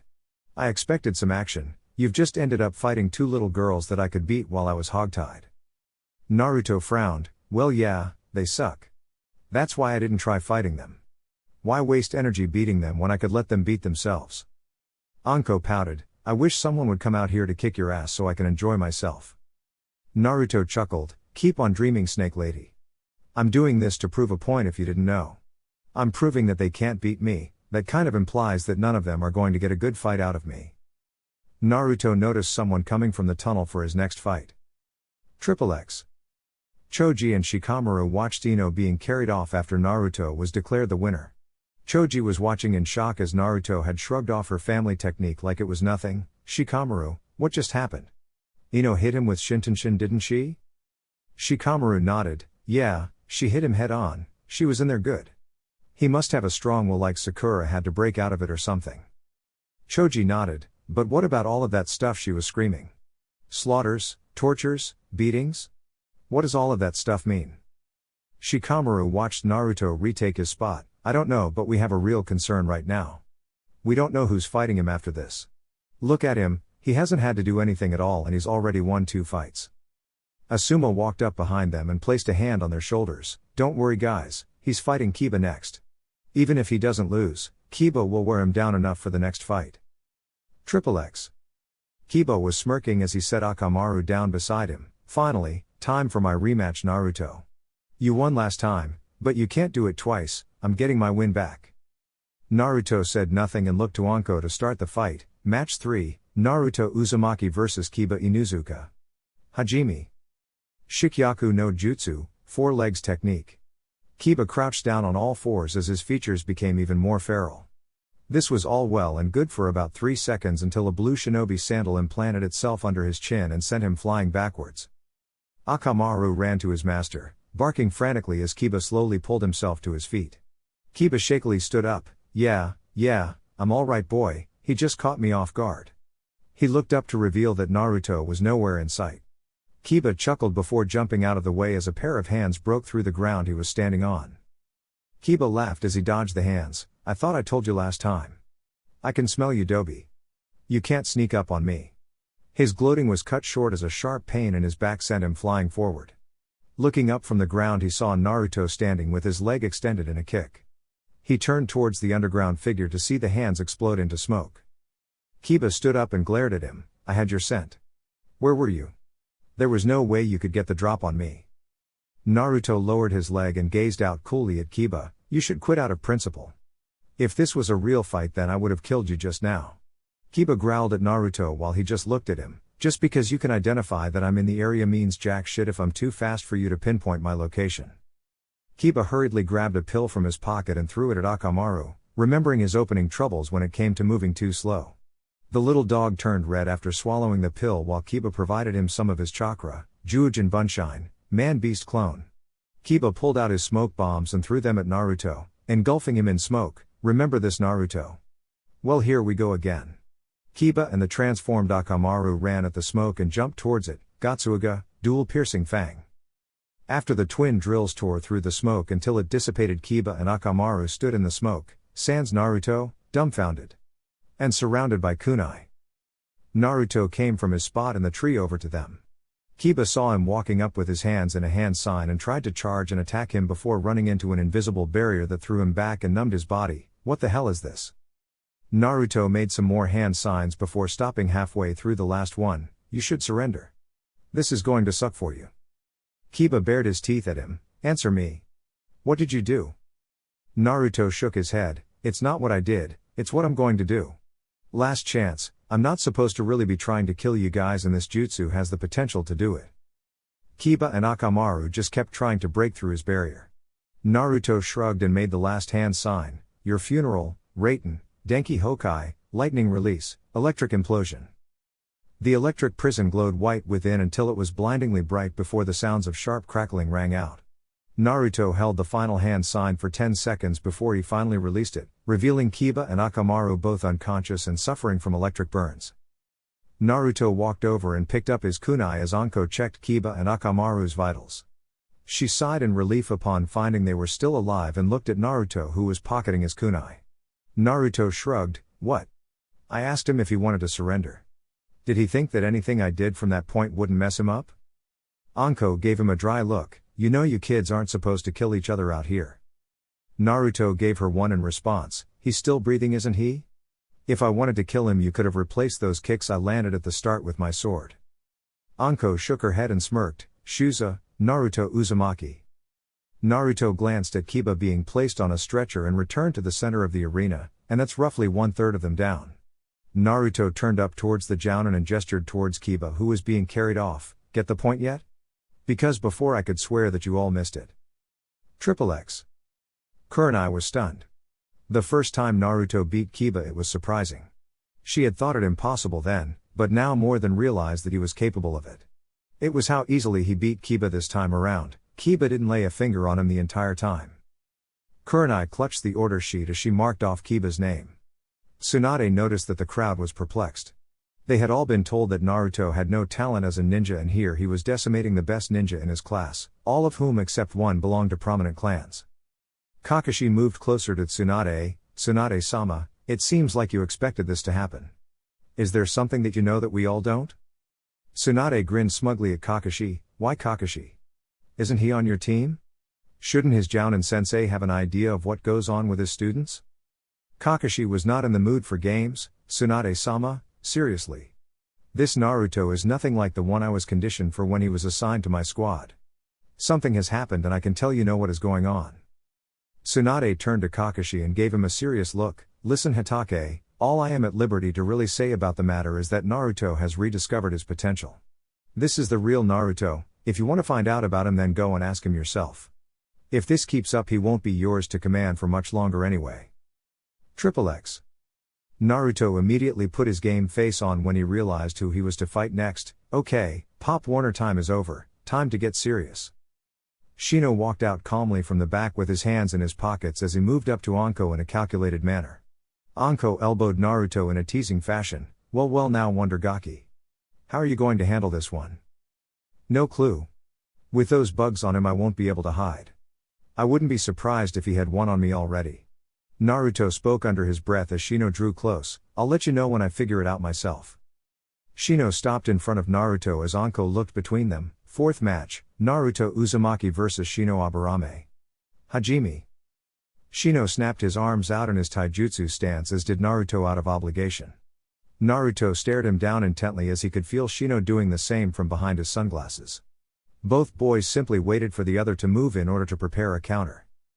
After a few minutes of no movement Naruto moved back quickly as Shino released his swarms of insects at him. Beginning his retreat from Shino, Naruto's mind was running a mile a minute trying to come up with a good plan to beat Shino. He won't move, all he has to do is get those damnable bugs on me and he can beat me. He might not even be standing there anymore, it could just be a Mushi-Bunshine, bug clone. This is one of those situations where I wish someone was underestimating me. Naruto kept on his heels as Shino kept sending his Kikaiku out at him. What can I do? I can't get close or I'll get swarmed. There's no way I can surround him with kunai to trap him after he's already seen it. Come on, what else do I have up my sleeve? Naruto tossed out shuriken in a probing move. Shino simply raised a wall of insects to block easily until Naruto clapped his hands together. Fuuten Ripuashu, wind release, violent wind palm. The gust coming from Naruto sped up the spinning shuriken and cut right through the wall of bugs. Shino took the hit and turned partly into bugs. The real Shino then appeared from the tree nearby and sicked more of his bugs on Naruto. Naruto's eye gleamed as he judged the distance between him and Shino and simply rushed him. Naruto had closed the distance by simply bullying his way through Shino's wall of insects and continued storming towards Shino. Shino attempted to latch the remaining bugs he had on his person onto Naruto, but the drain from the few amount of insects was similar to taking a bucket to scoop out a lake. Naruto viciously rocketed his fist into Shino's face. Naruto's punch dropped Shino cleanly as his Kikaiku retreated into his body to help run damage control. Anko wandered over with a grin on her face. Shuza, the miracle Gaki, Naruto Uzumaki. Naruto sighed as he picked himself up and walked over to Anko who was still grinning. That was an ugly win Gaki. Your right hand is pretty nasty. Naruto settled himself in his usual waiting position. A win is a win. Shino was my worst possible matchup and I'm just lucky that he was just a rookie or else I would have been screwed and had to step it up. He needs to learn more techniques. Anko was getting interested in this kid, so you're saying the rest of the fights will be easy? Naruto smirked, they'll all be easy, that one was just tough by comparison to what the majority of them will be. XXX. Shikamaru watched the medics carrying off Shino and had to let out a groan. How troublesome. He fought 4 of us and he still isn't tired yet. Neji, who had been silently appraising Naruto's fighting since the start of the test, looked out at the boy in a thinking fashion. I lost to him last time, and now it seems as if he has only grown in leaps and bounds since then, and he has yet to even draw the sword on his back yet. Tenten, who had been next to her teammate throughout the proceedings, was amazed by how well he was fighting. Where did all of this come from? No one has even touched him yet. I wonder who could be next? Rock Lee had fire in his eyes. Oh, were it not for my injuries I could test my own youth against Naruto-kun's considerable flames. I will seek him out for a spar once I recover, and I cannot I will do 500 fingertip push-ups, and if I cannot do that then I will. Lee, enough. Neji stopped that train before it got rolling. We've seen 4 fights and I still can't pinpoint a viable set label for him. If I had to call him anything I would say he is a mid to close range specialist. Tenten smirked at Neji. Wow Neji, I don't seem to recall you trying to analyze Naruto's fighting style the first time you two fought. Neji gave her a small smirk back. That's why I lost the first time. Sasuke was standing alone gnashing his teeth as he watched Naruto basically sleepwalking through his matches. When is it my turn? I want my opportunity to fight the Dobi. Itachi wanted something with Naruto. All of that emotion in his face, it was all directed at him. He barely considered me at all. If I can beat Naruto, then it will prove that I deserve Itachi's notice more. The Genin all had their attention drawn as Shizune arrived to summon the next one for their turn against Naruto. X. Naruto and Anko were in the midst of a short conversation as they waited for Naruto's next opponent. So your style consists mostly of you slowing your enemy down and picking them apart by striking at the throat, groin, and other soft areas? Anko nodded with a gleeful look on her face. Yep, it's really unpleasant. Wanna see? Naruto unconsciously grabbed his groin. Nope, I'm good. Who's next? Anko pointed at the tunnel to get him to look. Naruto followed her line of vision to see Tenten entering from the tunnel. Okay, number 5. Let's do this. Tenten walked up to Naruto and faced him down. I'm pretty nervous about this. You aren't a pushover, Naruto. I might not win this, but I'll give it my best shot. Naruto slid into his stance, and that's all you can really do in the end. Don't sell yourself short, anyone can beat anyone. Anko raised her hand. The 5th match, Naruto Uzumaki vs Tenten. Hajime. Tenten immediately brandished kunai and began tossing them out at Naruto. In the blink of an eye, Naruto drew his blade and blocked the projectiles before rushing in to attack. Upon seeing him draw his blade, Tenten pulled out a scroll and summoned her own sword to engage Naruto with up close. As Naruto and Tenten clashed swords, he had to chuckle. A katana. You just wanted that spar you asked me for, didn't you? Tenten smirked. I have to see if you're any good at swinging that thing around. Naruto returned the smirk as he began pressing her back.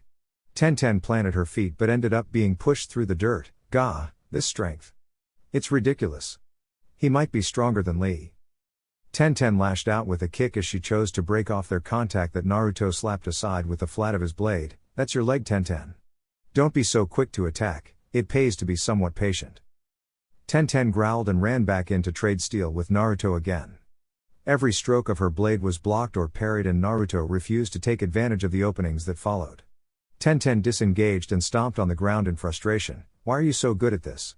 You just got that thing last month. Naruto stood straight up and looked at her. I told you I was an old hand at this. You use a lot of weapons, but have you mastered any? I'm no master, but I was pretty good at this, plus I'm faster and stronger than you, so I can do stuff like. Naruto vanished and slipped behind her quickly to knock her out with the handle of his blade. This. He caught her before she hit the ground and set her down gently. You should have stuck with the long-range stuff. You would have lost anyway, but up close is almost tantamount to suicide against a guy like me, unless your name is Rock Lee or Neji, they're the only ones that can hang with me up close. Anko pointed to Naruto. Shusa, Naruto Uzumaki, man, I am getting sick of saying that.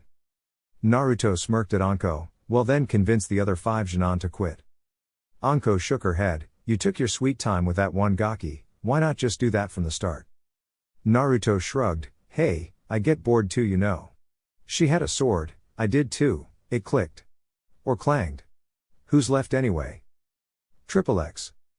Asuma was dumbfounded as he watched yet another Genin fall by his hand. What is he? How could he possibly be so good? He was just playing with her the entire time. No Genin could possibly fight like that. Kurenai checked Tenten off of the list. 5 down, 5 to go, this is absurd. He's running right through them all. He hasn't had a single fight that lasted more than 5 minutes. Kakashi had gotten used to Naruto whooping ass on the Genin and was still trying to sort out just what made him this way. Did Jiraiya do this during the month he was with him? What am I missing here? Asuma threw his hands in the air. Send out the next one, there has to be someone who can beat him. X. Naruto was mulling his potential opponents around in his head when his next one entered. Naruto saw the unmistakable expression of one Shikamaru Nara coming his way. Shikamaru took a lax stance in front of Naruto as Anko looked at his expression. Geez kid, could you look any more excited to be here? The 7th match, Naruto Uzumaki vs Shikamaru Nara. Hajime.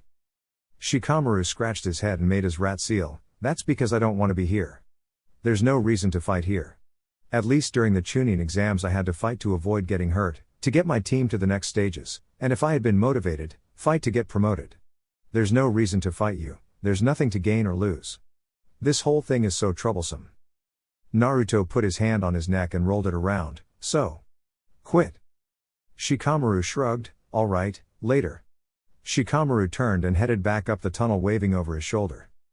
Anko blinked a few times. Wow kid. Just. Wow.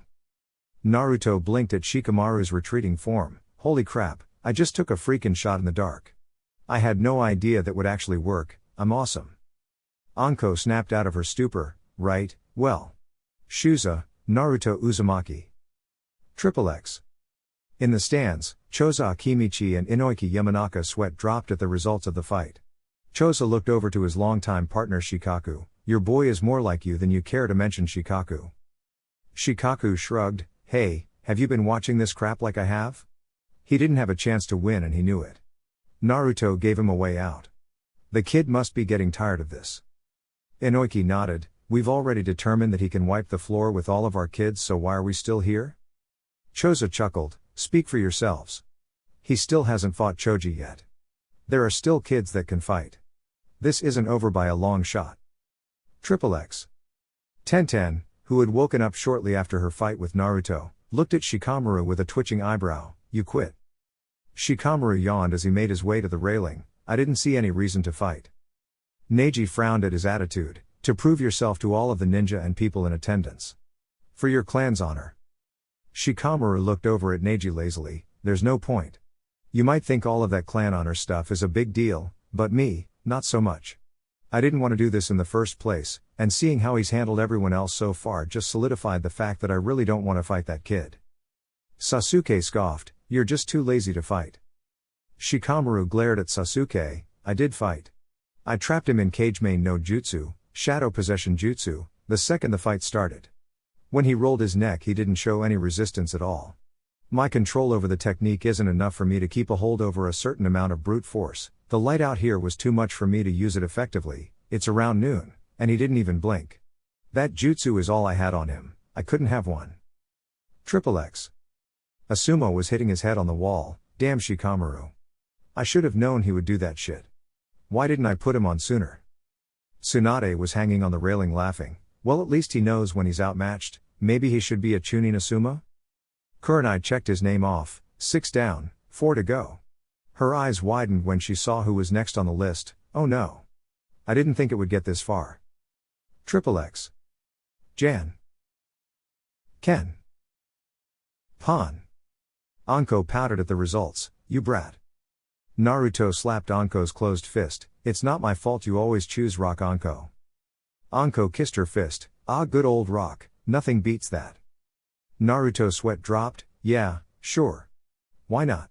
Naruto growled in frustration. Kami. When's the next fight? I want to finish kicking everybody's ass so I can get my promotion and go home. Anko looked behind Naruto and turned him around. Oh, Hinata's next, I guess. Naruto jumped backwards and set himself in his stance. Hinata shakily set herself in her Juken stance and looked out at him. And Naruto-kun. Naruto's eyes hardened. Talk later, fight now. Come on Hinata, bring it on. Naruto's eyes bored into hers. Analyzing everything he could find, stripping her bare. This isn't Naruto-kun. His eyes have never been so cold before. There's none of the warmth there was before, just strength, strength that I can't match. Anko noticed the fidgeting of the girl. This girl is going to get destroyed if she doesn't shape up. This Gaki will be ruthless once the fight starts.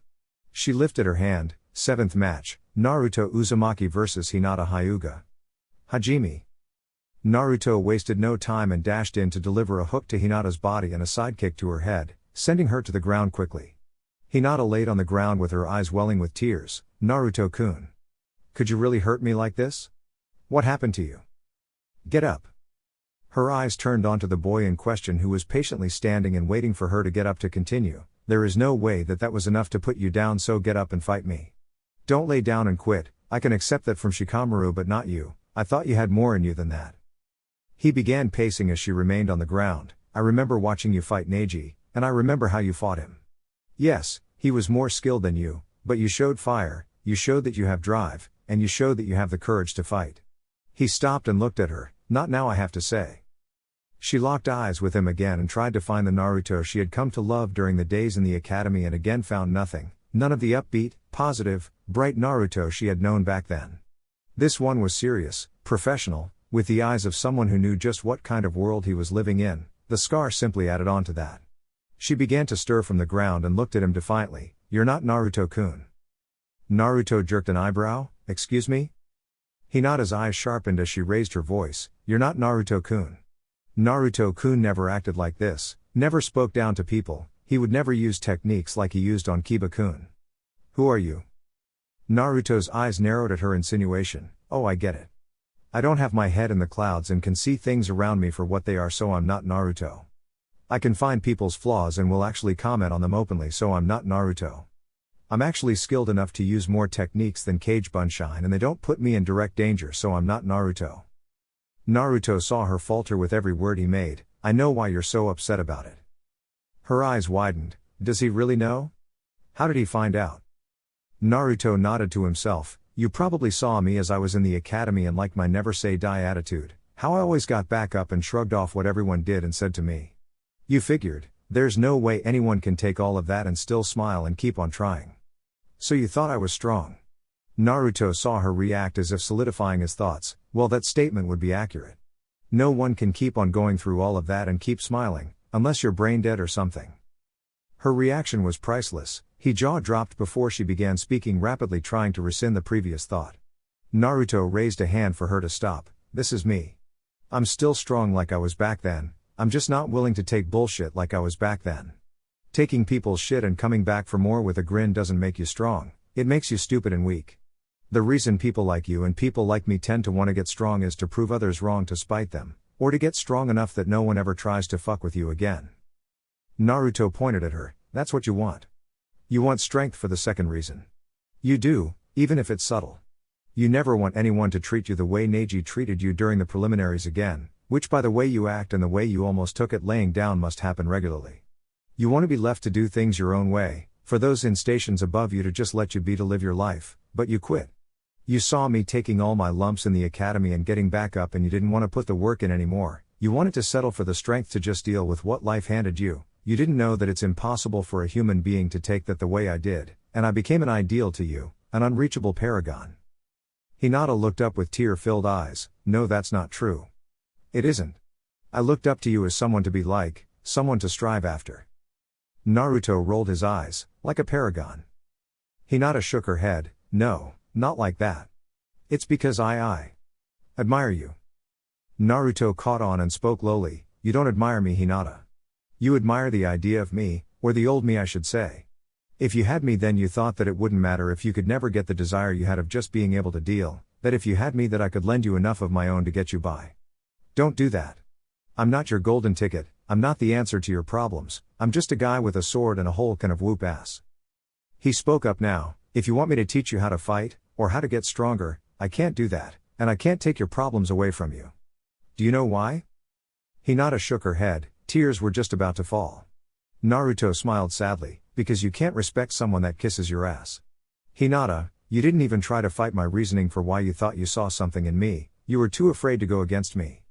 What if that manifests again in something else later on and I'm not there for you to get a boost from? If you won't defend yourself to me, the person you admire, then how can you defend yourself against others when I'm not even there?" Naruto sighed and ran his fingers through his spiky hair. "Enough of this. This really isn't the time or the place for this kind of thing. This is the time for a fight, now come, give me your best." Hinata let tears fall from her eyes.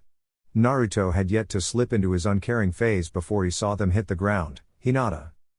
Her eyes floated up to him once more. "Prove me wrong then. Show me I'm full of shit. Take an actual step towards changing yourself and fight me, damn it. Don't just go with the flow, your life won't let you do that. The things you need and want to accomplish in this world won't just come to you, no one's going to hand you the answers. Everything you want, it's there. So take it." Despite the harshness of his words, she looked into his eyes and saw something, concern, something that she had overlooked earlier. The fox in Naruto's head chuckled. "Nice monologue, Ningen, you should write movie scripts." Naruto inwardly sneered. "Fuck you, Kyuubi, that was serious. She needs to get it together, life is way harder than this." Hinata looked shocked for a moment before she wiped her eyes and fell into her stance, activating her Byakugan to begin. Naruto motioned for her to come and she ran in quickly and began to furiously engage him with juke and strikes. He's right. I need to show that I'm willing to change for good, not just when the situation calls for it. I'll show you, Naruto-kun. Despite the potential damage the strikes could deal with just a touch, Naruto was still faster. He was blocking the strikes with the palms of his hands rather than letting her close off his tenketsu otherwise. Eventually Naruto tired of blocking strikes and shot an axe kick to her hand in the middle of a strike. The kick ended up breaking her hand. She drew it back and tried a second attack with her other hand. This time Naruto latched on and elbowed her in the wrist, breaking it. Naruto jumped back as she cried out in pain. He simply stared her down. Okay. What are you going to do now? Will you walk away? Hinata hissed in pain of her now useless hands but soon set a defiant gaze on Naruto and charged back in to lash out with kicks.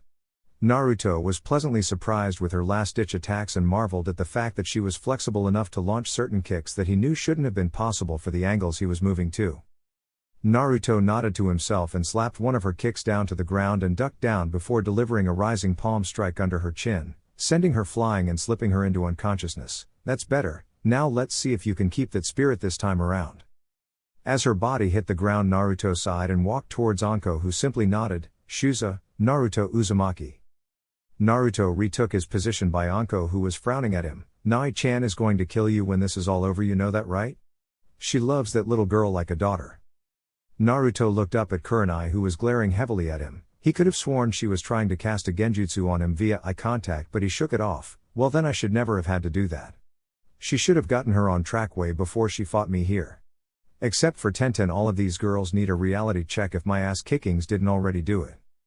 Naruto looked up to the box. All of you guys suck. I hope the last three can show something here. I haven't even taken a punch yet. I guess I'm not the only Jonan that got shafted by their sensei here, huh? Anko looked Naruto over. Getting tired yet, Gaki? Naruto shook his head. Nope, just getting warmed up, Anko-san. Anko grinned at him. None of that sand stuff, Gaki. It's Anko-chan to you. You're one interesting kid. Naruto kept himself limber waiting for his next fight. Whatever you say, Anko-san. Jonan? Kunai was gnashing her teeth after watching Naruto's fight with Hinata. He tore her down, goaded her into a fight and then dissected her and kept a straight face about it the whole time. I'm going to kill that brat when this is over. Tsunade glared back at her. Be quiet, Kunai, and be professional. It was a fight. Mind games are supposed to be just another tool that shinobi use. This isn't a primary school where everyone is everyone's friend and you can hold her hand the entire time. You were the ones that were so sure he wouldn't get this far. Not bad for a dead last, huh? Asuma looked at Tsunade. You sure must like that kid, Hokage-sama? Tsunade smirked at him. Why wouldn't I? That's one tough brat down there. Unlike the majority of your kids, he has the right idea on what a shinobi is supposed to do. He's loyal, and he's actually pretty pleasant if you didn't piss him off at you. Oh wait, none of you know anyone that ever tried talking to him seriously before. Tsunade laughed slightly. I have half a mind to promote him to Jounin after this. He's already got Chunin. Guy walked up. Tsunade-sama, I admit, Naruto-kun's flames of youth burn brighter than previously advertised, but are you sure? Jounin is a whole other league, especially for a child. Tsunade looked at Guy with a smirk. Well, he's still got 3 fights left. He'll show you just what league he's in. I think I'll give him some time as a Chunin first. He won't get anything less than that though. I don't think any of the remaining Jonan can even touch him. Kakashi chimed in. He still hasn't fought Sasuke yet, Tsunade-sama. Things can change in the blink of an eye, you know. Tsunade got a predatory look in her eye. So Kakashi, sounds like you still don't think much about our little blonde Gaki out there. How about a little wager? Kakashi, I smiled. Name your terms. Tsunade's grin got wider. Oh, this one might entertain you quite a bit. And I wouldn't really call it a wager, more of a request of sorts. XXX.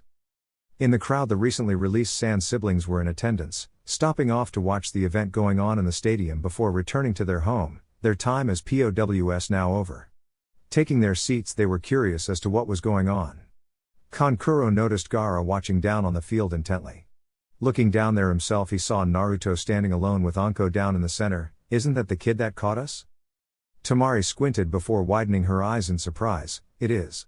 What is he doing here? Is this all about him? A disgruntled fan snorted. That demon brat is taking on a bunch of the prominent Jonan in this village. The poor kids. That demon is slaughtering them out there. Gaara blinked and locked eyes with the man. So Uzumaki is killing his Jinan opponents in the ring? The man flinched at Gaara's gaze and monotone speaking voice. No, not really. But he's running right through them all. I knew he was hiding something for all these years. Tamari and Kankuro looked confused. Tamari voiced their question. Why does this place despise the kid so much? Gaara simply looked at her and back out into the arena. He is like me. Both Tamari and Kankuro were shocked. Like Gaara? He has a demon in him too? Why hasn't he ended up the same way that Gaara did then? These people hate him, not fear him, so he couldn't be killing them. XXX. Naruto yawned loudly back in the stadium. He had been here for over 4 hours and had not been even close to pushed yet. This was more of a light spar to him than anything else, all things considered. Hell, it wasn't even a spar. During a spar you actually get hit.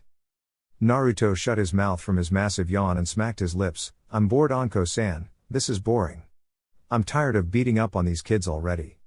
Do you think I got my point across yet? Anko smirked at him. Now Gaki, you still have 3 fights left, so make them entertaining, okay? And what did I tell you to call me again?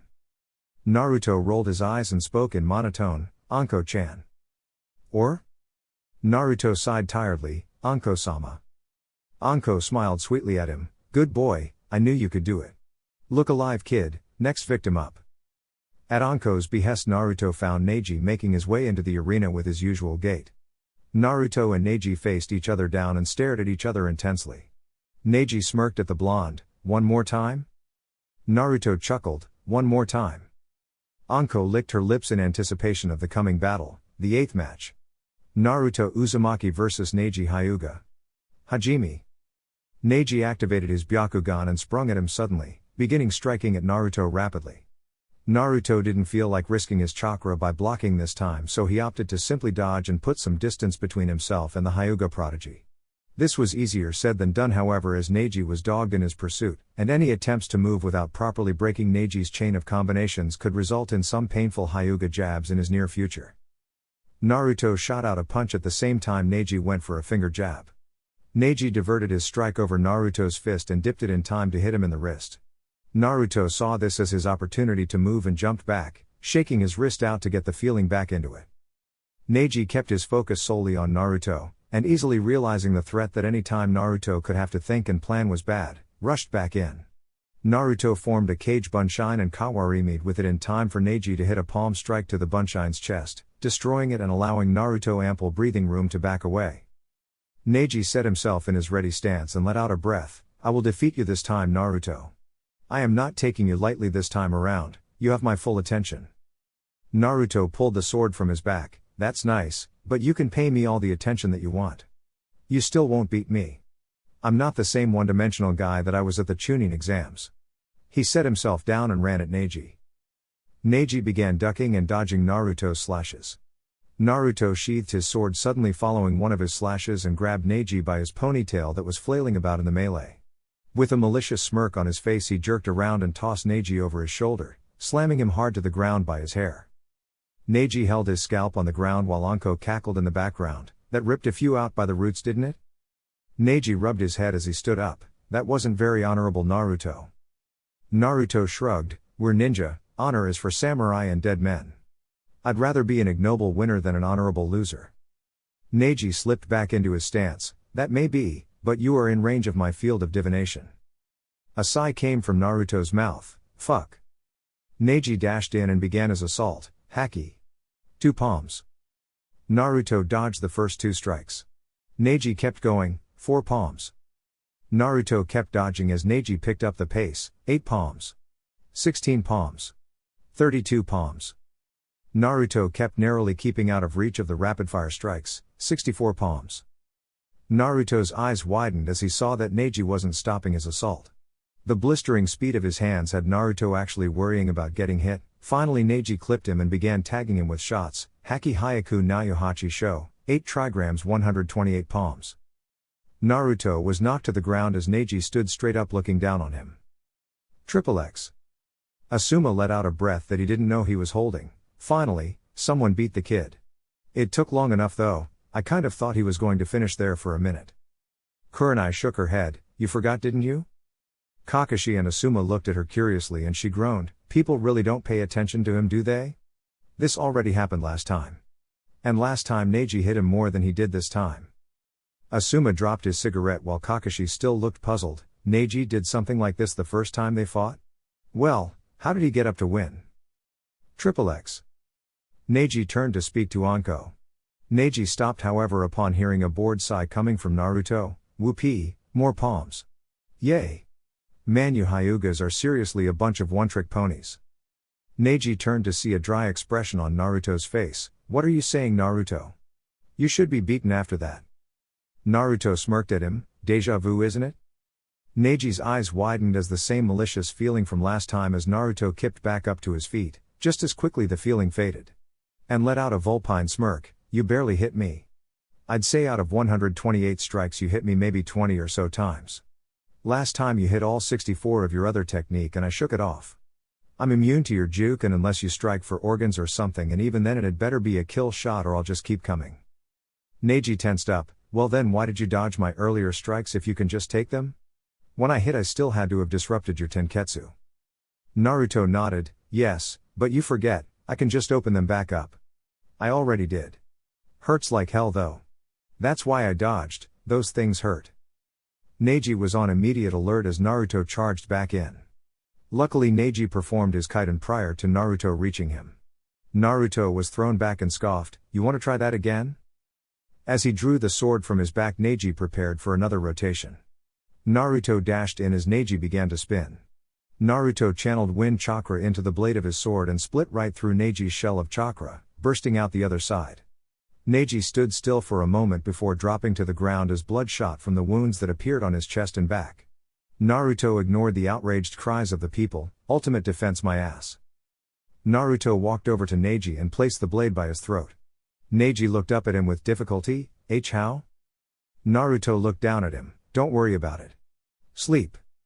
Naruto cracked Neji with the blunt side of his ninjato, knocking him out to end the fight. Anko walked over and called for the medics while Naruto walked over to a grassy area to wipe off his sword. "Shusa, Naruto Uzumaki." XXX. Asuma was clutching the guardrail tightly. That was wind chakra. How could a Genin possibly know elemental manipulation to that kind of extent? That's an elite level skill. XXX. Naruto turned to see Choji making his way out onto the field. Choji unwarily stood across from him and got his first eye full of Naruto's combat stare. He felt like he was drowning in the ocean as he looked into Naruto's eyes that resembled the coldness of an iceberg. Choji bit his lip and steeled himself. He was no fool, he had seen what had gone on in all of the other matches. He knew he had no chance against Naruto. If he was strong enough to fight off Shikamaru's Kagemain no Jutsu, he knew he couldn't match up against him because his strength was really all that he had over most Genin. Naruto was faster, stronger, and had too many ways to beat him. But he wasn't going to walk away from the fight just because he knew he would lose. Worst case scenario, Naruto knocks him out and he spends a few hours looking up at a hospital ceiling until his parents come and get him. He knew Naruto wouldn't hurt him unnecessarily, so he could more or less place this in a category similar to sparring with his father. He knew he wouldn't win, but that was no reason not to try his best. Choji gulped and motioned to Anko that he was ready. Anko took her spot between them. The ninth match, Naruto Uzumaki vs Choji Akimichi. Hajime. Baika no Jutsu, multi-size jutsu. Anko had to jump out of the way as Choji immediately went straight into his clan jutsu list. As quickly as he could he tucked his head, arms, and legs into his body. Nikudan Sensha, human bullet tank. His massive form began its rollout towards Naruto, who was swiftly on the defensive to avoid being squashed by the chubby ninja. Despite being in the shape of a massive ball, Choji was quite mobile in that form, and was far faster than he was outside of it. Naruto found that the longer Choji rolled the more momentum he picked up. Naruto pumped chakra into his legs to gain the necessary distance to warrant turning around to face Choji. Naruto channeled wind chakra to his fists and thrusted them out linked together. Fuuten, Fuujin Seiken, wind release, divine fist of the wind god. The force of the wind jutsu hitting the meat tank sent the rotund ninja flying backwards until he bounced off of one of the stone walls lining the arena. Choji came rolling right back at Naruto, who simply stood right in his path and waited for him. When he got close enough, Naruto cocked his leg back and gave Choji a chakra-enhanced kick that sent him flying once more, only into the stands this time. Choji released the jutsu to avoid crushing the spectators and ended up crashing into the stairs and rolling down them until he finally came to a stop at the bottom. After a few minutes of him trying to regain his senses, Choji shakily stood up and faced Naruto, wincing with some blood coming from his lips. "You're strong, Naruto. I know I can't win here." Naruto nodded, "But the important thing is that you tried. Do you want to continue?" Choji looked up in the stands to his father. Choza knew what Choji was asking him and sat in contemplation before silently shaking his head. Choji turned back to Naruto and sighed, "I wish I could. But there's only one way that I can even hope to hang with you, and my dad really doesn't want me trying it. It's really dangerous. I surrender." Anko nodded and pointed to Naruto. "Shuza, Naruto Uzumaki." Naruto sighed, "I kind of wanted to see what you could do, Choji. You have some serious potential. I can only imagine what you had up your sleeve, but I understand. Maybe I'll get to see it one day." Choji held his ribs and smiled at Naruto before heading back to the waiting area. Naruto grinned and looked up at the waiting area where the others were watching from. Looking at all of the jounin, he held up all 10 of his fingers and slowly ticked them all down until one thumb was left up before he slowly dragged it across his throat. XXX. Guy was marveling at the sheer raw power that Naruto had just shown against Choji. He stopped him with a kick. "Just a kick, nothing more. That's incredible, I wouldn't even attempt something like that." Tsunade smiled at Naruto and looked back at her subordinates. "Last chance. Sasuke has to win or you all know what will happen." Asuma shrugged, "Yeah, we do, but I still don't see how that could be a punishment for losing a bet." Tsunade chuckled, "Okay, just keep with that line of thought." XXX. Anko noticed the crowd beginning to buzz, mostly over how the last Uchiha would wipe the floor with the demon. Naruto simply stood calmly and waited for the fight to come. Anko really had taken a liking to the kid over the course of the day. He was entertaining to her, whether intentional or not, and he didn't act much like his age. She also realized that he fought like a professional. She definitely had to seek him out for a spar or two after this was all over. Anko nudged him to get his attention. "Last one, Gaki. How are you going to handle this one?" Naruto shifted his eyes to her. "The same way I handled the rest of them. I'm going to kick his ass." Anko smirked. "What? You don't think the Uchiha will pose a challenge to you?" She spoke in a sarcastic tone. "You think the almighty Sharingan isn't enough for him to win?" Naruto chuckled. "Nope. Hell, I don't think it'll even help at all here. He can't copy anything I can do. I don't need hand seals to make Cage Bun shine, even if he had the hand seals for my Raiden. Denkai branch moves, he still doesn't have the ones for Raiden Denkai in the first place, so they're useless, and my Fuuten Jutsu don't need hand seals either. He can't copy anything I'm actually willing to show here." Finally, Dobi. Naruto noticed Sasuke walking up to him. This Sasuke didn't just have his air of superiority over him, he had a tinge of excitement rolling off of him. He was spoiling for this fight. "I can finally prove once and for all that I'm better than you. Get ready to lose." Naruto had his arms crossed. "If you were really strong, then you wouldn't have to prove anything to anyone. I'm just doing this for my career. If I don't show all of these idiots that I'm talented, I'll never get a promotion." Naruto looked to Anko, who moved between them. She turned towards the crowd. The 10th and final match. Naruto Uzumaki vs Sasuke Uchiha. The crowd roared for Sasuke as a smug smirk came onto his face. Looking at Naruto, he flashed the famous eyes of the Sharingan, making the crowd roar even louder. Anko rolled her eyes. "Show off. Hajime." Sasuke dashed in, remembering how poor Naruto had been at taijutsu all the times that Kakashi had them spar in the past. Apparently he hadn't been paying much attention to the happenings of the day too much. Naruto slapped his initial punch aside and grabbed onto his ankle to pull him forward roughly before hitting him with a vicious clothesline to the throat. Sasuke hit the ground hard, holding his throat and coughing. Naruto walked around him slowly and let him get his breath. "You know, Uchiha, part of me is telling me to just knock you flat on your ass, get my promotion, go home, and sleep until later disturbed." A feral grin spread over his face, however, but it's a whisper compared to the part of me that's screaming to flat out humiliate your ass in front of all these people. So get up, because this is a long-ass trail you're taking, Uchiha, and this is just the first turn, bitch. XXX. The Sand siblings were getting pretty fed up with how the crowd was treating Naruto. The demon just hit the Uchiha. There's no way Uchiha-sama can lose to something like that. It was luck. This entire thing has all been luck. Tamari asked a man nearby, "How many fights have there been so far?" The man kept his eyes on the current battle. there have been 9 so far. The brat beat everyone that was put in front of him. None of them have even been able to touch him. Temari watched Sasuke shakily pick himself up off of the ground. That isn't the same kid screaming all the time from the exams. Kankuro nodded. What happened? I wouldn't have even considered him a threat until he ended up beating us in the woods. XXX. Sasuke, just now getting his breathing back to normal, stood and glared at Naruto. How did you hit me so easily? You were never this good before. Naruto set back into a ready stance. Well, this isn't before, is it? You can't hit me fighting the way you do. Trying to beat me with taijutsu would be like you trying to fight Kakashi with taijutsu, except I won't be so nice about it. No gimme shots for you to boost your ego. If you try that again I will be breaking something. Sasuke growled at Naruto. What do you mean gimme shots? Sasuke rushed right back in as Naruto sighed in response and began defending. Face it, Dobi. Those other losers couldn't match up to me. Naruto narrowed his eyes and caught Sasuke's fist in his grip before slamming a fist deep into his body. Sasuke dropped to his knees, spitting out blood and coughing once more.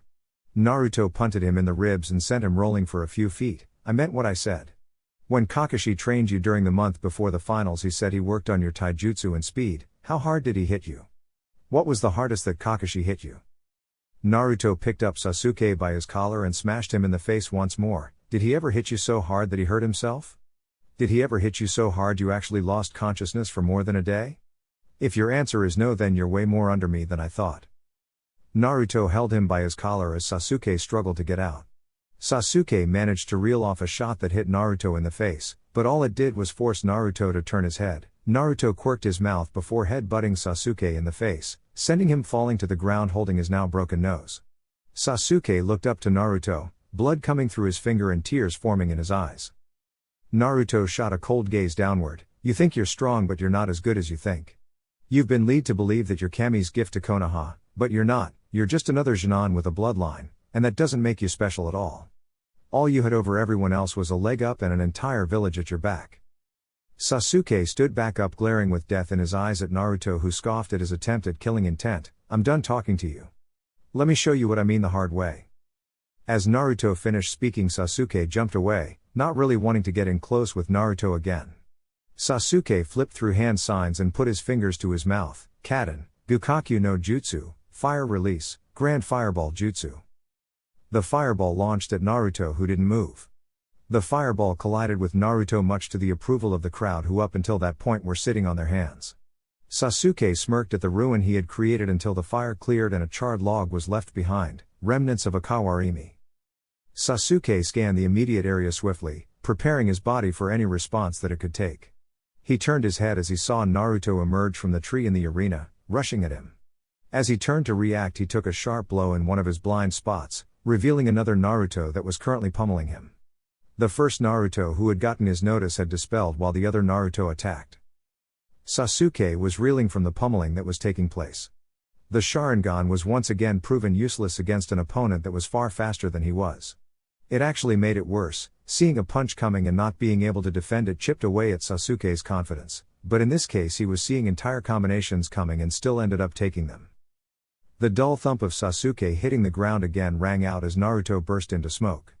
Another Naruto revealed itself standing on top of the walls, shaking his right hand out with amusement on his face. Good job, Sasuke team. You technically beat my Cage Bunshine, though he dispelled because he broke his hand on your face, but hey. Who's keeping score here? XXX. The Jounin were at the end of their rope. This was just too much.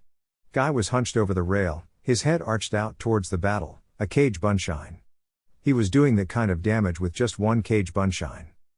Tsunade had a stone face on as she watched her Genin fight. Now do you see?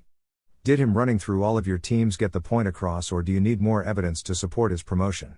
She faced the Jounin seriously. The next time I personally endorse the promotion of one particular ninja, you'd damn sure better believe without question that there is a damn good reason for it. Kakashi was frozen in place before something ticked in his brain. I need to stop this before this goes too far. Kurenai shook her head at Kakashi. It's a little late for that, isn't it? Kakashi made a move to leave but was blocked by Asuma and Guy. What are you two doing? This can't go on any longer. Asuma sighed in a disinterested fashion. We all watched our own kids get their asses kicked. So you're staying to watch one of yours beat the crap out of the other one? Guy nodded. we all knew the stakes coming into this test, my eternal rival. Take solace in the fact that this isn't a deathmatch. Tsunade raised her voice, Kakashi, stand down. Do not interfere with this fight. Kakashi turned to her, Tsunade-sama, if this doesn't end soon it will escalate. They'll try to kill each other. Tsunade raised an eyebrow, if Naruto tries to kill Sasuke then Sasuke is dead. If Sasuke tries to kill Naruto then Sasuke will end up in the hospital. Naruto won't kill him and Sasuke isn't capable of killing him in return. Kakashi made to speak again but Tsunade held up her hand stalling him, just watch. What did I miss? They all turned to see Jiraiya standing in the corner. Tsunade frowned at him, how about the whole thing? This is the last fight. Naruto's been tearing through all of these kids. Jiraiya looked out to see Naruto walking slowly down the wall back into the arena. Alright, well at least I got here in time to catch one. XXX. Sasuke stood once more as Naruto strode towards him purposefully. Sasuke glared as blood dripped down his face, you aren't better than me. Sasuke launched a set of kunai at Naruto who just shifted his body out of the way and kept walking. Sasuke smirked as he placed ninja wire into his mouth and pulled back on it. The wire surrounded and bound Naruto. Sasuke grinned maniacally, Kaden, Ryuka no Jut. Before he could finish Naruto let out an audible sigh and coated his body in wind chakra to sever the wire before continuing his walk towards Sasuke. The Uchiha in question was utterly shocked as his wire dropped limply from his mouth, his opponent still striding over casually. A faint burning on the back of his shoulder was the least of his concerns right now, he had a juggernaut that he couldn't stop coming right for him. Naruto was whistling a jaunty tune with no expression on his face, further unnerving his dark-haired adversary. He was utterly ignoring the look of fear on Sasuke's face on the outside, but on the inside he and the Kyuubi were freaking out in laughter. Keep going, kid. Just a little bit more, I swear he's about to piss his pants.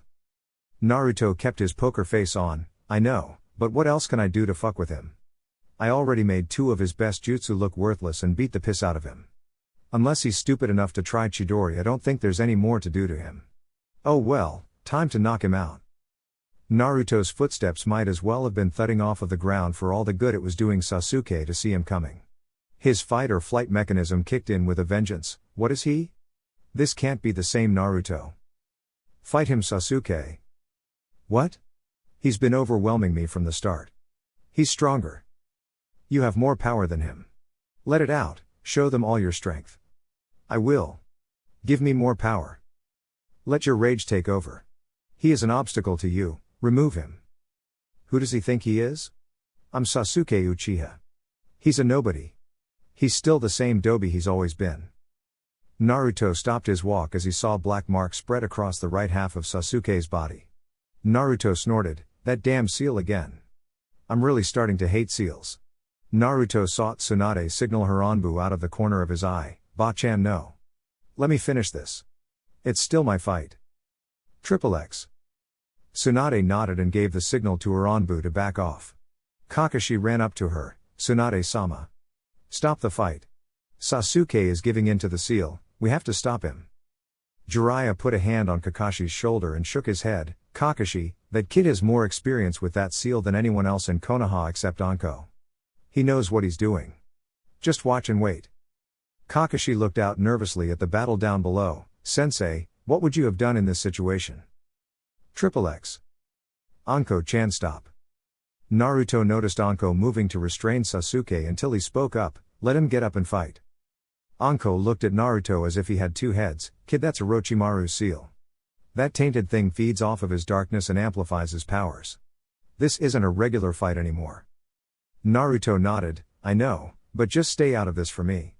I can still run circles around this guy, trust me. Anko frowned and looked at Sasuke who was rising with a sick grin on his face, alright Gaki. But if it gets out of hand I'm stopping this. Naruto nodded as Anko got out of the way once more. Sasuke laughed in a crazed manner, I'm feeling pretty good right now Dobe. Let's see you match me now, with my new power. Naruto scratched his head, well for me to match you new power I'd have to hold back even more than I already am. Naruto let a vicious smirk come onto his face, you know I really hate that SEAL team. I have ever since I first saw it. Sasuke cackled, so you were jealous of my power in the forest when you first saw it. I should have figured so. Naruto chuckled, no I saw it before that. You see, I was jumped by these 4 assholes from Otogakure a long time ago. I was beating them pretty easily at first, and then this other guy showed up, and they all had your little demon tattoo too. Anyway, they use it and then they all start taking it to my ass. It was 5-on-1 mind you, and I barely end up getting away. The last guy to show up, I'll never forget his face, he gave me this scar. Naruto pointed to his right eye. Naruto's eyes turned cold. I can't seem to get my chance to get square with those guys, but you're here, and you have it too, so you'll be a decent substitute for me to vent on. Sasuke snarled and ran at Naruto, speed jacked up to the next level. Naruto had been holding back a bunch, because the second Sasuke turned that seal on and came at him, it was like the start of the fight, only cranked up to level 11. Every time Sasuke missed a punch, Naruto made him pay with shots to the body, shots to the face, and thrusts to the throat. Every time Sasuke threw a kick, Naruto battered his legs with elbow blocks or would parry with his fists to Sasuke's shins. Sasuke simply couldn't move fast enough to hit him, and Naruto's counters were so sharp that the Sharingan couldn't even help him. Every single one of Naruto's counters came with the intent to end the fight, and if Sasuke wasn't fighting like something reminiscent of a berserker, he probably would have dropped 10 times over by then. Sasuke pulled out a kunai and began swinging at Naruto with intent to kill. The mostly civilian crowd knew nothing about the seal, or about Sasuke's lunacy, and were screaming for Naruto's blood. Naruto simply kept out of reach and stung him repeatedly with counter hooks and blazing kicks to back him off. Naruto finally grabbed him by the wrist holding the kunai and began wearing his ass out. With one hand occupied, he still had one hand free to wail on Sasuke bare-handed and ruthlessly. Naruto's fist bounced off of Sasuke's face with every word he spoke, grunting in effort, "You want my life?" Naruto, content with turning Sasuke's face into hamburger, pulled him forward and punched him in the face as hard as he could, sending him rolling backwards awkwardly. "You aren't enough of a shinobi to lick my boots, you spoiled, power borrowing, jutsu thieving piece of shit." Naruto roared at him, "Get up. Get up so I can make you suffer. I hope Orochimaru can feel every second of this ass whooping I'm giving you, because we aren't done yet." Naruto fingered his sword in a manic fashion. "You want to use that seal? You want to make your bed with the traitor? I'm extracting my pound of flesh for it, you stupid bastard." Sasuke stood with an insane gleam in his eye. "Who do you think you are? I'm an Uchiha, you pissant. You will succumb to my power." Sasuke had electricity surging around his hand with the famous chirping noise in full effect.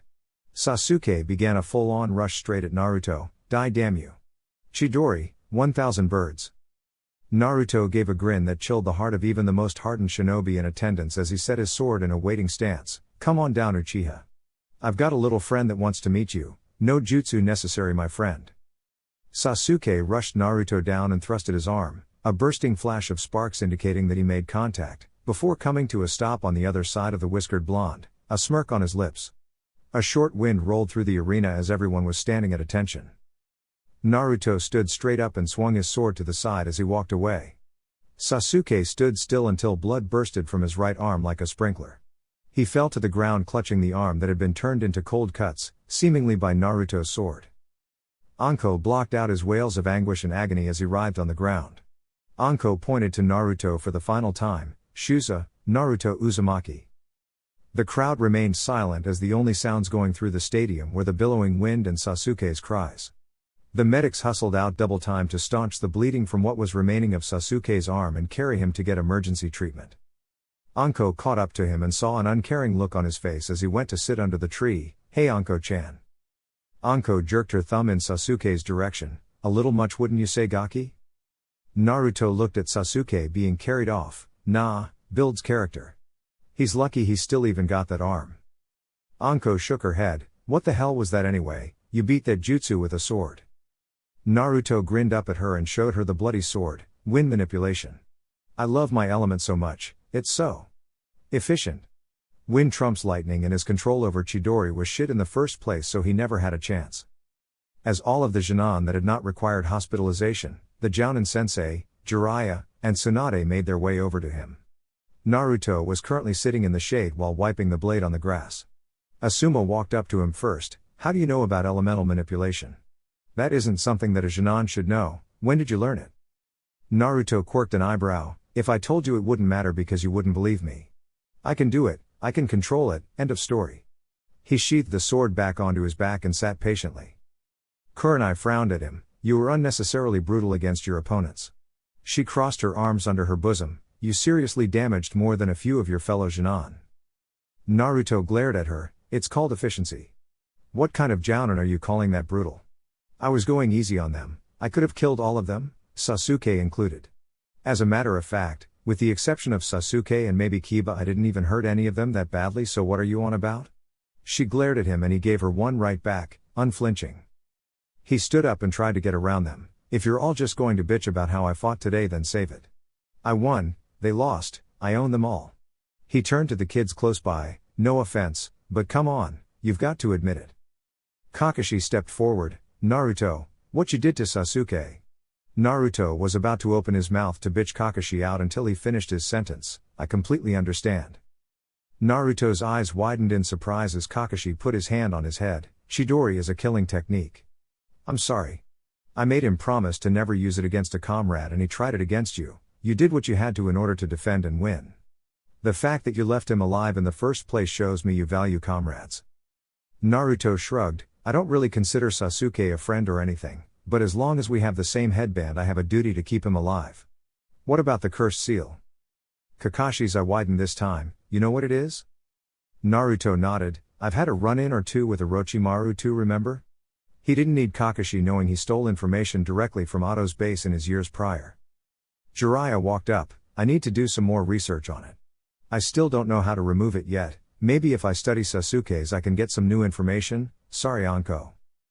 Anko nodded sadly as Kunai rubbed her shoulder. By now the crowd was filing out, grumbling disappointedly about how the demon brat destroyed the competition. Naruto snorted, bastards, they could have at least stayed to hear the results. Tsunade walked over and ruffled Naruto's hair, much to his chagrin. Good job, Gaki, you've earned your promotion. I'm sorry, but you can't make the jump straight to Jounin right from Jinan. You need experience as a Chunin doing higher grade missions first. Naruto would have complained, but he needed to keep his cover. No one needed to know he had experience with elite missions and he couldn't just use that as a bargaining chip for an unnecessary promotion. He was a Chunin now, and that was good enough for now, I understand. So I guess I'll get my vest later. Tsunade smiled at him. Good work, Gaki, I knew sticking my neck out like that for you was a good bet. Naruto grinned and began walking away from everyone to leave. If you'll excuse me, I haven't been home in a week and I need to get reacquainted with my lumpy ass mattress. If you need me, you know where I'll be. Later. All of the Jinan that were still conscious shouted words of congratulations to Naruto, who simply waved over his shoulder and shined away. Asuma shook his head. Okay, I'm a believer, that kid is scary good. He turned to Tsunade. Okay Tsunade-sama, what are the terms of this agreement you wanted Kakashi for? Tsunade smirked. Follow me to the Hokage Tower and we'll discuss the terms. You can all come, you might find it interesting to say the least.